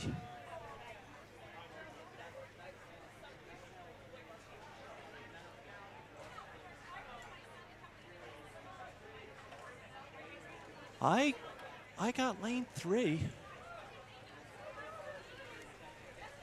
And as our drone shot comes up, Edgewater out in front by about a length on Blair. Blair in second by Yep. about a length, and the race for bronze is between Mount St. Joe's and Atlantic City. But Edgewater, as they approach 500 meters left to go, I was right. Edgewater is Lane out in 3. front. Who knew? They are cruising. They are really rowing well. Not that the other crews aren't, folks. Don't get me wrong. Edgewater, 500 meters left to go now. Open water. Staying together. They are really rowing well, aren't they? Blair in a good spot for silver as a couple quads, boys freshman quads. Lining up. So let's stay with the young ladies here. Approaching the 500-meter mark. So, yeah, lane 3, Edgewater. And they go under the wire into St. Peter's Island. Edgewater leading the pack. Blair in second. And Atlantic City has moved into third position. Yes, Mount they St. have. Joe's just a bow deck behind them. And a length from Mount St. Joe's to Unionville. Unionville a length to Ursuline.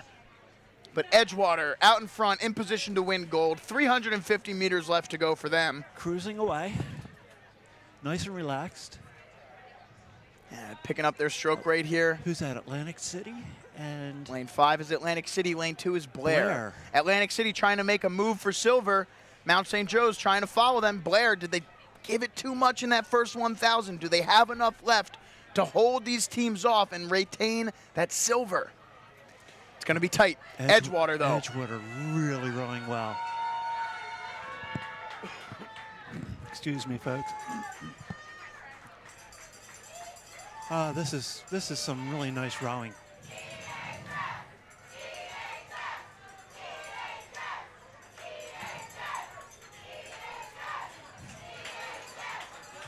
Yeah, And Edgewater. chance of EHS rain down from the grandstands as with just about 150 meters left to go, Edgewater continues to open their lead on the rest of the pack. Blair trying to hang on to that silver medal. Atlantic City's coming. Here comes Edgewater. Atlantic City's not giving up. Atlantic City, here they go. Here they go. 20 meters, 10 meters. Edgewater is the girls' Junior 4 champion Here we at go, here we Stotesbury. go. The race Here for we go. silver. Look Here at comes this. Blair. Holy Atlantic mackerel. City. Blair hangs on and takes silver. Atlantic City the bronze. Mount St. Joe's 4. Boy, that was exciting. Unionville 5. Ursuline 6. And the boys' freshman quads are on the water.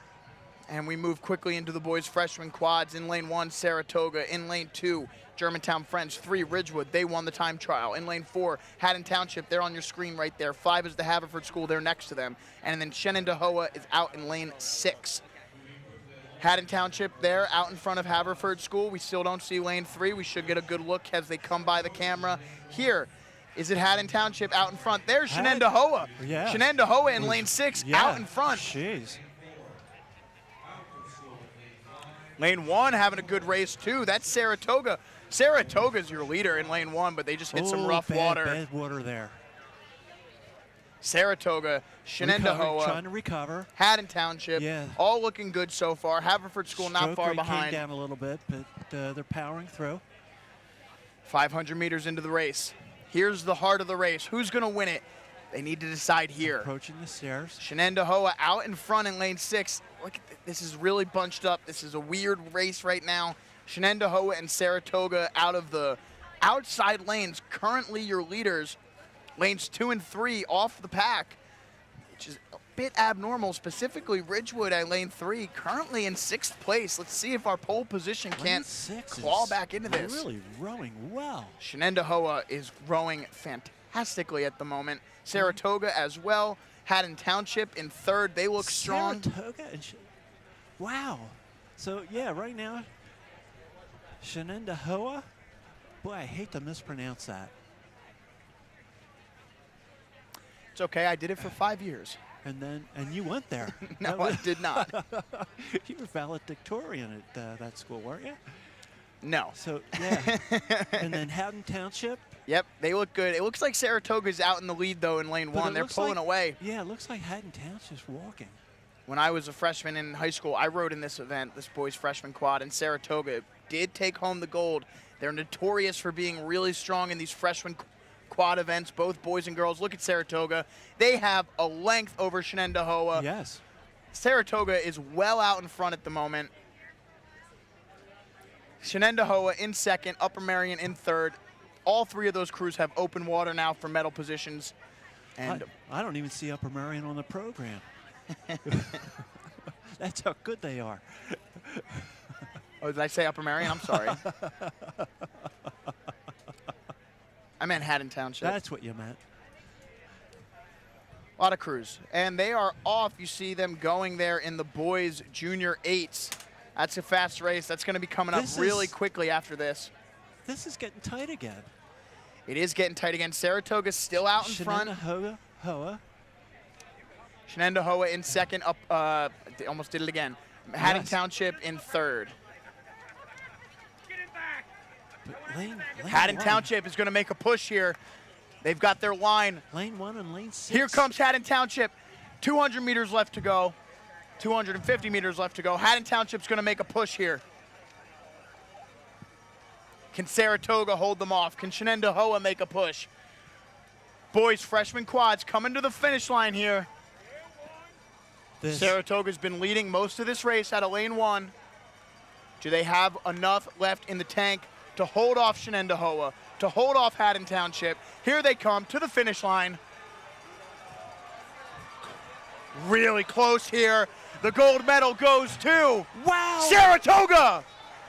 Silver and smokes. bronze is Boy, a toss-up, but I wish- Saratoga crossed the line there. I wouldn't have called that.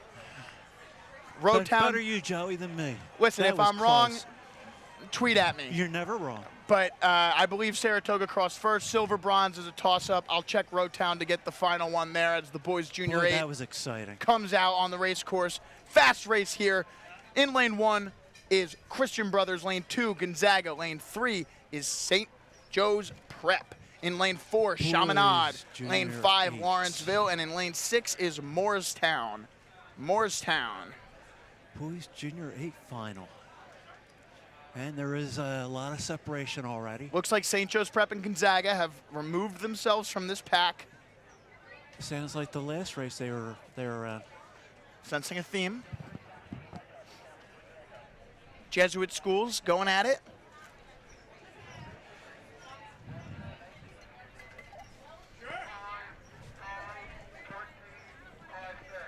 And there's the aerial view right there of the race. It is St. Joe's Prep out in front, about 4 seats, 5 seats on Gonzaga. In second, give them open water to third place, Chaminade. And Morristown locked in third, not far behind them, Christian Brothers. And then off the pace in lane 5, Lawrenceville. But St. Joe's Prep, give them 4 St. Joe's seats on Prep. Gonzaga. Rowing. 750 meters left to go. Rowing exceptionally well. Very strong. Pulling away a little bit, it looks like to us. By us, I mean me. St. Joe's Prep opening up their lead, giving 7 seats now. 7 seats on Gonzaga. At the 500. 500 meters left to go now. Approaching the quarter-mile mark. Approaching the wire. And the Battle boys length. JV8. So here we go. And under the wire they go into Peters Island here.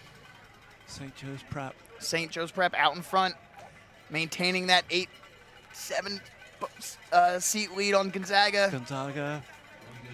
Battle length out on lane 6. As they get underway in the girls' freshman quad, they're sending them off real quickly now.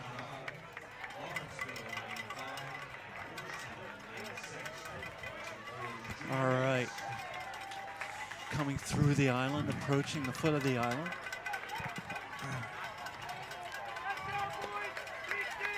All right, here they come.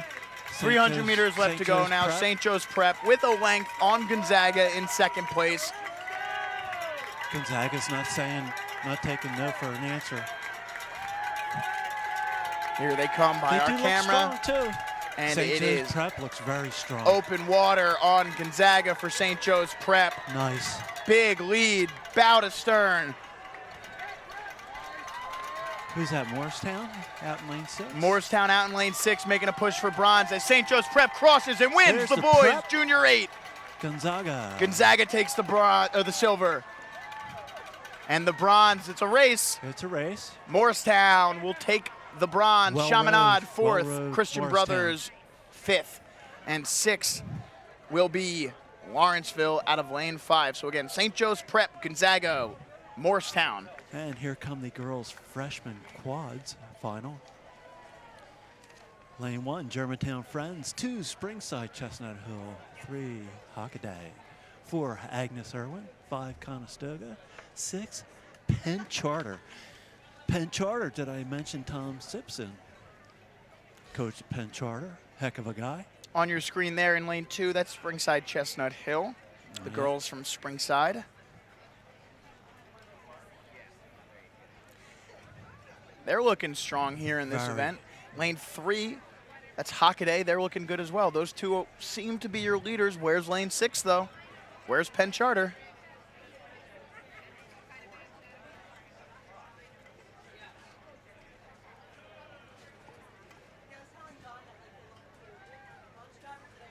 So I'm back to the binoculars. Does appear to be Springside Chestnut Hill and Hockaday here. Hockaday out in front. Give them 3 seats over Springside Chestnut Hill. And Hockaday is your leader at the Yes, moment. they are. Sculling the boat rather nicely. Lane 1, Germantown Friends there. Some timing issues here in the quad we're looking at.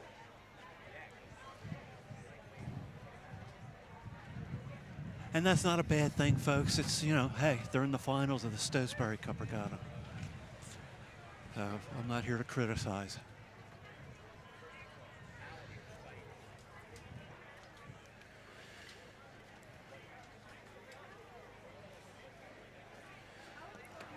Still waiting official results on that boys freshman quad race. I know it was tight, so I'll announce them as soon as they're up on Rowtown. I've got it right here in front of me.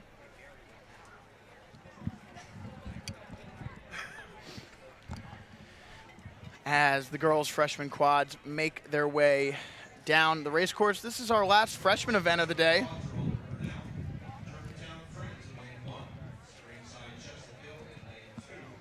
Have a slate of some junior races, some lightweight races, some second varsity races before we move on to our final slate of varsity races today.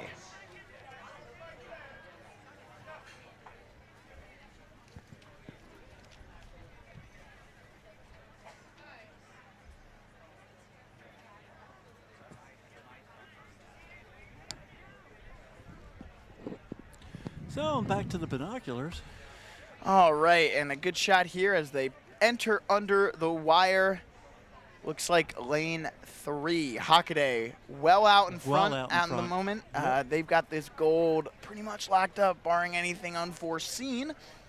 Second place at the moment belongs to Agnes Irwin in lane 4. Yes, they are rowing rather strongly. Springside Chestnut Hill and Conestoga currently in a battle for the bronze medal. Let's see if any of them can claw Coming their way into back the into island. second. And Hockaday really just strong here. Well out. in front. Multiple lengths of open water on the rest of the Sculling- boats. Yeah, sculling the boat exceptionally well. These young ladies are well coached. There you have it. Come on, Hockaday. 300 meters left to go for Hockaday, your leaders at the moment.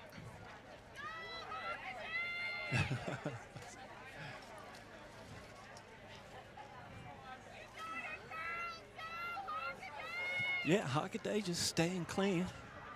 cruising. Look at the timing on these young ladies. That's very good for freshmen. Yeah, cool, Yeah, calm, three collected. more years, and you know they're doing well. And next year, the following year, and the year after. So here's the race for And second place. the girls' freshman quad comes to the finish line here, and Hockaday will take gold. There's Hockaday several lengths out in front. Springside Chestnut Hill with some choppy strokes as Agnes Irwin will cruise to the silver medal. Well rode. The girls' junior 8 out onto the race course. Lane 3 or lane 2 fighting for. And who's looks like that? Springside Chestnut Hill. May take it. They're yes. going to take the bronze. Third place. Nice. Followed by Conestoga, Germantown Friends, and Penn Charter will finish. And we had the girls' junior 8 sixth. final. Lane 1, South County. 2, Holy Spirit. 3, Montclair. 4, Mount St. Joseph's Academy. 5, Lake Brantley. 6, Nutley. And they are through the bridge. A little bit of context for this race in the girls' Here's Penn junior 8. Charter. I guess that's Penn Charter out there, Yep. huh? Penn Charter's finishing up here in the girls' freshman quad. I'm not going to mention Tom Simpson, though. So yesterday in this heat for this girls' junior 8, Montclair had the fastest time at 5 minutes and 2 seconds. 3.5 seconds behind them was Mount St. Joe's, and they're in lane 4. Not far behind them was Holy Spirit, and then a bit of a drop off, 6 seconds to Lake Brantley. So Montclair, Mount St. Joe's, Holy Spirit's the favorites to medal here. Let's see how things shake out. Here's a good aerial view at the moment. Mount St. Joe's and Montclair looking good.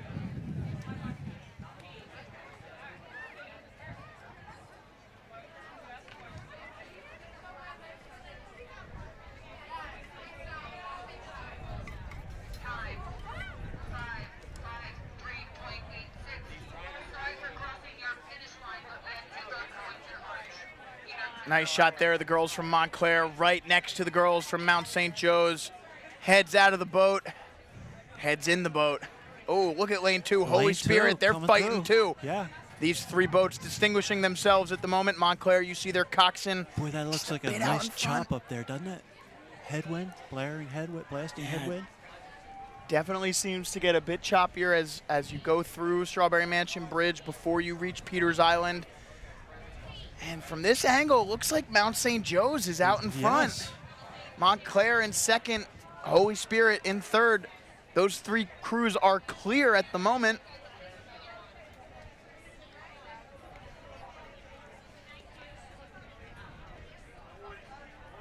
Yeah, Mount looks like they've got a nice little lead here. Montclair not far behind. Give Not 'em- far. I mean, they're within striking distance. Looks like a bow deck lead at this point. About 800 meters left to go as they approach halfway. Mount St. Joe's, there it is. They've got 3 seats on Montclair. It's Mount St. Joe's, 3 seats. Montclair, a length. Holy Spirit.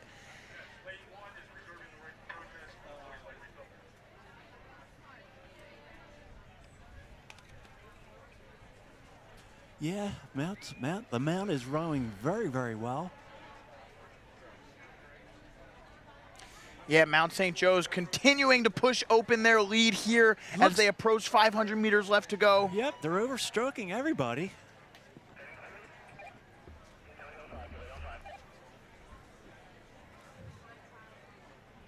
And looks like they may be walking away a little bit. Once again, I'm with the binoculars. 400 meters left to go under the wire into the island here at Mount St. Joe's, out in front with a length on Montclair. Nice. Montclair with a length on Holy Spirit. That's how it goes right now. 4, 3, 2, gold, silver, bronze. Exciting. 300 meters now for Mount St. Joe's. 350.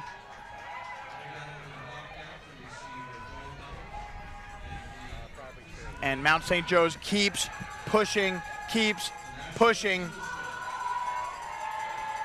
Open open water for Mount St. Joe's. Mount St. Joe's up Pushing on away, Montclair. pushing Montclair away. open water on Holy Spirit. Girls Junior 8, Stotesbury Cup Regatta presented by Toyota. Here they come in the girls Junior 8. Rowing strong, rowing clean.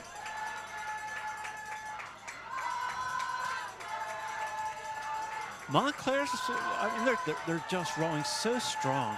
It's a good race from Montclair, but it might not be enough as No. Mount St. Joe's continues to open their lead here in the girls Junior 8. These young ladies are very strong. 100 meters left to go. Mount St. Joe's throws down the gauntlet in the girls Junior 8. Exceptional rowing here. Both crews. And it is Mount St. Joe's Mount St. taking Joe's home the across gold. finish. Whoa, nice mount. Montclair, the silver. Awesome, phenomenal row. And you see the jubilation from Mount St. Joe's And third place. as bronze goes to Holy Holy Spirit. Spirit.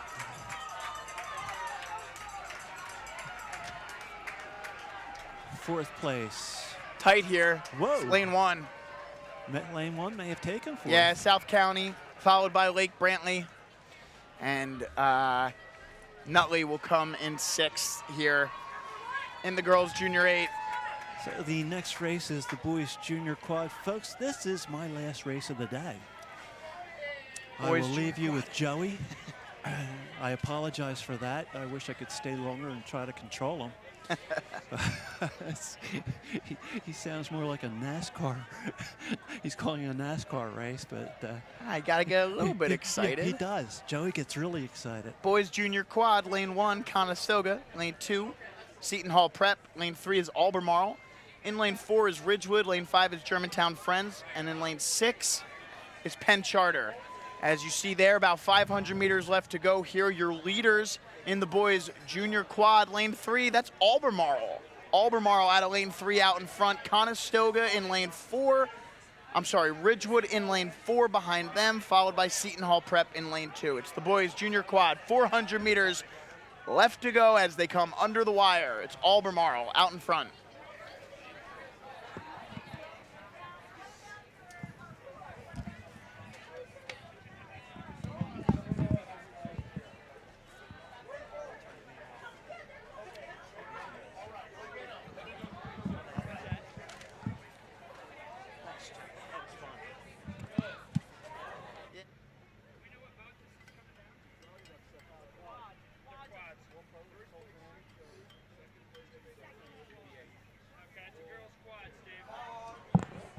All right, and we are approaching the finish here in the boys junior quad. Albemarle well out in front. They've led start to finish here.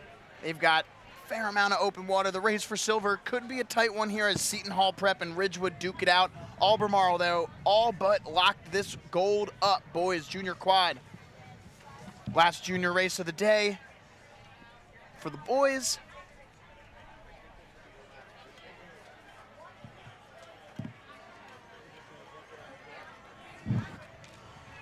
As I still work to try and get you guys some results from earlier, I'll keep updating you as I get them.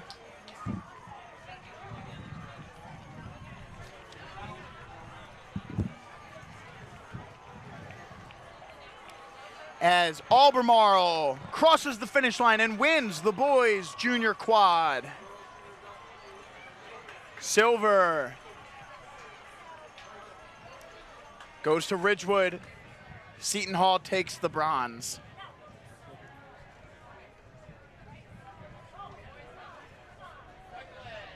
Fourth place is Conestoga in lane 1. Fifth place, Ridgewood. I'm sorry, fifth place is Germantown Friends. And in 6th is Penn Charter. All right, girls junior quad out onto the race course now. This looks like a fun one. In lane 1, Western Albemarle. In lane 2, Ridgewood. They might be your leaders. In lane 3 is Episcopal. Lane 4 is Conestoga. Lane 5, Niskayuna. And in lane 6, Hockaday. And it is Ridgewood at the moment out in front here at the start of this race.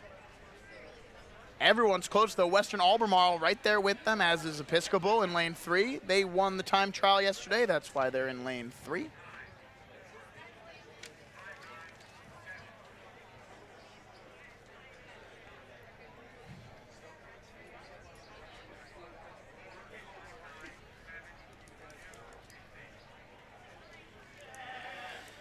As this is our final junior race of the day, we have 2 more lightweight races, some lightweight 4s coming up, and then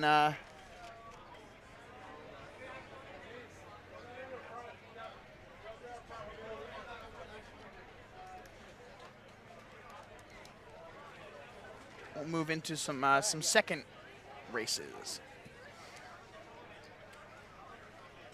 Tight race here, though, in the girls' junior quad. This is anybody's race. As you see, there are 6 boats across at the moment. Looks like Ridgewood still holds a bit of an edge on the field, but man, Episcopal, Conestoga, Niskayuna, Hockaday, all still in it. Western Albemarle not too far off in lane 1. But look at this. 5 boats at the moment from lanes 2 through 6 across. This one's going to be fun as, oh no, we're going to get some oars slapping here. Lane 3, that's Episcopal. Episcopal coming into Ridgewood. I'm unsure as to who's in whose lane there. I don't want to cast aspersions, but they got really close there. Ridgewood just moved over. Episcopal seems to have straightened out in lane 3. So all clear there. Ridgewood maintaining that lead. Episcopal looks to be in second. Here comes Episcopal. Episcopal and Conestoga in lane 4.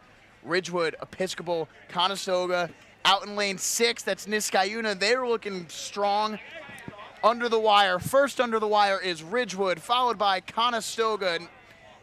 Oh no, and a crab for Episcopal. And Episcopal crabs. And they'll have a lot of work to do to try and get back into a medal position. Ridgewood taking advantage. They're out in front.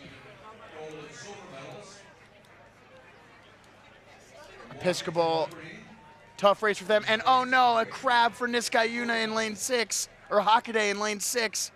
And Niskayuna now struggles to get back into it.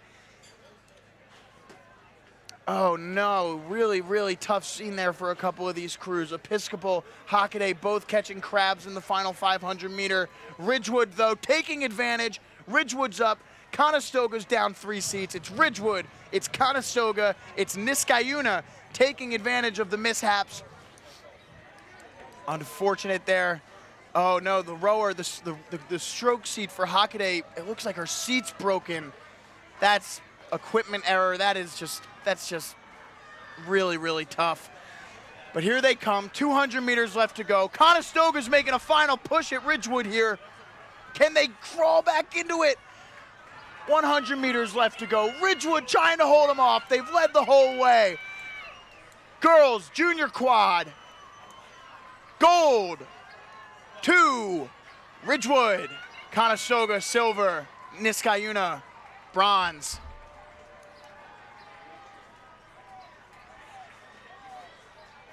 Tight there. Looks like Episcopal just got edged out by Western Albemarle there for 4th. Episcopal 5th. And Hockaday a rower down, crossing in 6th. Really, really tough race there. Hard fought in that girls' junior quad. They left it out all out on the line.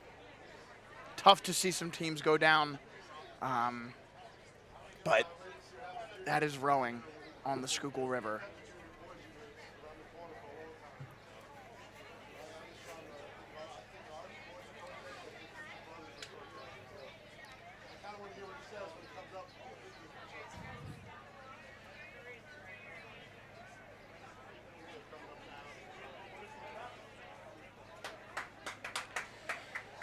All right, some fun racing there in the girls' junior quad, and lining up on the race course is the boys' lightweight 4 there. They'll be the next ones to get off. We're running about 15 minutes behind at this point.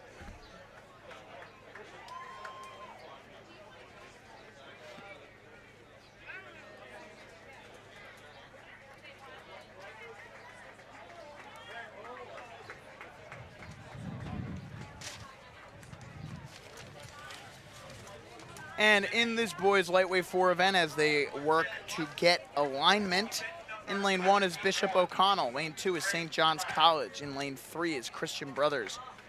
Lane 4, LaSalle. Lane 5, St. Joe's Prep. And in lane 6 is Radnor.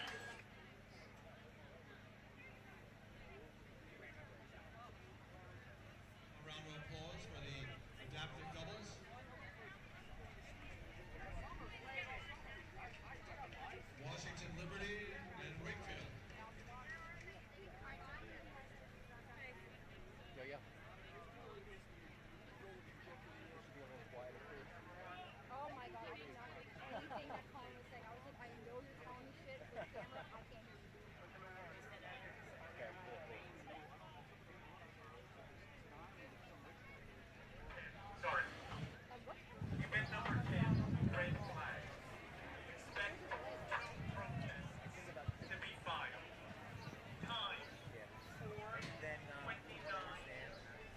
All right, and we are off here in the boys lightweight 4. That is LaSalle there with the Bumblebees, gold and blue in lane 4. St. Joe's Prep behind them in lane 5. Lane 6 out there is Radnor.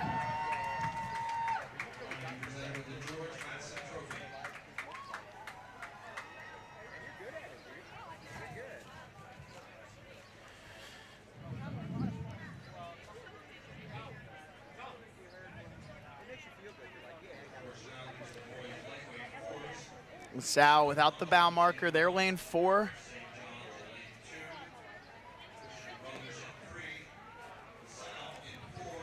We'll see how they're stacking up against the Christian Brothers.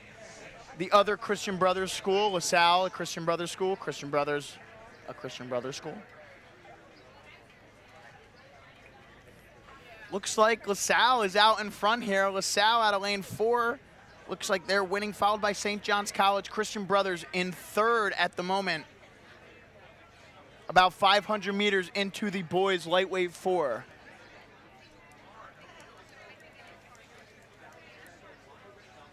LaSalle, St. John's, Christian Brothers. Your top 3 at the moment. Looks like Radnor out in lane 6, making a nice little push here. But again, LaSalle holding strong out in front.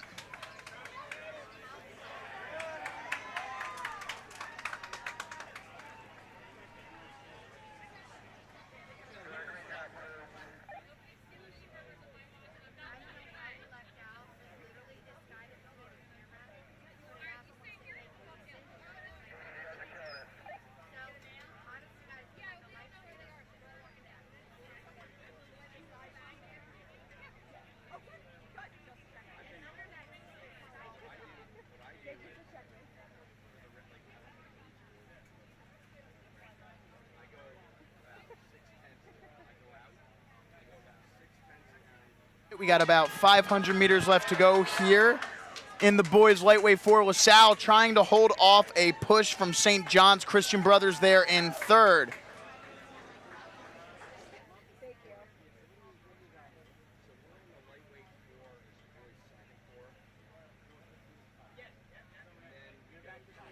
All right, and as they come under the wire here into the island, it is LaSalle first through.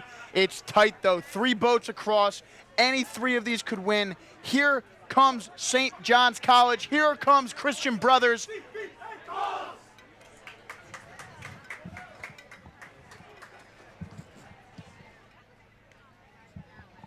All right, the boys lightweight 4. Here it comes. 3 boats across. St. John's College, Christian Brothers, LaSalle in the boys lightweight 4. St. John's College pulling away. Christian Brothers trying to claw back into it. LaSalle, did they give too much in that first 1,000? They're just falling off a little bit here into bronze position.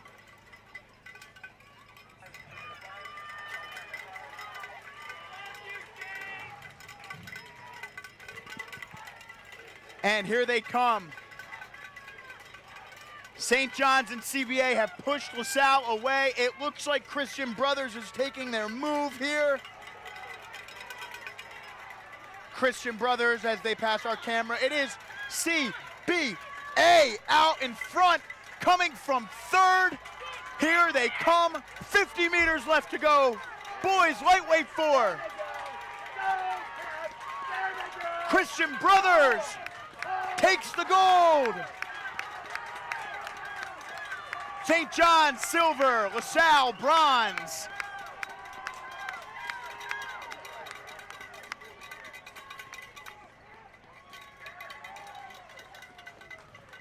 Fourth place to St. Joe's Prep.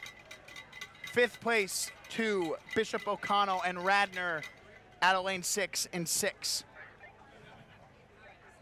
All right, onto the race course now is the girls lightweight 4. In lane 1 is Egg Harbor. In lane 2, Lake Brantley. Lane 3, Marion.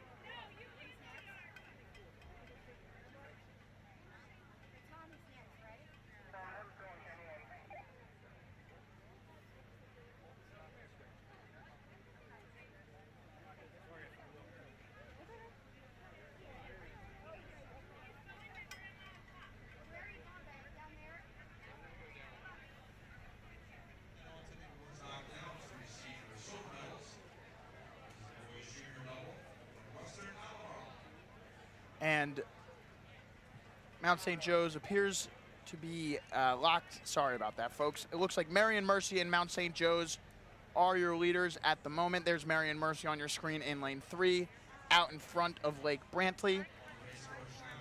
Marion Mercy in lane 3, they had the fastest time trial yesterday, as this was straight to a final, as the semifinals this morning were canceled.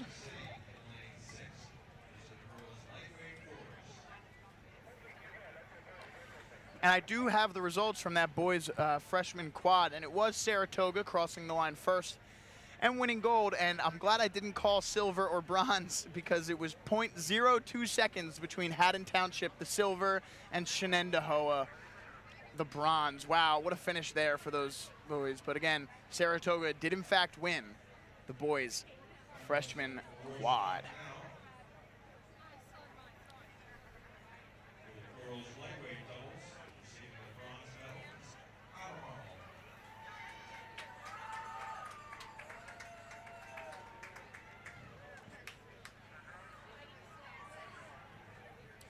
And a good shot there of our girls lightweight 4. It is Mount St. Joe's out in front. Mount St. Joe's by a couple of seats over Marion Mercy. Marion Mercy by about a length over Lake Brantley in third.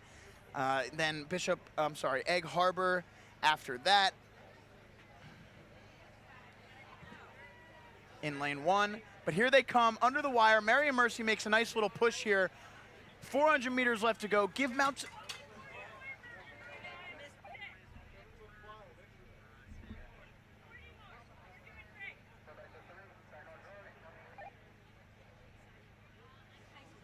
All right, Mount St. Joe's out in front here with a couple hundred meters left to go, pushing away from Marion Mercy a little bit. Marion made that nice little move before the wire. Mount held them off a little bit. Give them 3 seats over Marion Mercy.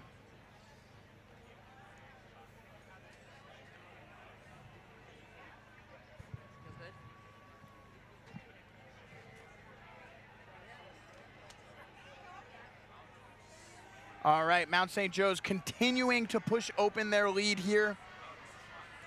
Give Mount about a boat length on Marion Mercy at this point. Marion trying to fight back into it. 200 meters left to go.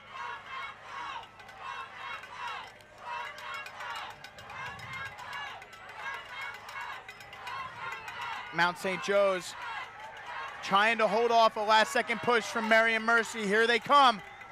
Mount St. Joe's out in front. Girls, lightweight double. Lightweight 4, I'm sorry. And here comes Marion Mercy. Will they have enough? Can Mount St. Joe's hold them off into the final? The gold in the girls' lightweight 4 goes to Mount St. Joe's. Marion, the silver by 3 seats. Lake Brantley, the bronze. 4th place to Egg Harbor, 5th place Villa Maria, and in 6th place with about 100 meters left to go still is Atlantic City. All right, and you see there our next race is out onto the course. The boys second 4 in lane 1, Holy Ghost Prep. In lane 2, St. Joe's Prep. In lane 3, St. Joe's Collegiate. In lane 4, Unionville. Lane 5 is Haverford School, and in lane 6 is Canisius. So St. Joseph's Collegiate putting up the fastest time in this event in the time trial at a lane 3. Unionville after them.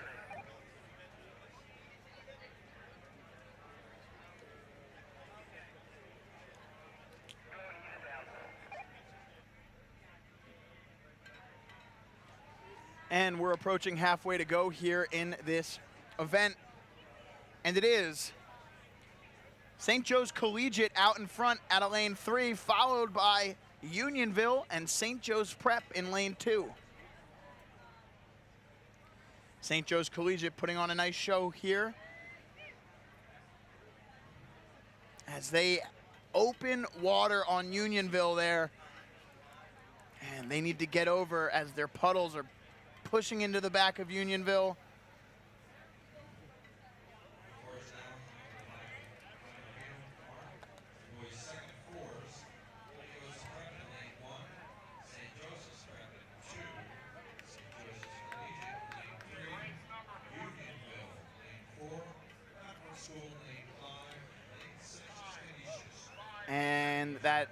directional change there for St. Joe's Collegiate. Definitely cost them a bit of their lead as Unionville just came back a little bit under the wire here. It's St. Joe's Collegiate, it's Unionville, and it's St. Joe's Prep in third, followed closely by Holy Ghost Prep in lane 1. Off the pace are the Haverford School and Canisius in the boys' second 4.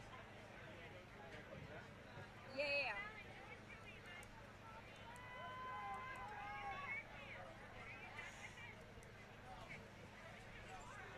Unionville making a push. St. Joe's Collegiate kind of all over the place now. They're pushing their puddles into St. Joe's Prep. Unionville trying to make a final push here in this boys' second 4. Do they have enough left in the tank? St. Joe's Collegiate trying to hold them off.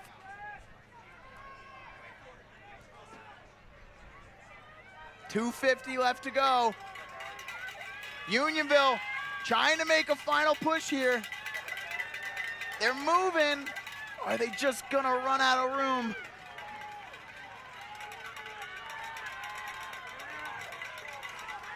And St. Joe's Collegiate is gonna hold them off, it seems. St. Joe's Collegiate just barely maintaining that lead as they come to the finish line. Unionville trying to make a final push. Here it comes to the finish line. St. Joe's Collegiate takes the gold in the boys' second 4. Unionville, silver. The bronze goes to, looks like Holy Ghost Prep snagged that bronze medal away from St. Joe's Prep. Close though. Haverford School 5th, Canisius 6th.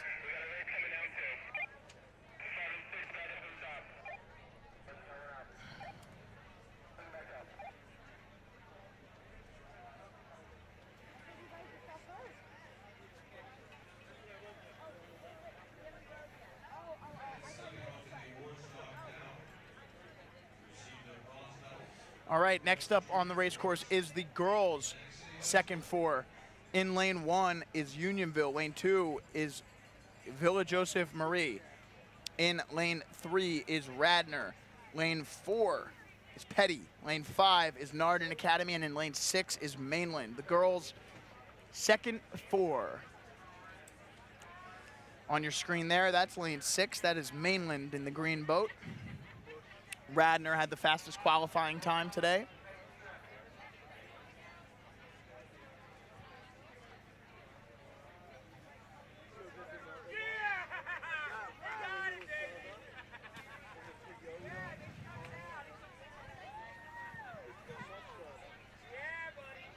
All right, and there you see in lane 4, Petty with the P's on their back. Currently out in front of lanes 5 and 6. We'll wait to get a closer view of the entire picture here.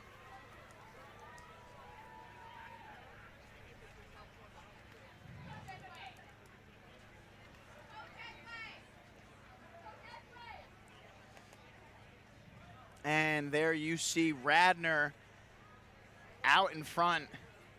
Yep, there's a good look at it. It's Radnor, followed by Villa Joe.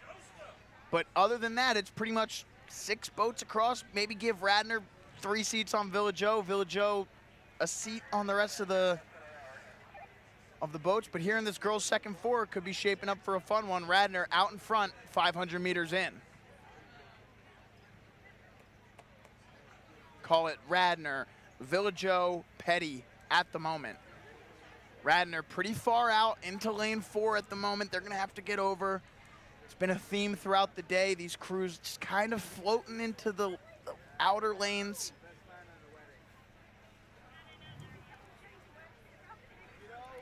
Here comes Villa Joe, though. Villa Joe putting on a nice middle of the pack move here. Villa Joe's got the lead as Radnor oversteers to correct. Villa Joe moving.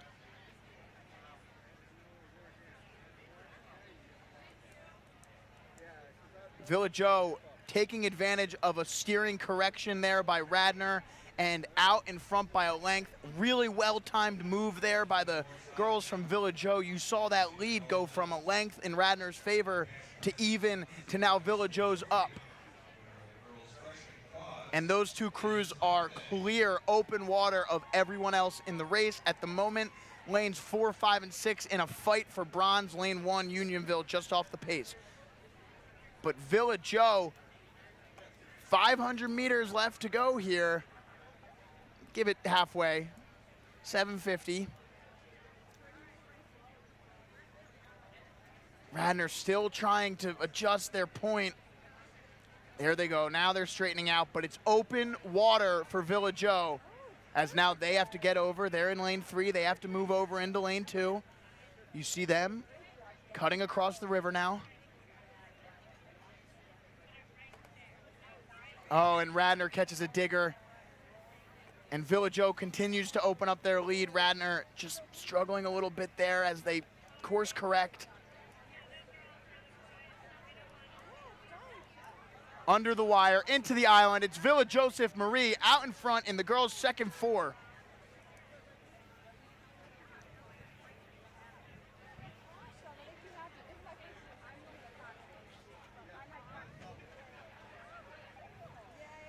And the girls from Villa Joe rowing a really impressive race here. Really cool, calm, and collected at the moment as they have opened up half a length of open water over Radnor.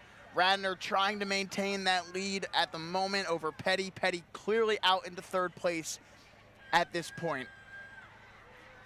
Radnor trying to make this final move. Can they claw back at Villa Joe? 300 meters left to go in the girls' second 4.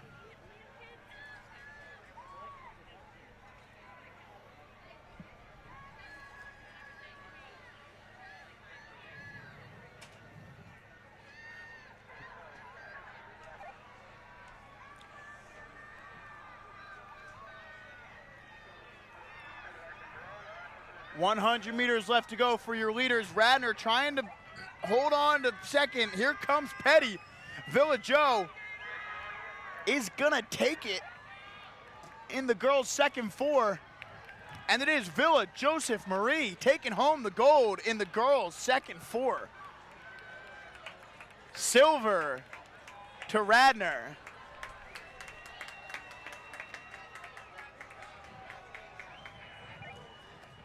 Bronze to Petty. 4 is Mainland.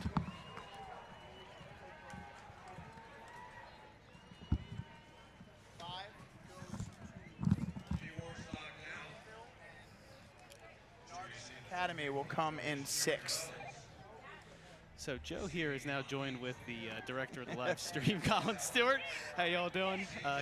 We're going through now with the men's second 8s. Exciting stuff here. All right, the lineup. Boys second 8, one of the fastest races of the day onto the race course. That is in lane 1, Wilson. Lane 2 is Bethesda Chevy Chase. Lane 3, St. Joe's Prep. Lane 4, Gonzaga. We've seen them go at it today. Absolutely. In lane 5, Montclair, and in lane 6 is McLean. Yeah, you know Gonzaga, when they're in a race, they're going for it. As long as I've been here, right? Always, always. Got But there's Montclair right with them. Exciting stuff. You know, Montclair is on the up and up. It's looking great. Across Yeah. the boys and girls program. Montclair's been on the rise over the last couple of years. They were always solid, but the last 5 to 7 years, they've really edged their way into the conversation of best boats in the city of Philadelphia, but also in the country. Yep, couple Stotesbury wins back in, I believe, 2017 and 2018. Good, solid stuff. And there you see it. It is St. Joe's Prep out in front at the moment here in the boys' second 8. St. Wow. Joe's Prep. Oh, What a battle hold here. your Whoa. horses. There's Bethesda Chevy Chase in lane 2. Here's the view. It is St. Joe's Prep, but Gonzaga is right there. St. Joe's Prep is trying to do something that they haven't done in a really long time by winning the boys' freshman 8, the boys' junior 8, the boys' second 8, the boys' senior 4, and the boys' senior 8, all in one Stotesbury Cup. It's a high feat. They need this one if they want to complete it. The boys' second 8, Gonzaga, Bethesda Chevy Chase trying to play spoiler at the moment. Absolutely. It's looking a lot like the Varsity 8 semifinals we saw earlier. Tight racing across the board. This is exciting stuff. Prep going for that sweep of the sweep categories. Sweep of the sweep categories. How about that? And right there, Gonzaga going right for them. And, you know, Prep's had a really good past couple of years. Last year winning Youth Nationals, coming hot off of that. Even their lower boats are quick. Don't mess with them. They're quick, across the board. And so Gonzaga also right with them. Tight racing here. These three boats, Bethesda Chevy Chase, Give Gonzaga. the edge to Bethesda Chevy Chase at the moment. Bethesda Chevy Chase out in first. St. Joe's and Gonzaga lockstep at the moment. Bethesda Chevy Chase, give them a seat, I But think. it's a canvas, Joe. It's a canvas. It's a good one right now. Oh, this is what we like to see. Montclair, they clawed back into it for a second, but they've seemed to fallen off the pace now. Bethesda Chevy Chase, blistering stroke rate at the moment, just outstroking these other two crews. Gonzaga up in it. Yep. 500 meters left to go. Here comes the sprint. There goes St. Joe's Prep. Bethesda Chevy Chase now up. Looks like about 2 seats now. That's moving. That's moving in this last They're third. moving quick. Here they come under On the wire. Nice. Into the island. It is Bethesda Chevy Chase. Gonzaga in second. St. Joe's Prep in 3. This is a close race. This is what you like to see in a final with the first, second, and third place medalists here. Close racing here. Gonzaga moving up a little bit on Prep. Prep starting to take the rate up. They were holding back a little bit, a little conservative. Here they come. Bethesda Chevy Chase has a solid lead at the moment. Give them 5 seats on Gonzaga. Give them a length on St. Joe's Prep. Yep. Prep 3 seats down on Gonzaga. It's close. Absolutely. Chevy Chase, man, they are gunning for this one. Bethesda's up now. Bethesda up, I want to say, about 4 seats on Gonzaga and 2 seats back to Prep. Can the Prep take it? This is going to be key to get their program sweep. Not sure they have it in them as Don't they know. exit the island. It's Yep. 200 meters left Gonzaga's to go. striking the water good. Bethesda Chevy Chase just absolutely put their foot down Absolutely. with 750 meters left Now to by go. a length. Woo! They're going for it. They want this gold medal more than anybody. Yeah, Here they Gonzaga come. looking at it, striking the water good. 100 St. Joe's bringing meters up the left rate to with go. them. St. Joe's trying to get a last-ditch effort in here for silver. They have the advantage on the diagonal go. finish line. It is Looking good. Bethesda Chevy Chase gold in the boys 2V. Gonzaga silver. St. Joe's Prep the bronze. Yeah, that was a tight race. That's what you like to see here. There they go, hands in the air, celebration for Bethesda Chevy Chase, bringing that gold medal home. And fourth to Montclair. That's going to bode Wilson, well for 5. their first date too, man. If the program's doing that well across the board, that's going to look really good in the first date. Definitely. McLean finishes it up in 6 as the girls' second 8 is out onto the race course. Awesome. Watching this down, we got Walt Whitman in lane 1, Mary Mercy in lane 2, Wilson in 3, Mount St. Joseph's in 4, National Cathedral in 5, and Morristown in 6. This is a great field, wouldn't you say? Yeah, this is a powerhouse lineup of women's rowing in the city of Philadelphia and across the East Coast. Obviously, Mount St. Joe's, Philadelphia's finest. Marion Mercy's been on the up and up. National Cathedral comes up here every year and pushes these girls. Wilson, Morristown, Walt Whitman, all great programs. This should be fun. Absolutely. Morristown, a local New Jersey school, always pushing up. It's exciting to see where they're going over the past couple of years. It's just been up and up, and to see them across the board in the grand finals here. Yeah, their girls program yeah. specifically has been fantastic. I believe they won the Stotesbury recently. Am I mistaken about that? I don't know. They were close last year. I think it was battle. Did they one win of the flicks. cities? Did they win the cities? Believe so. Cities this year got canceled. It'll be tomorrow, actually. Fun. National Cathedral doesn't ever mess around. When they're up here, they mean the race. So that's exciting to see. But as you see, Mount St. Joe's with a lead on Cathedral and Morristown at the moment. Open water on both those crews. Let's see where Wilson's at, though, as Mount St. Joe's looking strong so far. Yep. Oh, right there. There's we got Wilson. It. Yep. We'll see what it looks like when we pull up the drone. It's really tough with these cameras because we don't know where they're parallel. Yep. Walt Whitman looking strong as well. Marion Mercy off the pace, seemingly. Yes, Wilson's having a great year too. Their women's eight has been battling with, at least in the first eight, battling with Mount St. Joe's. I think they got them one time, and a couple times they've been really close. So it's a good fight between those two. So you know these girls are feeling it in the second eight as well. Yeah. You know, what they always say is that the second eight is sometimes the program's heart and soul right there, pushing that first eight. So here we come. Both with the drone switches over to the drone. We can get a nice view on these 3 crews coming across. There's National Cathedral right there, and Morristown out there. So an interesting 2 days we've had here between lightning, cancellations, and debris, but we're out here rolling, right? Yeah, we're making it work. Seemingly through protest after protest. Yeah. Every race seems to come by with somebody upset, but that's what you get with the floating starts. The officials are Yep. doing the best they can. You know, these crews are kind of all over the place without the buoys out there. It's hectic. It's fun. It's the Stotesbury Cup Regatta presented by Toyota. I'm just excited we're out here, because, after 2 years of literally not having any racing, it's great to be back on the Schuylkill River racing. Spectators, like the grandstands filled to the brim. This is great. It's great to be back in Philadelphia, and it's great to be racing again. All right, coming up right now, it looks like Mount St. Joe's is out in the lead, followed by Wilson. Tight field as we come up. Oh, it's closer than I thought.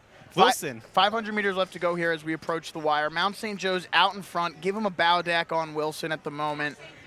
This is a rivalry right here, Wilson and Mount St. Joe's. It's going to be interesting to see how it trickles up to the 1V, but right here in the 2V, it's a battle. Under the wire, into the island. Mount St. Joe's first, followed closely by Wilson. Oh, and don't be surprised and here. And a crab by Wilson. Wilson crabs. Oh, right before the final. And Mount St. Joe's has to take advantage. That's a bad crab. That's a boat stopper. They've just completely, I mean, Silver's gotta try and get back in contention, but they got to go for it now. They need that. If they want to get the silver medal, they have to calm down and get their speed back up. Watch out for Morristown in lane 6. They're creeping. They're creeping in lane 6. Usually people say lane 6 is the death sentence, but here they go. Morristown's making it work, baby. That's it. Mount St. Joe's easily going to walk away now with this gold medal in this 2V. Morristown pushing up. Yeah, that's the question. Is Morristown now going to take the silver position away from Wilson? Wilson coming back into it. Morristown, National Cathedral, Marion Mercy, all with a shot at silver at this point. Mount St. Joe's about to push away. Here they come. Here they come. Wilson got a little bit of fire under their deck now, pushing ahead. They think they can take it back. They gotta. Marion off the pace. Walt Whitman off the pace. It's Mount St. Joe's, Wilson, Morristown, National Cathedral. Cathedral's in it. Here we go. 100 meters left to go. Looks like Wilson's taking up the stroke rating and trying to take it back. Silver. Mount St. Joe's is going to cruise to the gold medal here in the second 8. Here we go. Top 3 positions is going to be tight within seats here. Girls, second 8. Mount St. Joe's with the gold. Silver goes to Wilson. Wilson by a bow ball. Wow. Morristown for National Cathedral right behind them in 4th, Marion 5th, and Walt Whitman 6th. Fun race there in the girls' second 4. Mount St. Joe's. What a race. Can you? Wilson, that's awesome for Wilson to come back there and still peep out that silver medal. That's a good race. Yeah, a lot of adversity there for those girls. Absolutely. 400 meters under the wire, highest intensity, and you catch a crab. To be able to respond to that and still get some medal is really a testament to their character. Yep, good program. All right, next up on the race course, girls senior double event. In lane 1 is Rumson Fairhaven. In lane 2, Albemarle. In lane 3, and way out in front, Niskayuna. We saw them dominate their heat earlier today. In lane 4, Castilla. In lane 5, Agnes Irwin. And in lane 6 is Walter Johnson. Now, if you remember, if you were with us earlier this morning, Niskayuna went out in their semifinal and blew away the competition. So expect them to do the same in the final. It's looking like there's a little bit of chop there in the middle 500. We got a little bit of a headwind brewing up here. The wind's starting to come up a little bit. Other than that, it's been a beautiful day, except for the debris. Coming up here on the halfway mark with these doubles. These ladies are going to be fast. The doubles are the hot commodity. These boats are, pretty quick. Some of these doubles are going to be as fast as 4s. Yeah.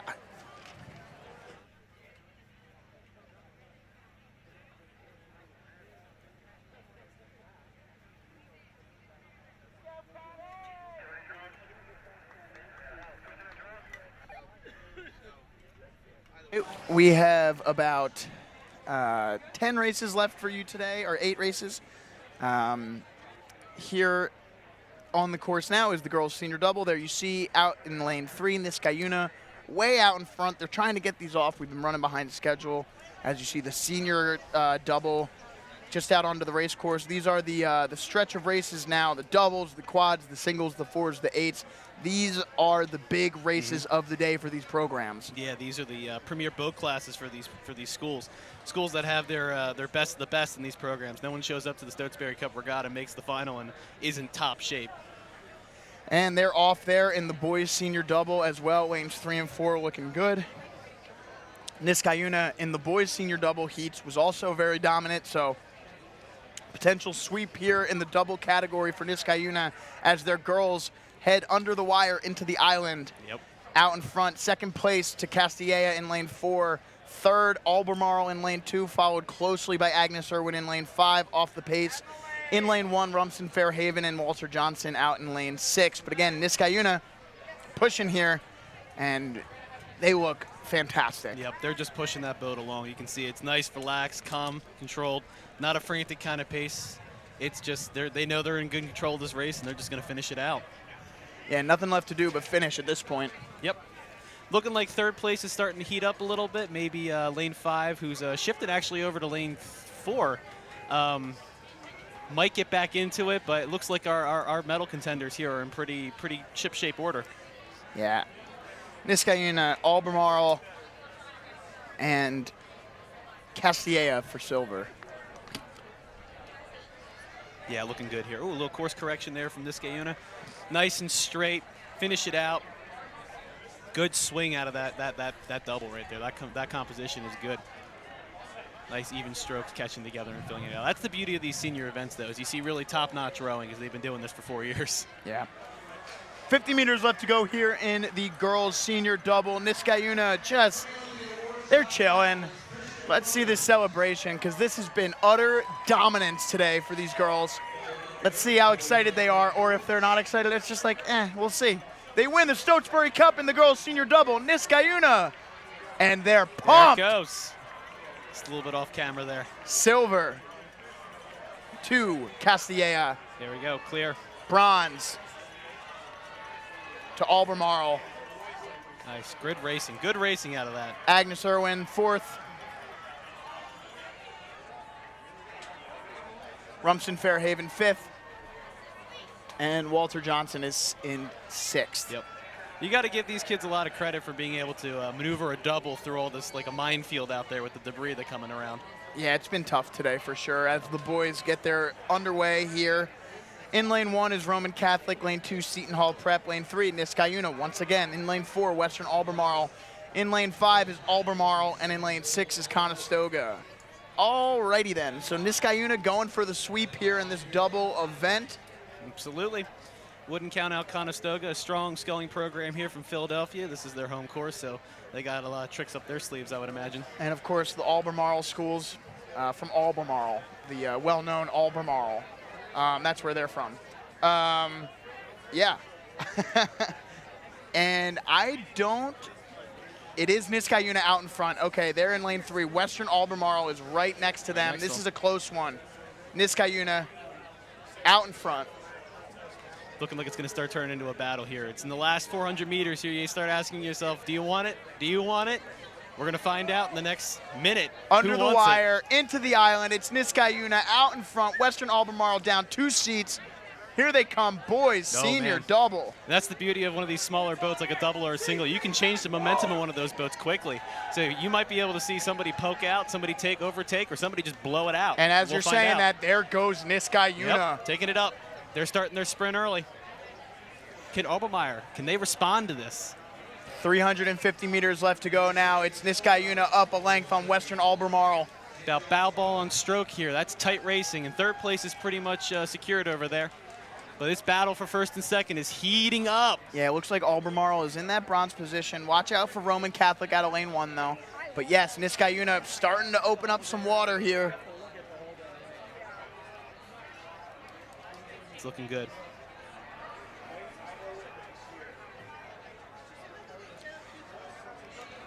Yep. Looks like Niskayuna opening it up here. They heard the call, they saw the charging crew, and they responded. Now the question is, can they respond to this? And here we go. Boys senior double coming into the finish line here. 100 meters left to go. And Niskayuna will sweep the senior double event. Both girls and boys will take home the gold. Wow, that's a strong program right there if you can do that. Western Albemarle will take home the silver medal. Screams of joy for the boys from Niskayuna. A little handshake there. That's some sportsmanlike conduct right there. Albemarle will take the bronze. Nice. Awesome. Conestoga 4. Sorry, Roman Catholic 4. And this is tight, but it looks like Seton Hall Prep took 5th, and then Conestoga in 6th. But again, Niskayuna winning both Men's and women's doubles. That's impressive. Coming up here, the girls' senior quad final. We got Hockaday, Conestoga, Ridley, Agnes Irwin, Lower Merion, and Augustine Classical. Now, this is going to be a good race.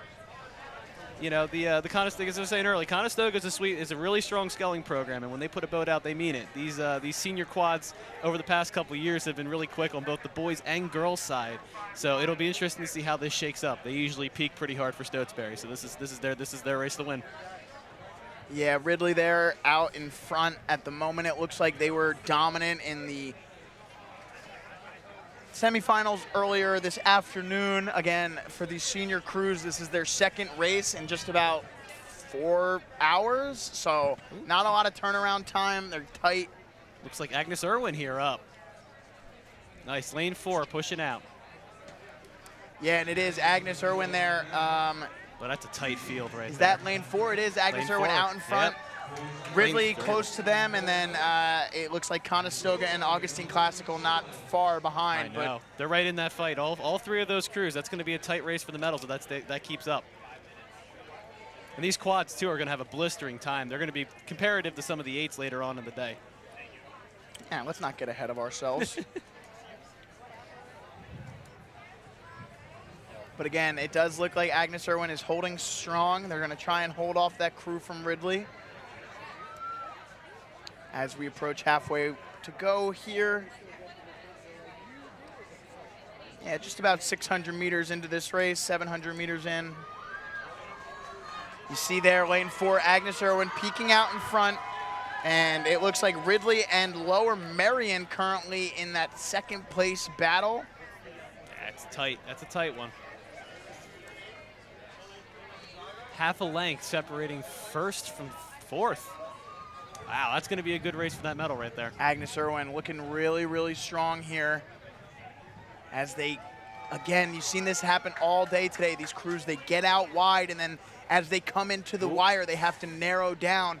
So you see there, lane 4, Agnes Irwin coming across, and Ridley, unprepared for it, has to get over now as well. So a couple of steering corrections for these crews. Ridley makes their way over back into lane 3. Agnes Irwin out in front at the moment. Ridley 2, Lower Merion 3. 500 meters left to go. Yeah, it was good that they were able to correct their course without having any collision. That's good. Don't speak too soon. Don't speak too soon on this one. They're going right back for it. Maybe their ears were turning red as I said that. Yeah, but they're not doing themselves a favor at the moment as Agnes Irwin just puddles into them. But there they go. They correct course. Agnes Irwin out in front. Yeah, you don't want to be rowing in that dirty water. That's going to slow you right down, especially when you're in that contention for a bronze, silver, or gold. Meanwhile, the boys' senior quad is also out onto the race course. And that'll be a blistering fast race. Yep. Agnes Irwin setting a blistering pace in this race, but I don't think this race is quite over yet. We'll see what happens with these second and third place crews right now, how they can move these positions. These quads, you can turn the momentum around real quick if you need to, and especially in this last 500. Just trying to hang on. Final push here from Ridley. Do they have enough to track down Agnes Irwin with 250 meters left to go? It's tight. Here we go, coming up. This is anybody's game here, especially for the second and the third. And you see Agnes Irwin just not giving inch, little not crab giving there. any quarter. A little bit of a digger from the girls from Ridley. Ridley, can Lower Merion capitalize and take that silver? Looks like they've got their speed back though. Yeah, Agnes Irwin with open water in the girls' senior quad as they go towards the finish line. And it is a gold for Agnes Irwin in the girls' senior quad. Ridley, the silver, Lower Merion, the bronze. Wow, that was a fight there for that silver and bronze medal position. 4th and 5th is really close to call there between Augustine and Conestoga. Meanwhile, Hockaday comes in 6th. But again, Agnes Irwin, the dub. Great in the girls' racing senior there. quad. Great racing. Meanwhile, I'm sure halfway through their race at this point is the boys' senior quad. There they are, Haverford right on out. In lane 1, Niskayuna. Lane 2, Conestoga. Lane 3, the Haverford School. In lane 4, Springside, Chestnut Hill. Lane 5, Haddon Township. And in lane 6, Malvern Prep. Yep, moving right here past the 750 meter mark. Looking like a straight. Ooh, lane 4 and 5 out there might be something. We'll have to wait till we get the drone confirmation, but it looks like we might have 5 and 6 in that race as well. Yep. Coming by the 750-meter mark.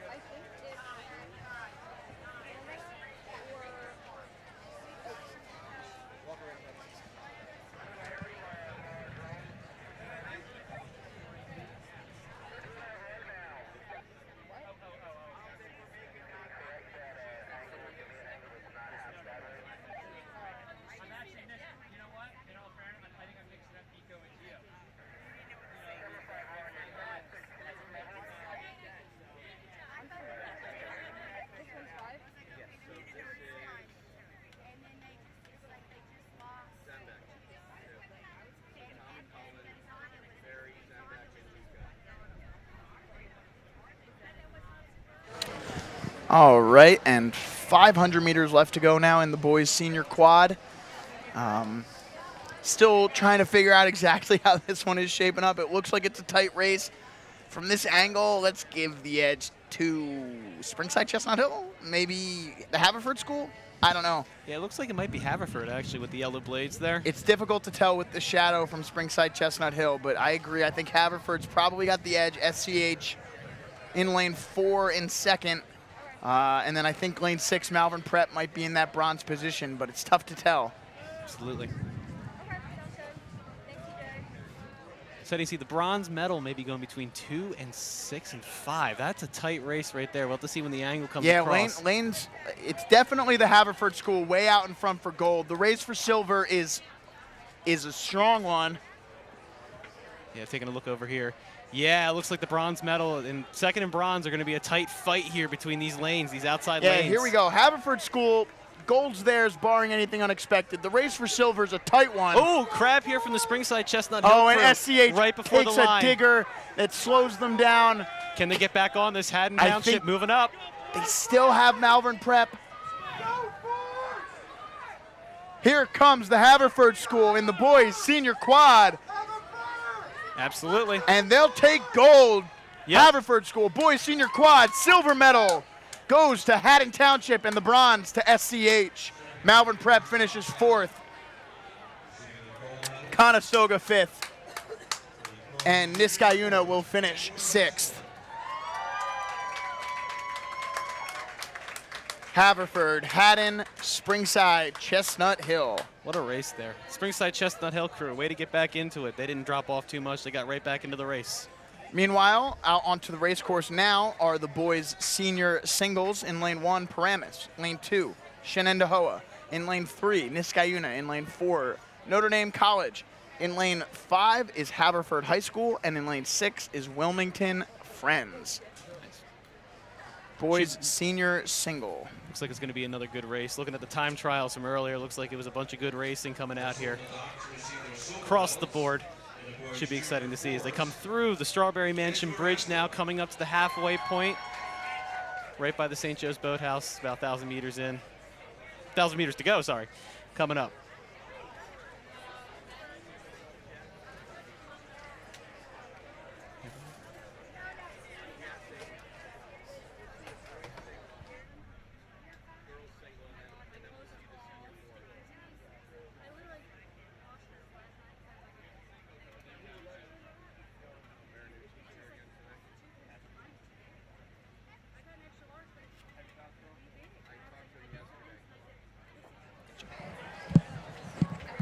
All right, a nice little shot there of our 4, 5, and 6.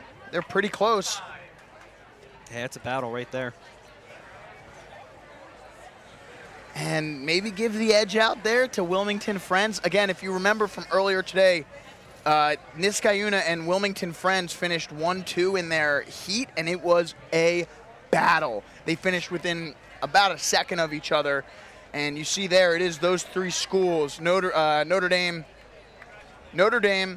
Haverford High School, and Wilmington Friends currently out in front. Lanes 1, 2, and 3, just a bit off the pace. Niskayuna trying to claw his way back into this. But again, Notre Dame College out in front at the moment in lane 4. Don't love the way he's pointed, but Yeah, he's getting there. He's getting there. And it's good to see these boats nice and tight. You know, single final, sometimes you'll see them spread out a lot, but it's good to see that these boats are nice, tight, grouped together. Everyone's fighting. Yeah, Notre Dame, he's rowing really fast. He's just out in lane 6. Yeah, he's cutting someone off right now. I'm wondering if the ref's going to start flagging that down because that's interference. Yeah, we'll see as they come. It's Notre Dame, it's Wilmington Friends, and Niskayuna pulling up into 3rd. Looks like Haverford High School falling off the pace a little bit into 4th. Don't count out Shenendehowa out of lane 2, and then back in the pack, Paramus out of lane 1. But again, Notre Dame looking good. I'm imagining the lane 5 there is going to have a protest at the end of this race for the wash coming out. Don't give him any ideas, Colin. Coach has got his earpiece here in the live stream. You'd be surprised. Yeah, so they're coming up now. Solid positioning here. You know, it's difficult in these singles, especially because the course has a little bit of a curve to it, staying straight. You know, I used to row the single around here out of Undine all the time, and it took me a lot of times down the course to figure out how to maneuver that without having to turn around as much. So give these kids props for going around, especially at Strawberry Mansion Bridge, but then also coming around this turn here in straight lines. 500 meters left to go in our final skull races of the day, the boys and girls senior singles. And yeah, you can see the entire course, in fairness, is in the wrong lane towards the outside lanes. So it's tough, but Notre Dame is well out in front at the moment. Wilmington Friends currently in 2nd, and then the race for bronze is on. I give the edge to Shenendehowa at the moment. Yeah, this is a tight final right here. None of these boats are really dropping back that much. This is still within striking distance for this bronze and silver medal position. Wilmington Friends putting on a really nice push here late. 250 meters left to go.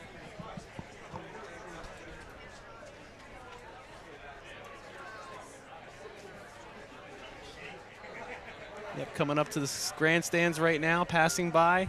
Looks like the positions are relatively the same as they were on the drone shot. And there it is. You see Notre Dame, Wilmington Friends, and Haverford High School 1, 2, 3 at the moment. Shenendehowa trying to make a late push here. 100 meters left to go. Final strokes. And the gold medal in the boys senior single goes to Notre Dame College School. There you go. That's it. That's victory. Silver, Wilmington Friends. The race for bronze, that's tight. That's a tight race. Can't call that from here. I don't feel comfortable saying that. That's tight. My gut says Shenendehowa took the bronze, but it's within a tenth of a second. Absolutely. 4th there was Haverford High School. I'm sorry.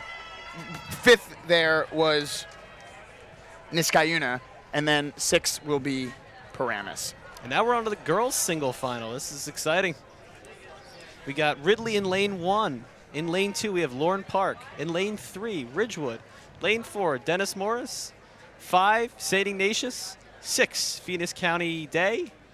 This is exciting. Sadie Ignatius, I believe that's the California school, made their way all the way out here. So that's a good field. Been a couple California schools today. Castilla, also California. Yep. I believe we got a couple Canadian crews as well. I believe this morning, didn't they play the Canadian national anthem with the Star Spangled Banner? They did. I think the Albemarle schools are from Canada. That's exciting to see. It's good to see crews coming all the way out here to the Stotesbury Cup Regatta, our home of Philadelphia, to do that. That's and awesome. A good shot here from the drone. Dennis Morris out in lane 4.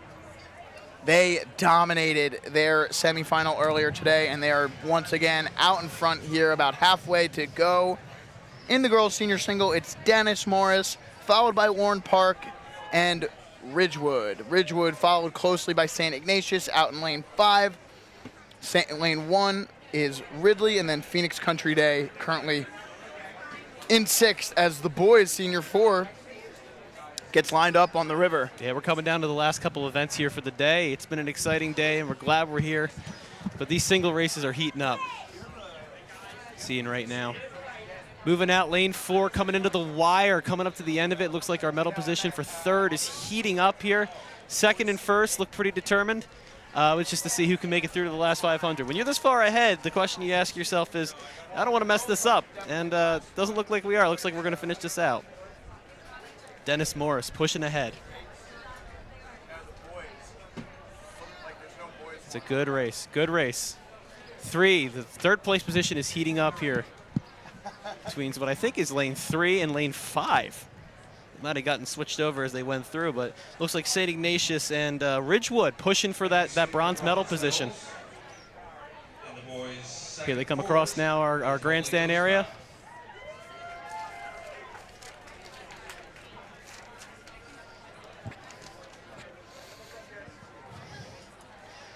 Yep, and Dennis Morris definitely out in front still. Warren Park trying to make a final push here to see if they can't snag that gold medal, but might be a little bit too late as Dennis Morris is strong.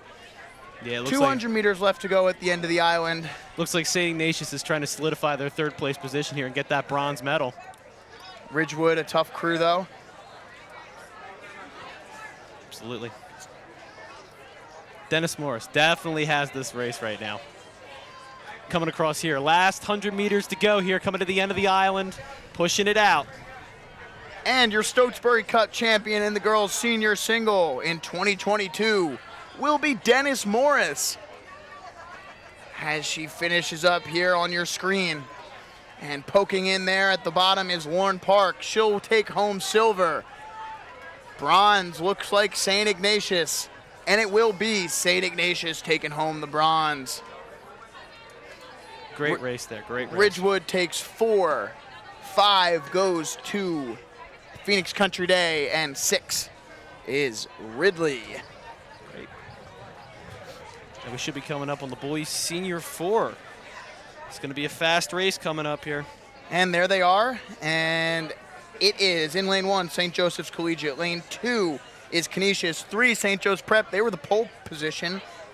In lane 4, Unionville, they're out in front. Lane 5, Robinson, and in lane 6 is Petty. So as we approach the first 500, looks like Unionville out in front out of lane 4 in the boys' senior 4. Yeah, Canisius is coming all the way from New York City. I mean, New York State, that's an exciting little bit of a drive to come down here.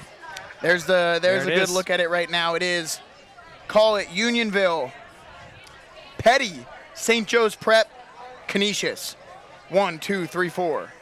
Unionville representing public schools out here in the grand final of the, the final of the men's 4. That's a good showing from them. I went to Drexel University, and an alumni currently in the men's 8 for the Olympics is a Unionville grad. Good to see them representing out here at the Stotesbury Cup Regatta. Tight race though. Unionville only has about a length right now on St. Joe's Prep. Tough to say exactly where Petty is. Maybe a seat back of Unionville. Yeah, this race is starting to heat up a little bit. These boats are starting to close in. We got Bowball on Stern from 3rd place up to 1st place. This is going to be a battle of the end. Yeah, and Petty making a really strong push here out of lane 6. St. Joe's Prep, 500 meters left to go. Can they claw back into it? Inch by inch, looks like they're moving up a little bit on there. Unionville pushing. St. Joe's Prep starting to make a move here. Looks like Canisius has fallen off the pace. Under the wire, here they come into the island. I don't know, it's really tough to say at the moment. Call it Unionville, Petty, St. Joe's Prep. Yeah. Petty might be in 1st place. Hey, I know. At this point in the race, you got to say to yourself, nothing to lose. We're getting a medal no matter what for our top 3 positions. Might as well go for the gold here. Prep's got to correct just a little bit into lane 3. They're 2 seats down. They're moving. Here we go. The Unionville's holding strong 350 left to go. Yep, coming up on the island here. This is where you got to ask yourself, who wants it more? Coming up, we can just see them coming past the grandstand here. All right, and as we go into the final 200 meters, a little bit of rough water there out in lane for Petty, Unionville, St. Joe's Prep trying to take advantage. Yeah, it could be anybody's race right here. Here comes St. Joe's Prep. Final 100 meters left to go in the boys' senior 4. It's St. Joe's Prep. 20 meters left to go. Gold in the boys senior 4, St. Joe's Prep. Silver, Unionville. Bronze, Petty. 4th place, Canisius. That silver medal for Unionville. That's like a bow St. ball. Joseph's Wow. Collegiate takes 5th and 6th place to Robinson.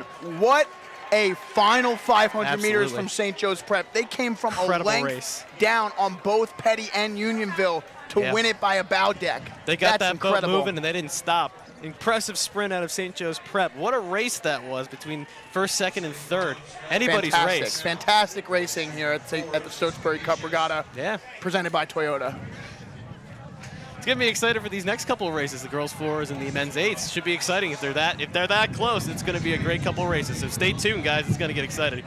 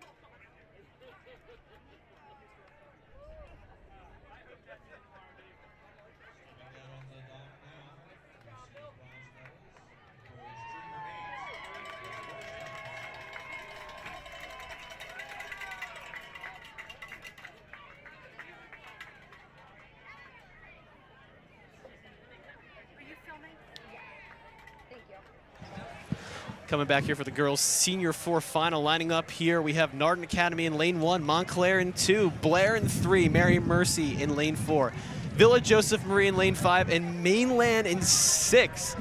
It's going to be an exciting. We got a lot of South Jersey and North Jersey representation here with Montclair and Mainland. And they're off.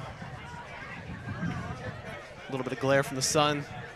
We're getting to that part of the day around 6 o'clock, starting to set. Here we come, coming to the bridge, Strawberry Mansion Bridge. Got a shot, I believe that's Villa Joseph Marie out, coming out of the bridge right now, about to hit the shadow. I mean, this should be a good race too. Yeah, expect some more excitement here in this girls' senior 4. This was a,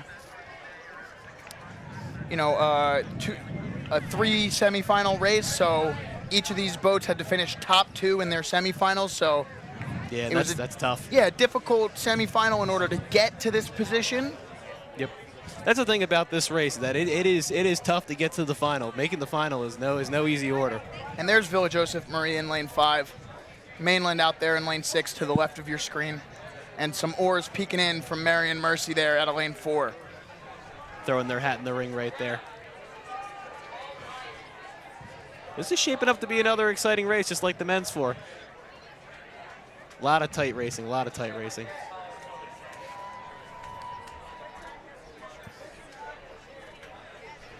Coming up here on the 1,000-meter mark, these crews are coming in tight.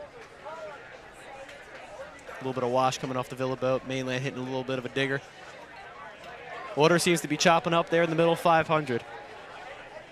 There we go, good recovery here. Looks like Marion's peeking their bow into the shot now, but it looks like Villa may be leading this race. Don't let the camera fool you. No, here comes lane 3. Yeah, Blair. Blair. Believe another New Jersey school coming out here. Blair Tight looks racing. good. I think Marion also might have the edge there on Villa Joe. That angle's tough. Absolutely. But Blair looks like open water. We don't know what Montclair's up to in lane 2. But they are not in your picture yet, which says to me that Blair is out in front. There's Montclair. There's Narden. There they are. Blair In frame. looking great. Yeah, a lot of New Jersey representation in this race. And there's the aerial shot.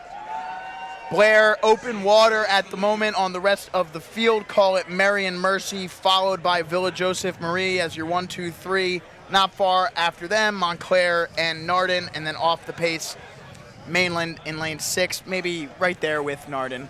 Wow. But again, open water for Blair in the girls' senior 4 here. Yeah, it looks like we got another tight battle there for 2 and 3. I keep saying that, but man, they just keep throwing them at us. Love it. Love to see it in a good final. Coming up on the stairs right about now, about halfway down. Blair opening up their lead a little bit. Got those two outside. We got... Looks like Marion's taking advantage at the moment. Villa Joseph Marie just falling behind just a little bit. Marion making a good push here, absolutely. Villa's going to have to respond, otherwise this race is going to start to get away from them. 500 meters left to go now. And Blair just cruising at this point. Open water. Marion starting to stake their claim on that silver medal. Absolutely. This might be one of the cleanest lane races we've had all day. So give these coxswains some credit. It helps the coxswains in the front and can see what's going on in front. Yeah. Well, I want to give Marion. Marion's starting to make a push here. They got Balball on stroke seat, it looks like right now. Marion's moving on Blair. They're making a push for that. Go under the wire. 400 meters left to go. Marion is definitely moving here. Boys senior 8's getting lined up. Here we go. That's going to be a fun one. Ooh, do not count out Marion. Marion looks like they're really pushing for that gold medal right now. Here comes Marion. Blair's going to get checked here. Got to be watch out. They got to make a move or they're going to let Marion walk up to him. Here we go. Looks like about half a length now. Looks like the bow ball sitting on almost 2 seat. They're making a move, Marion. Mary's pushing for that gold medal here in silver position firmly, but they're making a move for the gold. Blair might have waited to take their move. They look calm still. Yeah, stroke rating looks a little low. Looks like they're about to bring it up here as they come halfway past the aisle and coming up on the last 250 meters of this race. Is Blair going to take it? Is Marion going to overtake Blair? We're going to find out. All right, 200 meters left to go here. Blair making a final push to hold on to this gold medal, and you see there they've kind of fended off that strong move from Marion Mercy. Blair responded there. And the drama all but taken out of this one with 150 meters left to go as Blair dominates front to back. Can they finish it off? Can they row mistake-free for 100 meters to take home the gold? The girls' Senior 4 Stotesbury Cup champion is Blair. Silver to Marion Mercy. And the bronze to Villa Joseph Marie. Oh, and here we come. The boys' Senior 8's on the course. All right, and I'll finish up this one for you. The race for 4th is really close in this girls' Senior 4. And give it to lane 2. That's Montclair. Narden takes 5-6 Mainland. All right, boys Senior 8 in lane 1. Montclair, here comes the big one. Lane 2, Bethesda Chevy Chase. Lane 3, St. Joe's Prep, looking to go back to back to back. Gonzaga in lane 4, Wilson in lane 5, Walt Whitman in lane 6. Yeah, if these semifinals were anything to talk about, it's going to be a tight race across the board here. Everyone's going to be fighting for this. It was tight. It's going to be a barn burner, I feel. Oh, and there it is. St. Joe's Prep out in front at the start. Bethesda Chevy Chase putting up a nice fight. Yeah, coming in here to the 1,000-meter mark, these boats are going to be good. Here it is, St. Joe's Prep. Give them a seat on Gonzaga. Give Gonzaga 3 seats on, who is that out there? That's Wilson. Wilson. Give Wilson locked up with Walt Whitman, and then off about 5 seats from Whitman and Wilson is Bethesda Chevy Chase, and then Montclair a length back on them.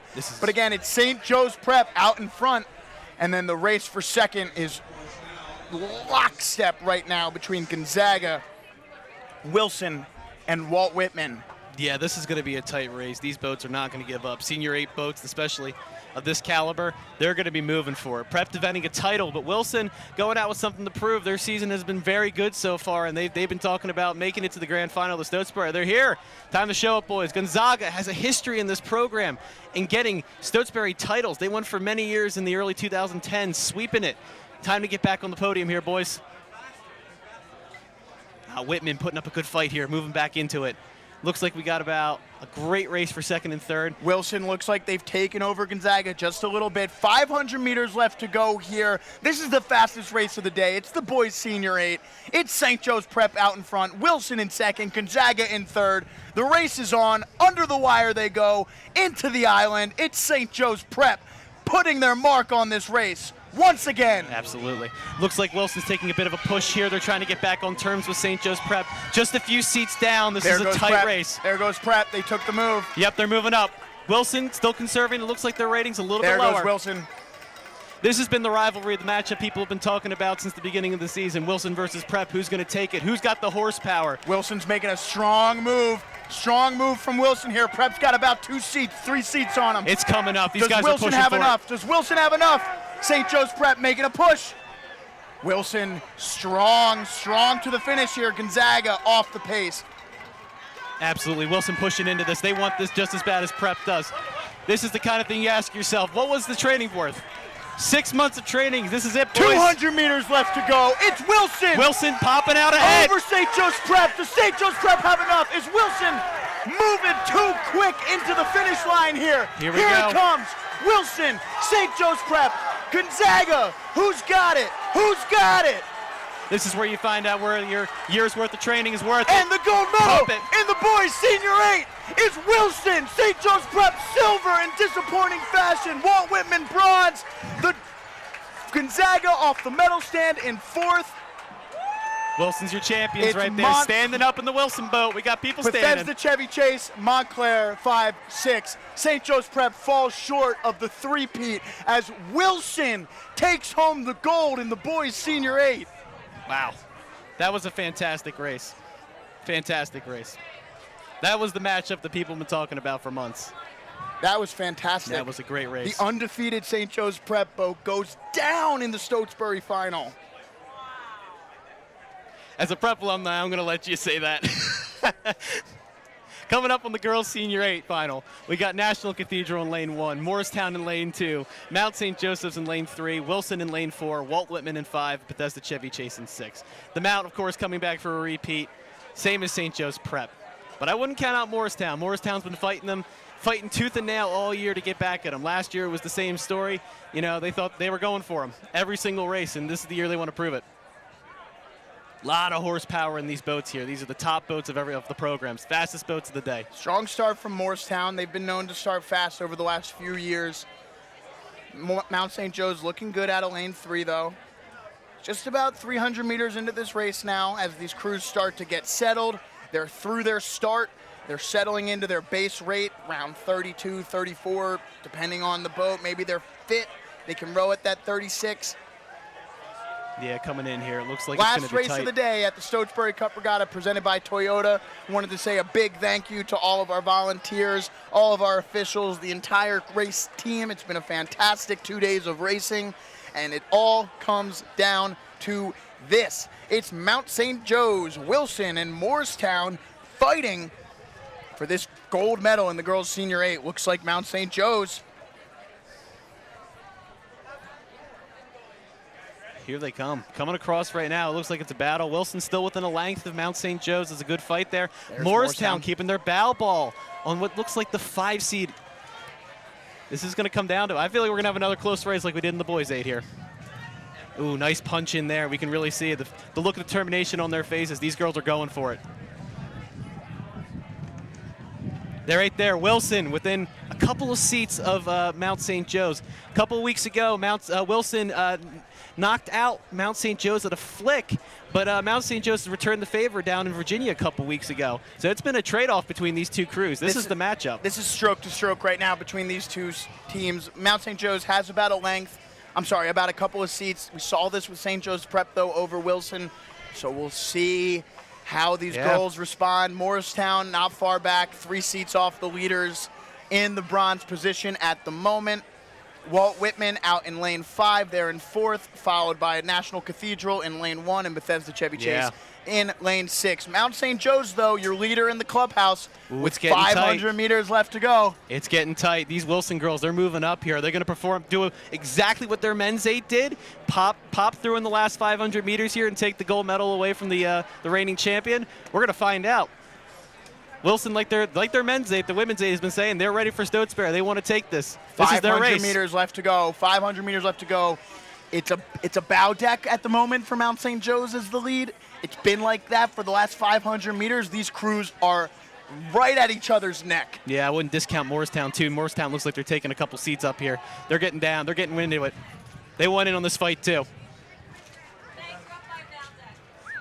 Coming in close here to the wire. It's bow ball to bow ball. Mount and Wilson. Under the wire, into the island. It's our final race of the day at the 2022 Stotesbury Cup Regatta, presented by Toyota. Mount St. Joe's looking to go back to back in the girls' senior 8, trying to hold off Wilson and Moorestown here.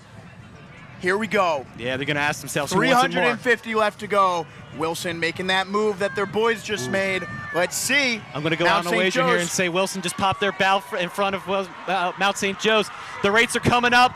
It's a battle down here to the wire. Wilson's moving. Here goes Mount St. Joe's. And there they go. Oh. There they go. There's Wilson's the got move. 2 seats. Mount St. Joe's up.